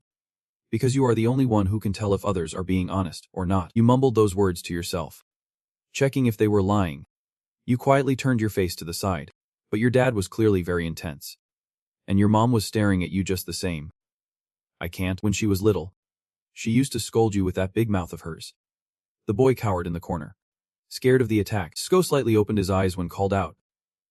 Listen up, his father bluntly stated. Reading someone else's memory is a very bad thing. He pointed at you to accuse. Lucky for you. Monsters do all sorts of bad things. At that time. All you could do was mumble without being able to explain. Girl, a hand blocked your mouth, preventing you from speaking out. That, Sko's mom repeated her warning. You got that? The threat only made your eyes fill with despair. They cornered you against a wall. You will never read our thoughts again. If you do, then, each word etched deeply in your mind.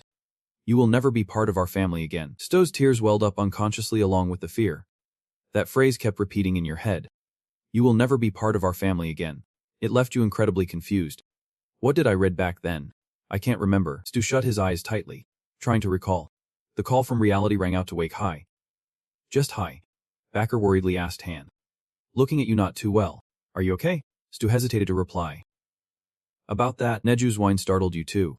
It hugged Uhuru in its arms and looked at you sadly. Stu quickly smiled to reassure it.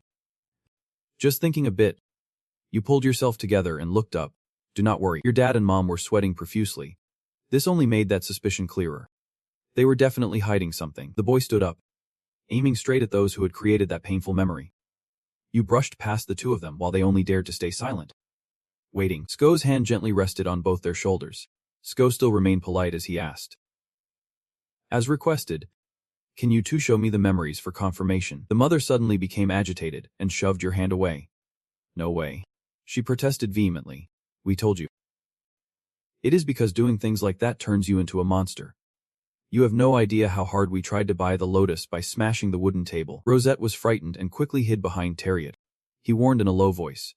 About that monster nonsense. You all should just shut it. Even Sko was surprised. Monsters would feel sad hearing that. Nizu chimed in. Right. I do not like it either. The old man forced a smile and patted his head. Look, I am not just any ordinary person. I am Parbird. You know. While you were giggling, Uhuru had already climbed up. A small sound came from it as it stood up. The cactus spoke up. What are we getting ourselves into? The chief Lang. Father Sko. And Rosette widened their eyes in shock. She screamed in terror. What a creepy monster. After that shock, she fell back, startling everyone. Rosette, Uhuru, confused and flustered, was like, wait, what? This is terrifying. It tried to explain. I know you are just pretending to faint. Wake up already, one by one. The cactus pointed at people. Oh my. There is a talking furry monkey here. Sko was mentioned too. And someone related to a hairy creature. Plus a talking chicken. But why is it just me that is scary? Parker got called a chicken and fluffed up his feathers in response. Uhuru let out a loud, indignant scream. It jumped up so Sko could catch the little cactus sobbing in his arms. A tear streamed down Uhuru's face like rain. Wow. Why does everyone look down on me? Sko smiled. They do not look down on you. They are just scared. You have got quite the talent for making people fear you. Uhuru calmed down a bit and started to cheer up. If you say so, then I must be really impressive. Then he straightened up and returned to the topic at hand. Sko asked those sitting at the table to cooperate, if they wanted to receive the rewards from the summoner. Tyrios immediately shouted. Who do you think you are threatening? He was so worked up that he grabbed Sko's shirt. You damn punk. Tyrios pressed his face close to Sko, looking furious. You have been a burden from the start. He started spewing nonsense. We have to live in disgrace because we are getting stoned and cursed just because of you.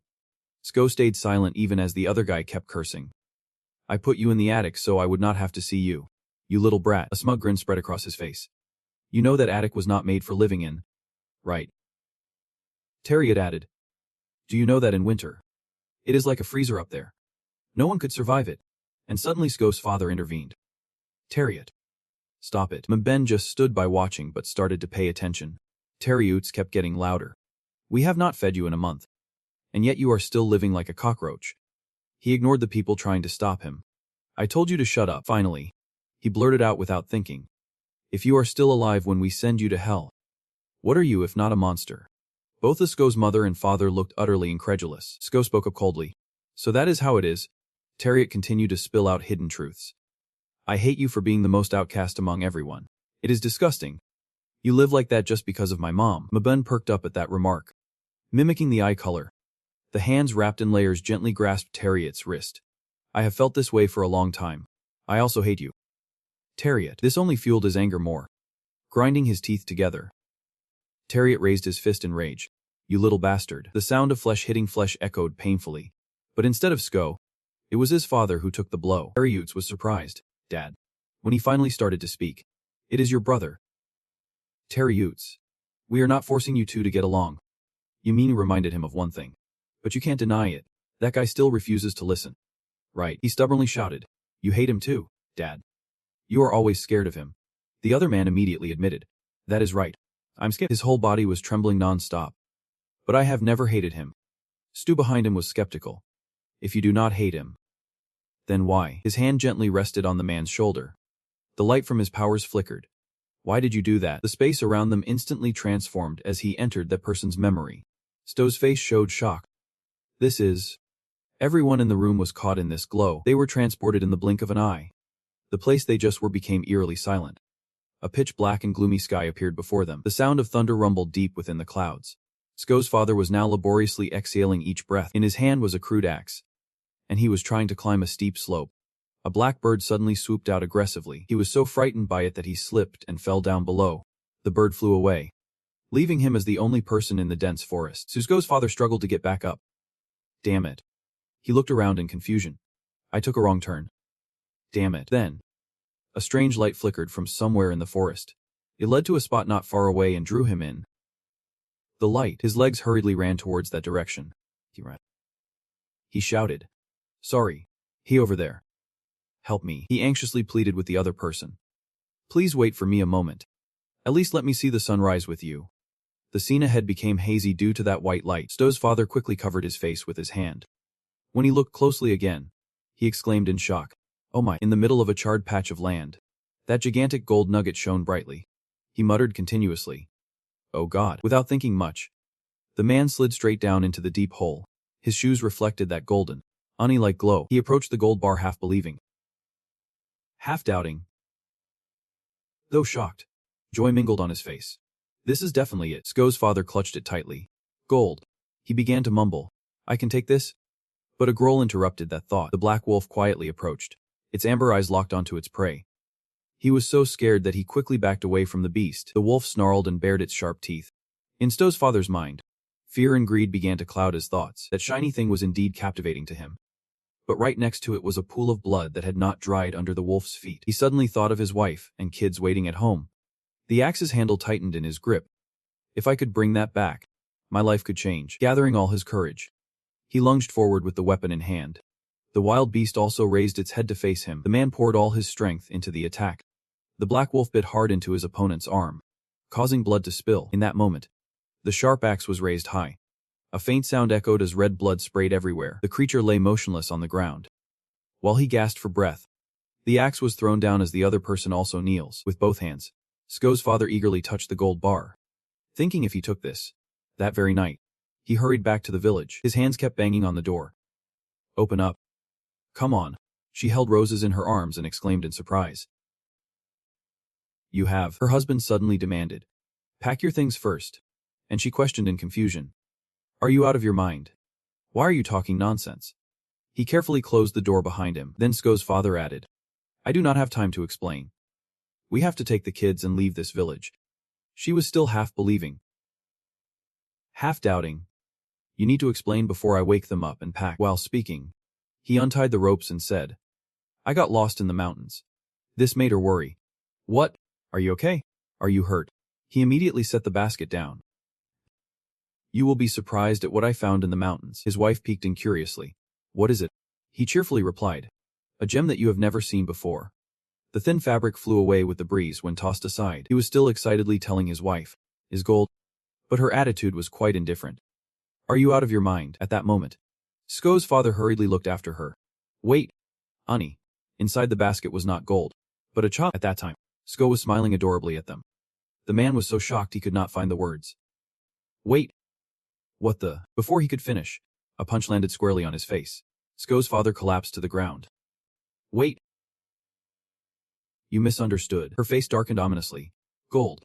Gems you have never seen. He trembled, raising a hand. What I brought back is not. Her voice echoed throughout the house. Get out. Tomorrow morning, he will return to that forest. A mix of doubt swirled in his mind. Clearly, it is a gold bar.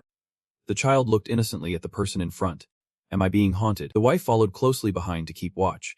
Her face was grim. Return it to where you found it. You will find it right away. A sweat broke out all over Sko's father, so he had no choice but to obey. As he walked, he could not stop thinking, if that gold piece was a person, then what was that monster? A sudden fear gripped him. Did I just kill someone? The two of them crossed through the forest and approached a tree stump. They were surprised to see several sternly dressed people standing by the pit. Around the edge of the pit, countless other villagers gathered. Sko's father reassured himself. Right.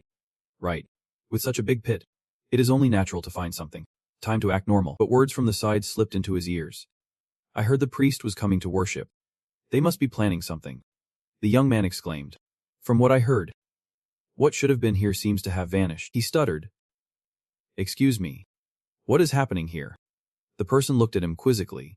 You came here and know nothing. His finger pointed straight down there, in that direction. A few people seemed quite confused. The priest from the sanctuary. As soon as he heard that, he jolted. Sanctuary. Priest. Taking a deep breath to regain his composure, Dad Sto softly asked, why is the priest in your town so friendly? They say the treasure of the dragon has fallen here. The foreign couple. The dragon. That person also confirmed. Yep. A dragon. The person behind him was sweating bullets. Is not the dragon a divine creature? According to what has been uncovered, it is said to have hidden away for centuries. The holy temple must be in chaos right now. The details got more intense. But they said someone had killed the dragon's guardian and made off with its treasure. They have got some guts. They deserve to be punished 1,000 times for daring to steal from the dragon. His whole body trembled at the thought. If they were discovered, it would mean death. The royal family would definitely handle that before taking action. There'd be no escape. Night fell over that poor village once more. The two remained silent as they headed back to the dark house. Sko had already fallen asleep in his arms. His father whispered very softly, what do we do now? Teriot suddenly burst into the room. Dad. He was surprised to call out his name. Teriot. The child rushed over. Did you go to the market, Dad? What did you buy? Is there something tasty? The two turned to each other, their eyes filled with unspoken thoughts. Finally, he just nodded, as if they understood each other. A faint smile escaped his lips. No worries. Teriot. Quickly pay attention to the other letter. What is that about? Dad Stu gently set him down. Here, a little one. This will be your sibling. Teriot tried to touch him. Little brother, he said with genuine warmth. Yep. The baby is even younger than Rosette. He cheerfully asked them. Really? Is this my second sibling? His father's reply was firm. That is right. Teriot curiously observed Sto. His eyes were dark but bright. What is his name? Suddenly being asked caught him off guard. The name is... His gaze shifted towards the innocent children. Then, almost instinctively, he mentioned a name. The boy's cheeks flushed slightly, as if he understood those words. The boy's name is Sko. This whole situation unfolded right before Teriot's eyes, leaving him utterly stunned. What is going on? Panicking, he raised his voice to question the others. What is this, Dad? His mother just bit her lip in silence. Even he was left speechless. Dad. What is that scoundrel? At that moment, Dad Sto stammered out a few words. He turned to the young man. His palms clenched tight. Trembling. I truly apologize. His knees buckled, collapsing to the ground. Please forgive me. I genuinely had no idea. His father could not bring himself to look up. I still do not know what exactly you are. He offered no comments. Just looked away. Dad continued explaining. I can let my whole family be killed. But that does not mean I blame or disown you. Those tear-filled eyes locked onto him. We are family. I just want to protect everyone. In the house, only his voice echoed. The more you showcase yourself to the outside world, the more danger everyone will face. After hearing all this, Sko still showed a cold demeanor. He turned his face down, expressing a hint of surprise. The father struggles to express himself. I have decided to protect you. I truly want to treat you like my own child, giving you a name and watching you grow up. In his eyes at that moment, there was clearly an amber hue. But suddenly it shifted to blue. Something was off. He was just mimicking what a normal person would do. As he grew older, he became even stranger. The language of humans. Their emotions. Even their rare developments. His growth slowed down while living in the attic. But despite everything, he still woke up and stepped outside as if nothing was wrong. And that scared me. With all the regret, the Sto finally exclaimed, Please forgive me. I was wrong. He sincerely knelt before him, begging, Please forgive me. I made a mistake. Even the Sto was confused. A simple apology in exchange for his family's life. If only he had not read so much. He raised his arm and clenched his fist tightly. Then, he unleashed his anger with a punch to the wall. The glass began to shatter under his immense power. Memories were destroyed, and pieces fell down with a clatter. Some people remained calm while others were engulfed in fear. The food on the table was scattered everywhere, creating a chaotic scene. The spirit of the leader hovered in front of his true identity, like a dragon. Sko's face darkened, shrouded in mystery. Just like this, he turned the toe of his shoe to the side. Terryuts immediately caught on to the action. "Are you planning to kill us?" he pleaded. "I am still your brother. You let me. Please. It is my fault. Just let me live." The mother could only cover her face. Resigned. Sko wondered, was it really this easy? Sko stepped up to Terryuts, causing him to flinch. Thinking, that gaze is as cold as ice. So weak are they, in the end. He did not strike but merely walked away from the scene. Mubian and Parker watched his every move. As he stepped outside, it started pouring rain out of nowhere. Suki quietly followed beside him. The group disregarded the heavy rain and moved on together. Even though they had left the house, Mubian remained concerned about Sko. He pondered the back of the leader. The boy led everyone toward the mountain from that day. He climbed the slope his father once did. The path ahead was dimly lit by the canopy of trees. But Sto continued to tread on a path overgrown with lush weeds. The group stopped in front of a shimmering blue lake. Stu thought to himself, that lake has turned into a pond now. His reflection danced on the lake's surface as the rain continued to pour. In a fleeting moment, he remembered the wolf that once guarded him. Stu stared intently at that critical point. "What is your name anyway?" Mben behind him suddenly dropped down. Using the other hand to prop his stick against the ground, he slowly spoke to him. "Sir, do you know everything?" The other man immediately admitted. "I can think for myself too." Mben looked up and said, "If I told you I did not know they were capable of such things, would you believe me?" Since he received no response, he asked, "Do you resent me?" Sko still maintains a strange calmness.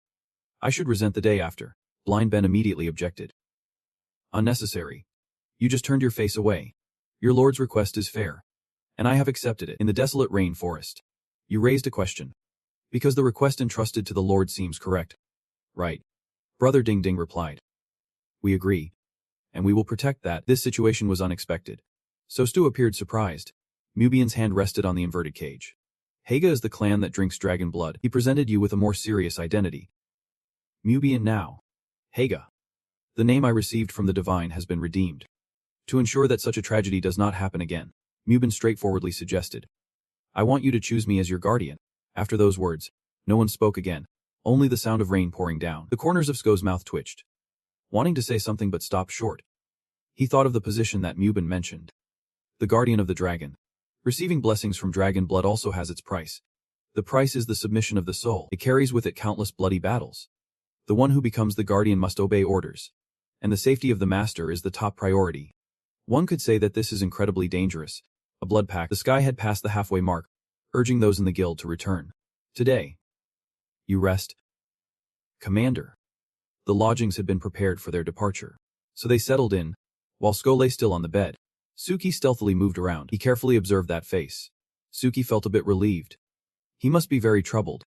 So sleeping like this is good. Just as he finished speaking, the other person suddenly stirred.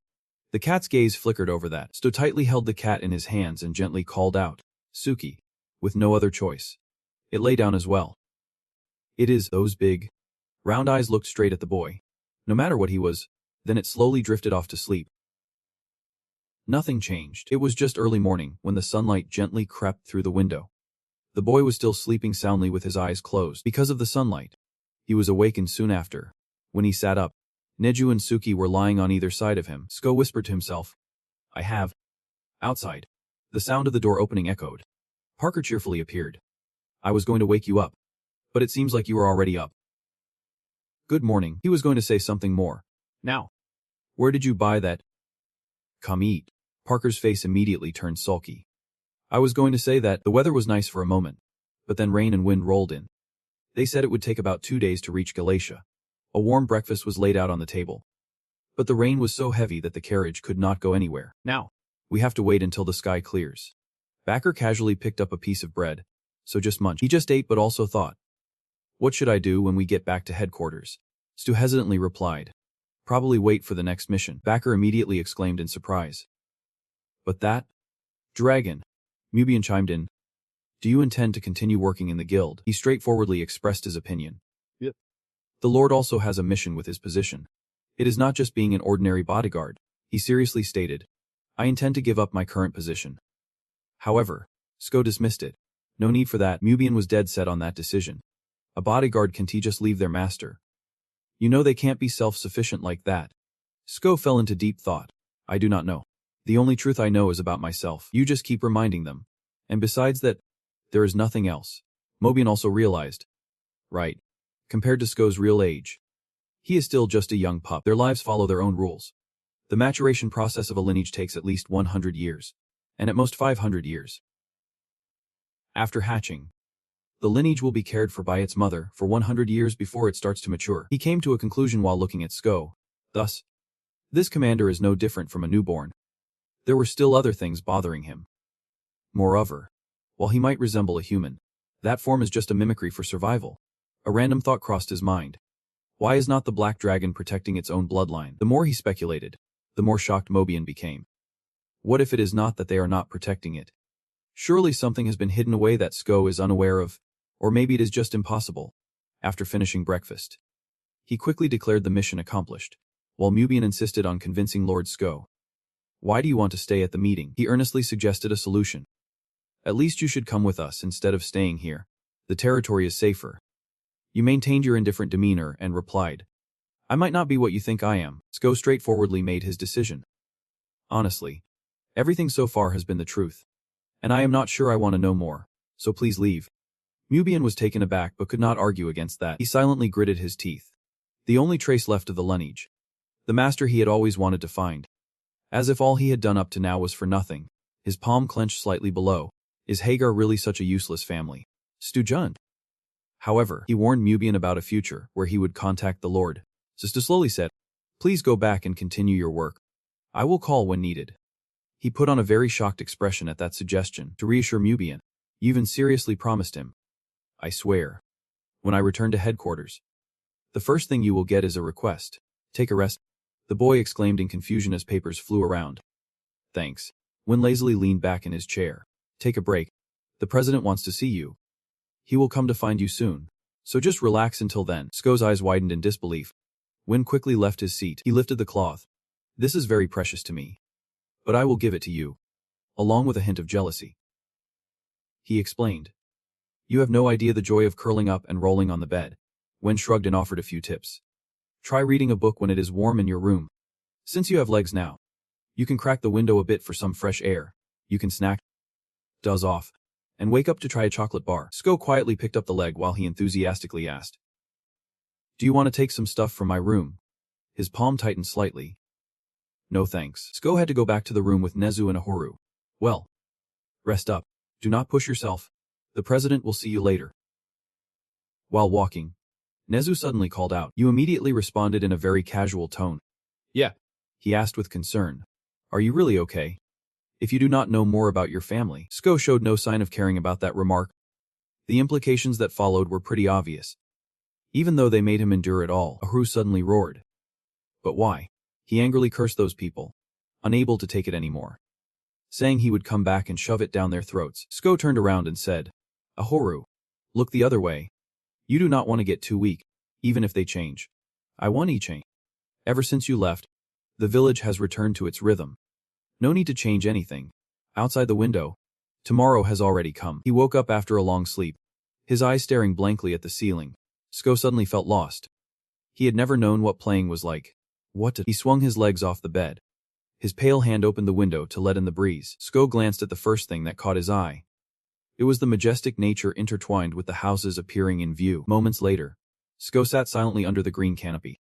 As he enjoyed the calm, he suddenly realized Parker had just gotten off the carriage and waved hello. Captain. He leaned over and said to wait a moment so he could come say hi. Lena took this chance to get to know a fan. The captain. Is that the one you have been chasing all day? Should I go say hello? Suddenly, Parker changed his mind, saying if we all go over, it will be too loud. Maybe he is in private time. It left him hesitating as he stood not far from Sko. It was hard to tell. He could not read any emotion on that guy's face at all. Parker quickly interrupted, making him jump, saying, I will go alone. That is fine. He flew over to Sko and asked a very simple question. Captain. Have you had lunch yet? Sko looked up and asked him back. Have not you already? Parker scratched his head and honestly replied. Actually, I have already had some. I am waiting for a friend. They are busy. Then he smiled at Sko. I am also just taking a break like you. Right. Sko looked up directly. Really? Parker friendly invited. Let us go together. He also invited a few others. Neju, Ahoru, and Ematu. Neju got excited hearing that. Me too. Sko suddenly felt unusually sensitive. Is not it uncomfortable to sit with me? He quickly denied it. Not all. Parker tried to explain. Do not worry. Those shameless guys want tea. But Lena had already butted in. Parker turned to look at Lina with a strange expression. They both knew each other. Giving a vague response. Maybe. Lena faced him tensely. Looking this way. It seems like not really. He widened his eyes and stared at Sko. Sko did not take offense either. Looking back at him, then suddenly Lena laughed and greeted Sko. You are so memorable. I always remember you. The one who traveled alongside Sko. And she had smiled warmly at him. Sko called out. Lina.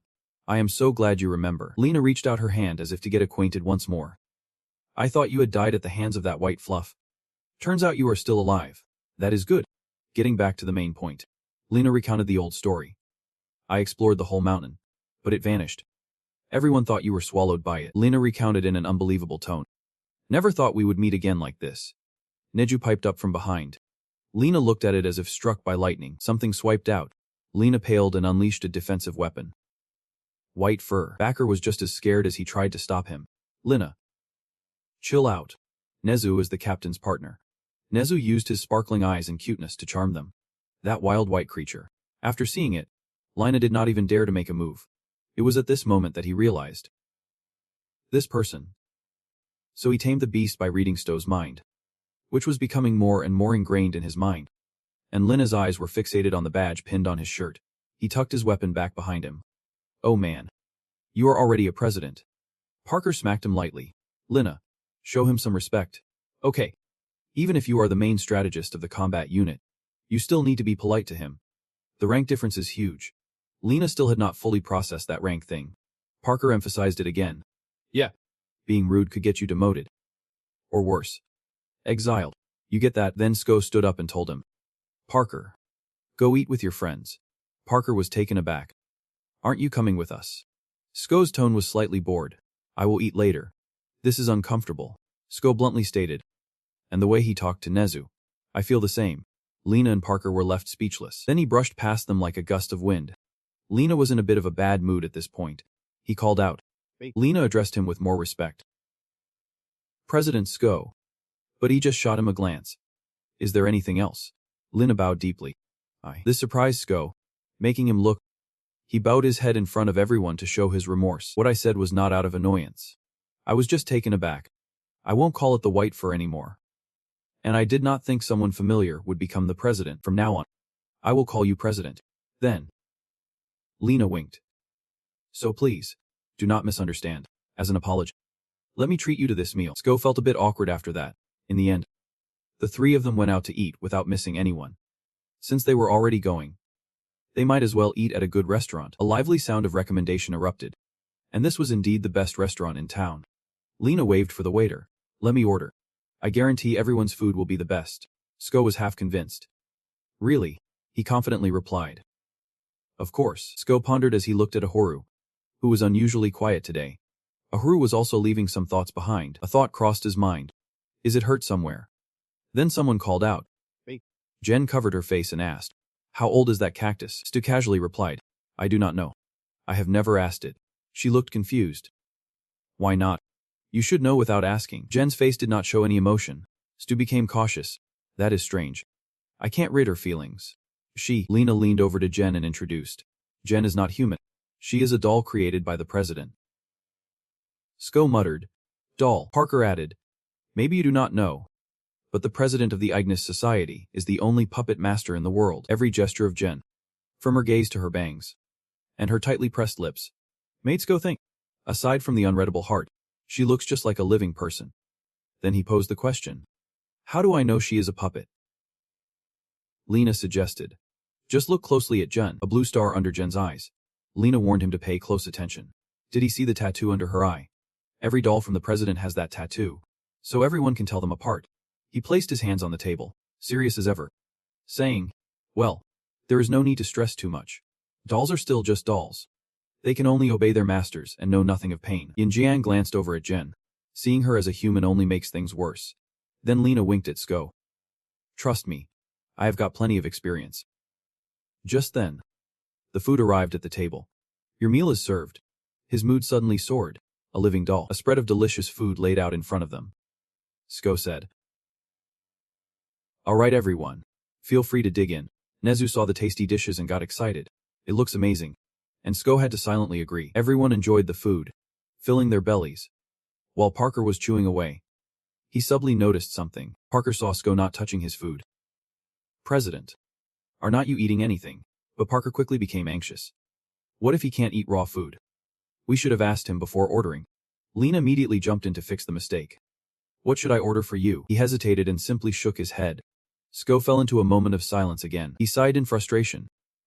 It is just not to my taste. Then he glanced again at the lavish spread before him. The beautiful dishes were arranged on the plates. But he felt truly sorry. Those creatures had been cut just minutes, or even seconds ago. Sko felt the pain of the animal. The horror and agony of the living being still lingered. He squinted, feeling disgusted.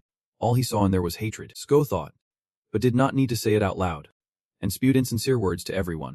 I am not hungry. But it is outside. Barker was cursing up a storm.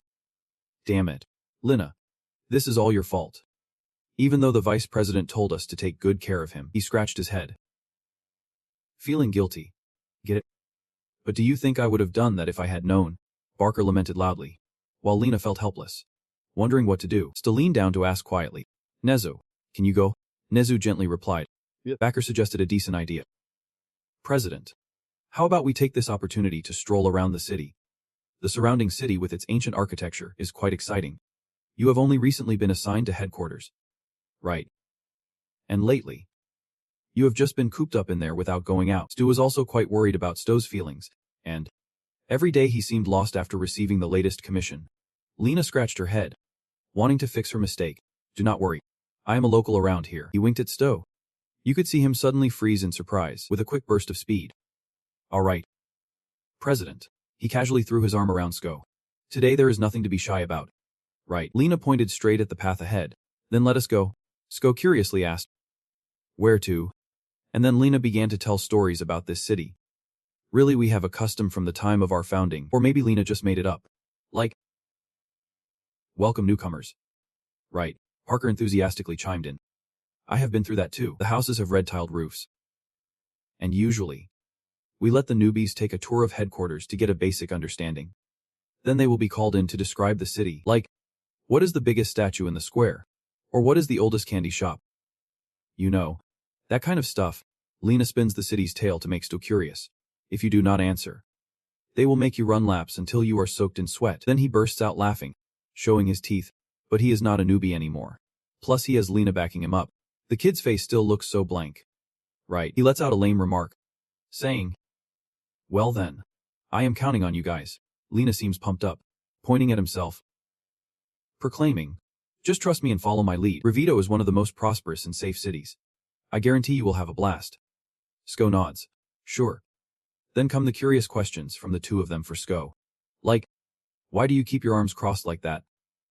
President. Jen subconsciously trails behind those three, listening to every excuse and explanation. She watches Sko from the back, then with a gentle smile. The president really is a generous person. Recounting in a bustling street, Lena chimes in. This is the not-so-famous 3rd Street. He continues. The cool thing is the sunshine pouring straight down the road. Let us move on and talk more. Sko glances around while refusing, saying, no need, just like this. Seeing his anxious expression, Lena can't help but ask. President. You have been looking around. Are you searching for something? Hearing that, Sko immediately turns to ask. Is there a medical center that can check plant health? Lena suddenly looks surprised. He stares intensely at that cactus pot.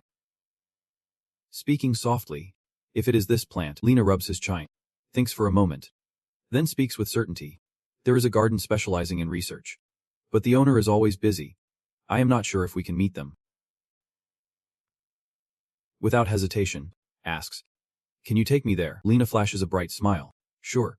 If you are okay with going together, it will be worth it. Then he excitedly runs off, shouting, just trust me. This way. Parker, who has been silent this whole time, finally approaches him, looking a bit flustered. He is so lively. Is not. Sko replies softly. It is. Parker raises an eyebrow and turns his face away, awkwardly scratching his head. He is like a little colt, so much so that everyone calls him Little Trouble. Sko finds it hard to believe, his eyes wide open in disbelief. Seeing Sko's expression, Parker quickly explains. Little in little trouble. Meanwhile, Lena is still happily leading the way, flailing his arms like it is a dance. He playfully leans on Stu and laughs. Teasing. It sounds like a beautiful girl. We often use him to mess with the newbies. I fell for it too. Lena finally chimes in, interrupting the conversation behind those two, causing both to immediately turn to see what he is up to. Talking smack about me, or not you? Parker smiles, quickening his pace. All right. I will catch up right now. Stu looks down at Ahoru, thinking to himself, still way too quiet. In a white wooden house, nestled behind tall, wide-branched trees, the house becomes clearer with each step. Once inside, Parker feels confused. Did they leave the door open? Lena quickly responds. Since the research garden is sponsored by the association, we can probably consider it as the Moon City Garden. They stepped inside, walking between 2 rows of lush green trees. And he was leading the way, ensuring everyone could enjoy the sights of the trees and flowers. Parker looked around with a curious and unfamiliar gaze. This was also his first time at the research garden. The image of a towering canopy flashed in Parker's mind, and he noted that unlike animals, trees do not move or make noise. Suddenly, he turned to Sko and asked, by the way, can trees talk? Sko replied simply, I do not know. Which left Parker stunned. Lena was equally puzzled. But can you read the minds of animals? What about plants? Sko focused his gaze on Ahoru in his heart. It is not like I hear everything all the time. Maybe it only works at certain levels of interaction. He seemed intrigued. The more he heard, the more interesting it became. Lena boldly reached out and tugged on a tree trunk, pulling it toward herself. The trunk bent under her force. Lena pointed at it and asked, so what is this tree saying? Sko looked up at the tree, lost in thought as he quietly observed it. The lush green leaves of the trees appeared right before their eyes. But then Sko lowered his head slightly, his voice softening. If possible, I would not want Lena to be taken aback. Lena was confused. A thought crossed Long Tongue's mind. If I could read minds, I would be reading everything's thoughts. Right. Suddenly, a voice rang out, welcoming him. Both Parker and Lena looked up in unison and shouted, Zin. She also chimed in. Zin gazed up at the branches overhead and repeated the phrase. They are welcoming you. Green leaves fluttered wildly in the air as she recounted the fragmented words she felt. It is a pleasure to meet you, adorable kids in black. It is wonderful that you are still alive. One of the leaves accidentally got caught in Stu's hair. He gently reached up and took it down. Stu softly swayed the leaf in his hand, then suddenly became curious. Can you hear plants? Zin turned to look at them. I was created from Stu. Stu nodded in understanding but felt a hint of disappointment. So she did not have the same abilities as him. She stepped closer. Here. Listen. Stu declined. It is. The expression on Zin's face behind the hood was one of surprise. Why not? Do you hate plants? Stu turned away to avoid her gaze. Not really. He added a reason. They probably do not want us to listen. Suddenly, Stu felt the ground beneath him crack open, his voice chilling and dark. Reading thoughts without consent is like aggression. Painful memories replayed in his mind, and he mumbled. Violence. Right. Jen moved closer to him. Trees can't talk if you do not listen. Her words snapped Stu back to reality. An image of a withered branch appeared, accompanied by Jenna's gentle voice. Even if they want to speak, even if they want to share, they still can't yet express themselves in moments of withering and death. That is just how plants are. She smiled brightly, pulling down her hood. You know, to us, you are a blessing. Stu bent down, staring with jealousy, unable to speak for a moment, when suddenly someone shouted out, What are you guys doing? Green was holding a rake, annoyed and questioning. What are you doing in the garden? Backer quickly responded, I am really sorry. Lena touched the plant without permission. Lena felt a bit irritated hearing her name being thrown around like that. Green quickly denied it, not the plant, and stomped forward with each step. He pointed directly at Neju, who was standing on a patch of flowers, angrily declaring, You are stepping on the flowers. Nezu immediately lifted his foot. But one poor little plant had already been crushed. Nezu was so flustered that his limbs felt weak. I am sorry. He locked up, panic-stricken.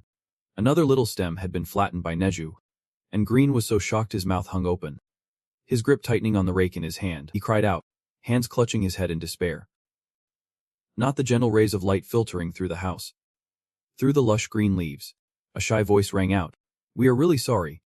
Green, Lena stepped closer, scratching his head sheepishly as he looked at Green, who was sadly wiping his tears. "Hey, you. Still alive like a mercenary because nobody cares about you." He grumbled. "Uncle. What are you talking about? I am super famous." Green snorted in disbelief. After saying that, Lena forced a smile. "I am the team leader of the combat division, and I have received a lot of requests. It is really disrespectful to talk about old stuff in front of the team leader." Green looked skeptical, raising an eyebrow. "Team leader." He looked over at Stowe, Zen, and Neju, his voice somewhat hesitant. "Could it be that you are?" His gaze then focused solely on Stowe. "You are the newly appointed team leader." Brian's demeanor instantly changed. He smiled warmly and approached to shake hands with him. Introducing himself, "I am Brinazer. I may not bring much, but I take care of this research garden." Stu simply replied, "I am Breen's right hand." Breen's grip tightened. A voice echoed in Stowe's mind. "You are reading Breen's thoughts. He is thinking Breen's ability." Breen smiled, his cheeks flushing pink, feeling delighted inside. "Great. I want to know what those little sprouts are thinking." Stu paused for a moment after reading. Looking a bit puzzled, a little voice whispered to Aru, and Breen quickly raised his voice. Both Parker and Sko looked intently at Parker, who worriedly asked, "Boss, how's Aru doing?" Bryn frowned slightly. "It is a bit tricky here. You heard that?" "Right," Bryn observed Ahuru. "Speaking up, this cactus is Ahuru. It is being well taken care of." His expression turned slightly stern. "It is not lacking in water or nutrients. It looks fine on the outside." Parker felt strange. "So why is not it doing well?" Breen rubbed his chain, looking thoughtful. "I am not sure.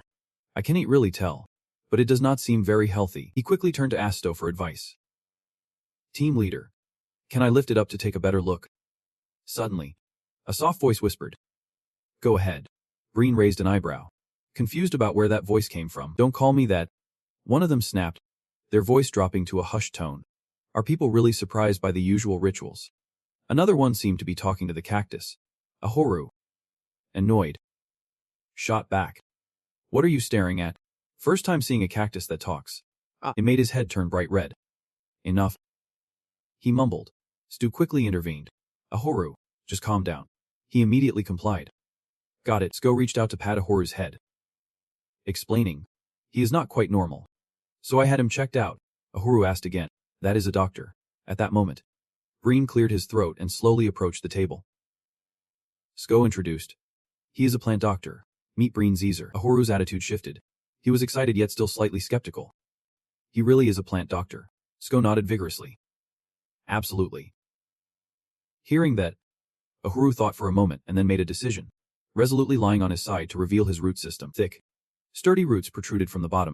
"Here, you can check under the pot. Do you know how brutal it is to pull a plant out of the soil?" Green carefully lifted the pot to examine it. He gently touched a root to inspect it, noting how strong it was. After finishing, Aru shot up, saying, "I was just a bit sleepy. Everything else is fine." Green raised an eyebrow. "Sleepy? How old are you anyway?" Aru suddenly became shy, wrapping his branches around himself, looking like he was hiding his cheeks. 200. The doctor burst out laughing. "No way. This cactus is 200 years old." Ahuru replied, "You do not believe me." He recalled the size of the members of his tribe compared to others. Aru looked small and lost among them, adding, "To be more precise, I am old. It has just been 200 years since I became conscious. In my tribe, I am the smallest." Green's eyes lit up, his cheeks flushed with excitement, nearly choking on his words. "Oh my." He jumped up. "Captain, this little plant is a rare species that has been extinct for ages. It is a giant cactus." Sko looked perplexed. "What do you mean?" Green imagined a colossal cactus standing tall in a barren desert, with a huge flower blooming atop it, his mouth babbling a stream of flowery words. "A gigantic, beautiful flower in the desert. Legend has it they take thousands of years to grow but bear fruits of wonder." Ahuru interjected, "We are not extinct. Though, my mom and my relatives are still alive back home." Brian responded, "Is that?" Brian could not help but smile brightly at Ahuru. "From what I know, the sleepiness you are feeling is part of your hibernation phase." He added, "This is my first encounter with a giant cactus, so I am not too sure." Stu was curious. How long does this hibernation usually last? The scene shifted to another corner of the room where 4 lush plant pots were neatly arranged. Breen's voice chimed in, I need to study this more in detail. All I know is that giant cacti take thousands of years to grow and have long hibernation phases. Cisco suddenly turned to Ahoru. You need to be careful, he warned. This is a research garden owned by the association. I will have them take care of you until your hibernation is over. Just rest, Aru responded weakly. I do not want that. Sko leaned closer to him. If you feel uncomfortable here, I can ask Haiga. He is really strong. Ahoru looked a bit sad and asked. And I'm making you uncomfortable. Sko's expression hardened, his mouth tight. Unsure of how to respond, Sko reached out to pet Ahoru's head. But it quickly interrupted, firmly declaring, I do not want to sleep. I will never sleep. With that, it curled up in Sko's palm, gently rubbing against him, its cheek brushing lightly against his hand as if trying to hold on. The next words it kept to itself were, because I am worried about you. After a while, they all stepped out the door, and Green spoke up, since I can still talk and even move, I am not sure if I am okay. He advised against sleep that could lead to health issues. Stressing, be mindful of this, and Sko quickly responded. Got it. Green looked at the silent cactus in Sko's hand. Though plants seem simple, once you understand them, you will see how complex and fragile they really are, just like animals. Images of potted plants with different species and shapes growing in various forms filled the house.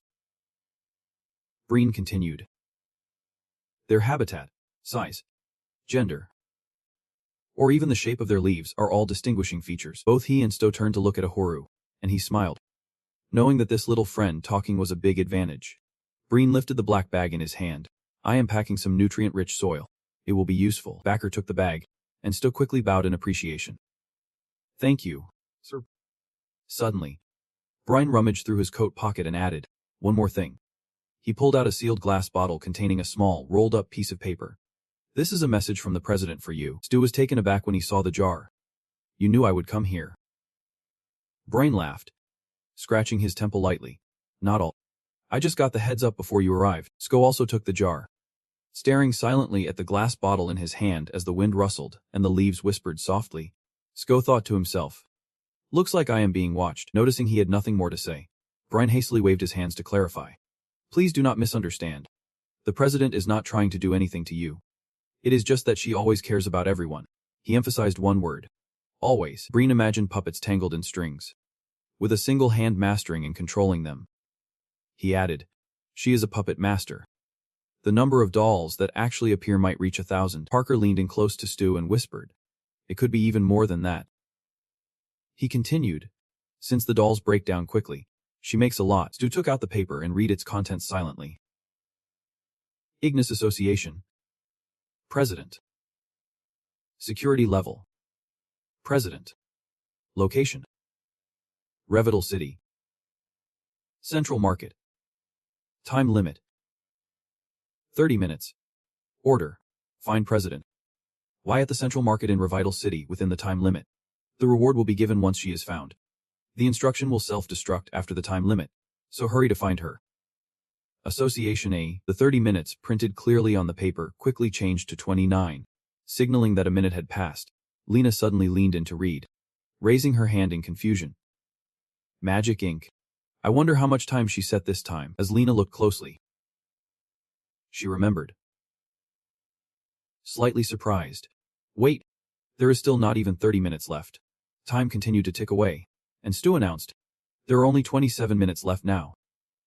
Emphasizing, the paper clearly states to reach the Central Market within the 30-minute limit. Lena had to gesture to let it go. Oh well, it is what it is, Stu asked him. Getting there will take time.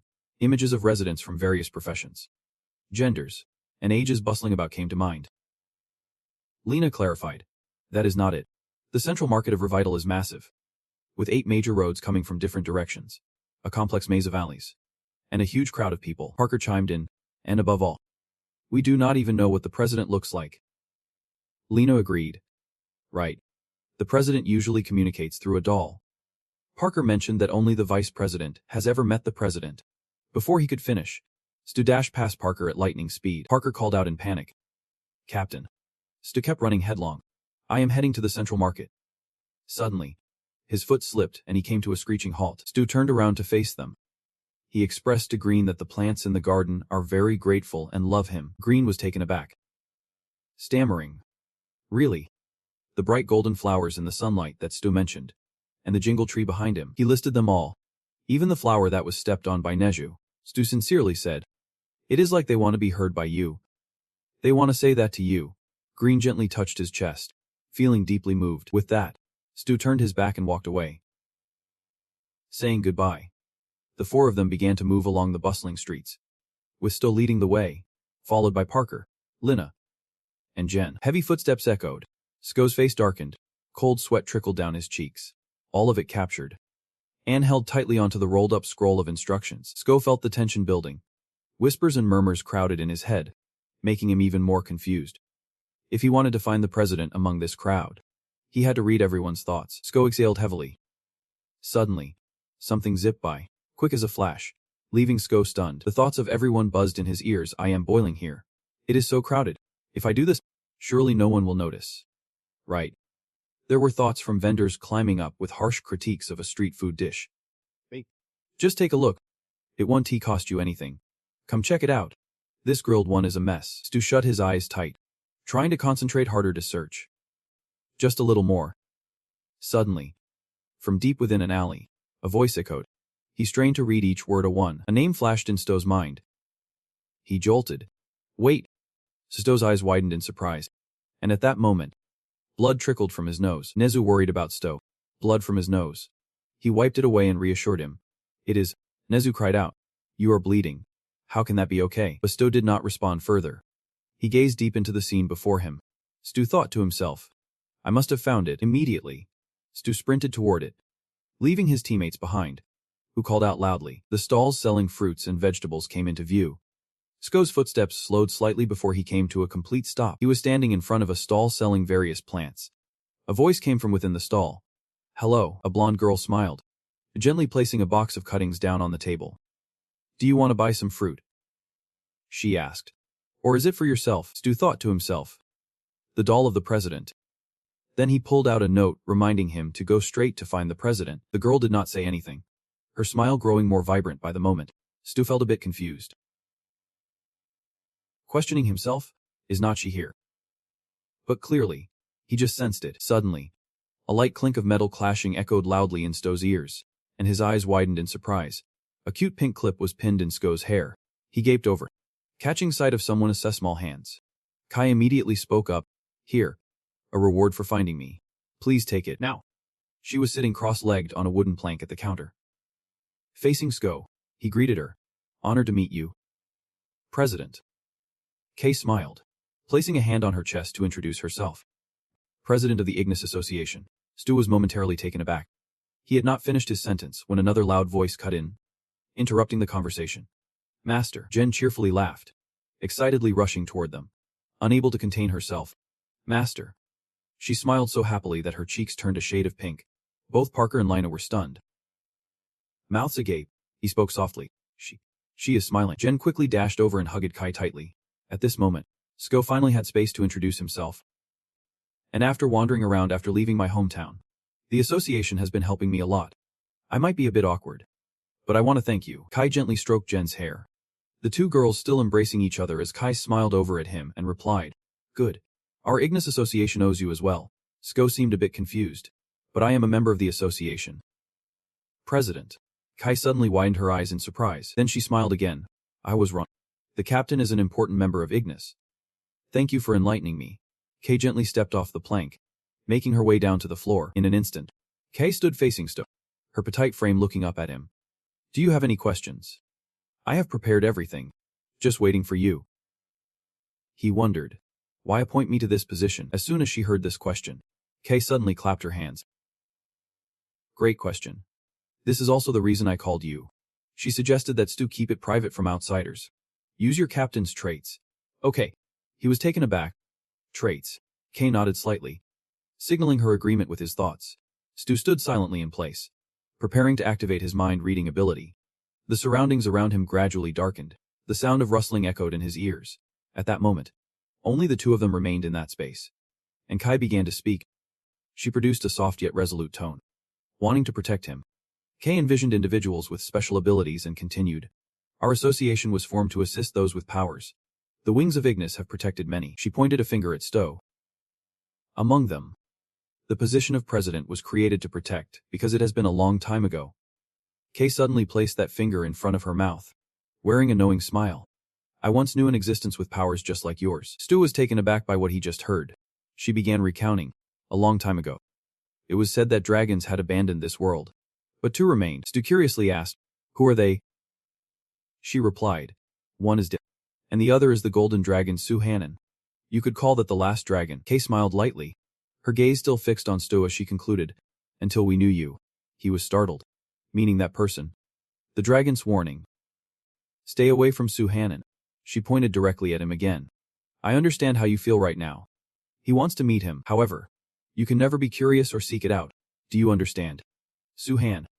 If he knew that another dragon was in this world, it would be game over." Stu went completely silent as he listened to Kai, knowing he would definitely annihilate. An image of an ancient castle hidden deep in the mountains flashed before her eyes. And thankfully, Suhan did not live in the Rebarazan Empire. "We can't keep this a secret forever. So I have decided to let him know you are under the Empire's protection. It will be better that way." Kai chuckled softly, then opened his hand. "As the SCO captain, for those reasons, I will be by your side from now on." He suddenly tightened his grip, crumpling the scroll inside. Wow. SCO could not understand and questioned. "Am I even worthy? I do not even know what my existence means. Why did the president put all their faith in me?" Kai lifted her foot and stepped closer to him. The ground beneath her felt like water, ripples forming in circular patterns. He still did not know why. Kai smiled and added, "But remember this, I have never done anything for myself." Her smile grew warmer. It was not until they escaped that realm that Kai casually revealed, "You will find out the answer soon enough." She grinned brightly and continued, "Anyway, it seems you still do not fully grasp what I am saying." SCO pondered, his blue eyes staring intensely at her for a long moment without responding. Kai immediately turned and walked away. "Go back and rest. As she turned back, Parker and Lena slipped away. They quickly bowed in respect. Kai bid farewell, raising her hand in a wave. "I will come to see you soon, Captain." A few days later, in a beautiful quiet neighborhood nestled in the valley, a worried voice rose from a quaint house. SCO has been asleep for days. Nezu sat on the bed where SCO lay peacefully asleep, looking at Suki with a sad question. "What do we do?" He turned to look at her. "Should I wake him up?" SCO was still breathing steadily in his slumber, showing no signs of waking up anytime soon. Suki wagged her tail continuously, then suddenly jumped up. She landed on his bed, her big, round eyes silently monitoring each breath. Unexpectedly, Suki glanced back at Nezu, who was anxiously waiting behind her. Then she shook her head, signaling no. Nezu understood and softly replied, "Okay." Suki kept her gaze fixed on SCO, her mind in turmoil. But continuing like this was tough. Her eyes stared far away, lost in thought. Who can help us now? Names flashed in her mind, one by one. Lena and Parker. That brain-dead Lena definitely would not get my hint, so Avian would be the better choice. With that thought, she immediately turned her head away, still deep in thought. Suddenly, at that moment, Stu jumped up, looking at Suki as he spoke. "It is all good." The sky outside had turned to twilight. Stu continued, "Sorry for the wait." Both Nezu and Suki rushed to hug him, Nezu's voice shaky. "I am so relieved. I thought you might sleep forever because of your illness." Ahuru stood nearby, looking flustered. "And I thought you would hibernate for me. But now it is all good." Nezu was crying harder by the moment, his face reddening as he struggled to calm them down. Suddenly, SCO shot up and embraced Suki, catching Nezu off guard. He reached for his jacket. This action made Ahuru anxious, reminding him, "Wait, the sun's already set. Where are you off to? It is too late to sleep in. You might as well keep resting." SCO casually replied, "I am going to find some food," when Suki suddenly interrupted, emphasizing, "You are running a fever." Suki asked further, "Is that really okay?" SCO paused and looked down at Suki in his hands. He suddenly felt a shiver of fever, his body tensing up. A loud knock echoed from outside, and SCO glanced toward the sound. He approached the door and called out, "Who's it?" Suki quickly jumped off his hands. It was, smiling brightly as she handed him a piece of paper, saying, "You have got mail." But then Kai froze, a bit surprised to see Stu at that moment. His face was flushed from the fever, and he gaped at her, flustered, lowered her hand holding the paper, brushing it against her shirt. Seemingly realizing she arrived a bit too soon, she tucked the paper into her pocket, deciding to put work talk on hold for now. Stu felt a little awkward, shifting in his seat. Kai immediately jumped in to fill the awkward silence, changing the subject.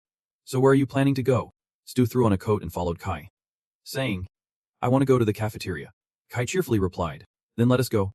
The food there is the best. Following them was Nezu, holding a horu, and she reminisced about the mouth-watering dishes at the cafeteria. Suddenly wondering, honestly, I want to go there more often, but every time I do, it just draws unnecessary attention. Aru looked at Kai's sparkly outfit and replied, do you want to know why? Without waiting for a question, he said, just dress normally. She looked puzzled. What is so strange about my outfit? Koru answered confidently. It is super weird. Yet, Kai just smiled and continued. But I can change it, he asked curiously. Why not? She shrugged. Because this outfit is really expensive. Ahuru replied. Well, just do what you like. He gazed at Kai's flashy appearance and added, plus, a kid dressed like this will definitely attract a lot of attention. People are always drawn to weird stuff in a busy cafeteria, surrounded by whispers and spicy invitations to eat more. Before them lay plates piled high with food, bread, pasta, vegetables, and soup stacked like a mountain. Sko worriedly said, but I can't eat this much. She smiled, resting her chin on her hand. I am just telling you. I am not forcing you to finish all of this. Kei glanced over at Suki, teasing. You too. Suki felt annoyed, her expression clearly showing it. Stu looked down at the food on the table, thinking to himself, indeed, she knows a lot. He dipped his spoon into the soup, a gentle clink echoing. Inside, Stu felt a whirlwind of confusion. Dragon soup. He scooped a spoonful of thin soup, wondering, I really do not think this name just comes from the color. Suddenly, Stu called out. President. Kei was eating and jumped when he heard him. Just call me Kai.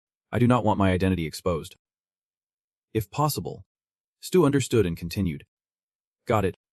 How do you know about dragons? Kai suddenly burst out laughing. I was just wondering what you were thinking about. Are you curious now? Sko replied softly. Yeah. Kei was flipping a grilled fish with her chopsticks while adding. It seems like personal issues are weighing on you.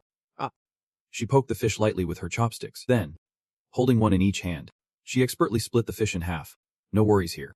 The fish was quickly divided, the bones skillfully separated.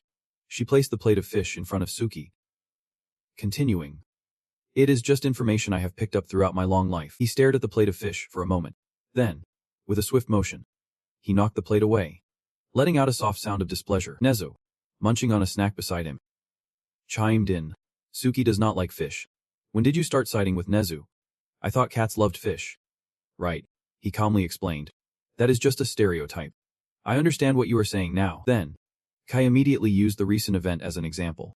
As you can see, even I have things I do not know. He poked the knife into the bread, adding, living long just means I have experienced a lot. So what I know about you could be wrong. Suddenly, her hand tightened as if in anger, stabbing the knife down hard. However, Kai's face darkened with extreme danger. I can guarantee that Hong Long Su Hanan is the enemy. She reminded him that the knife was still stuck in the bread. The awkward smile signaled to Sko. Starting tomorrow, I am planning to join the support team. He looked a bit surprised. Does the team have Parker? She set the knife down on the table. Yep. To support you. Not as the president, but as a friend, Sko replied shortly, without adding anything else clear enough. After wrapping things up, Kei prepared to leave, placing a hand on the doorknob while saying goodbye. Enjoy. See you tomorrow. Nezu smiled and turned to Sko. Let us finish eating. Shall we? Hurry up. We still have a walk later. After a while, as evening fell, the sky turned a characteristic golden red hue. In a spacious courtyard, Nezu, Ahoru, and Suki were taking a stroll.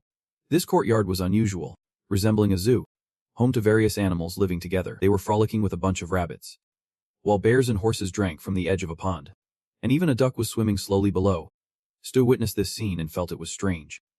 How could animals of the same species develop differently depending on their environment? Suddenly, a gentle voice came from below.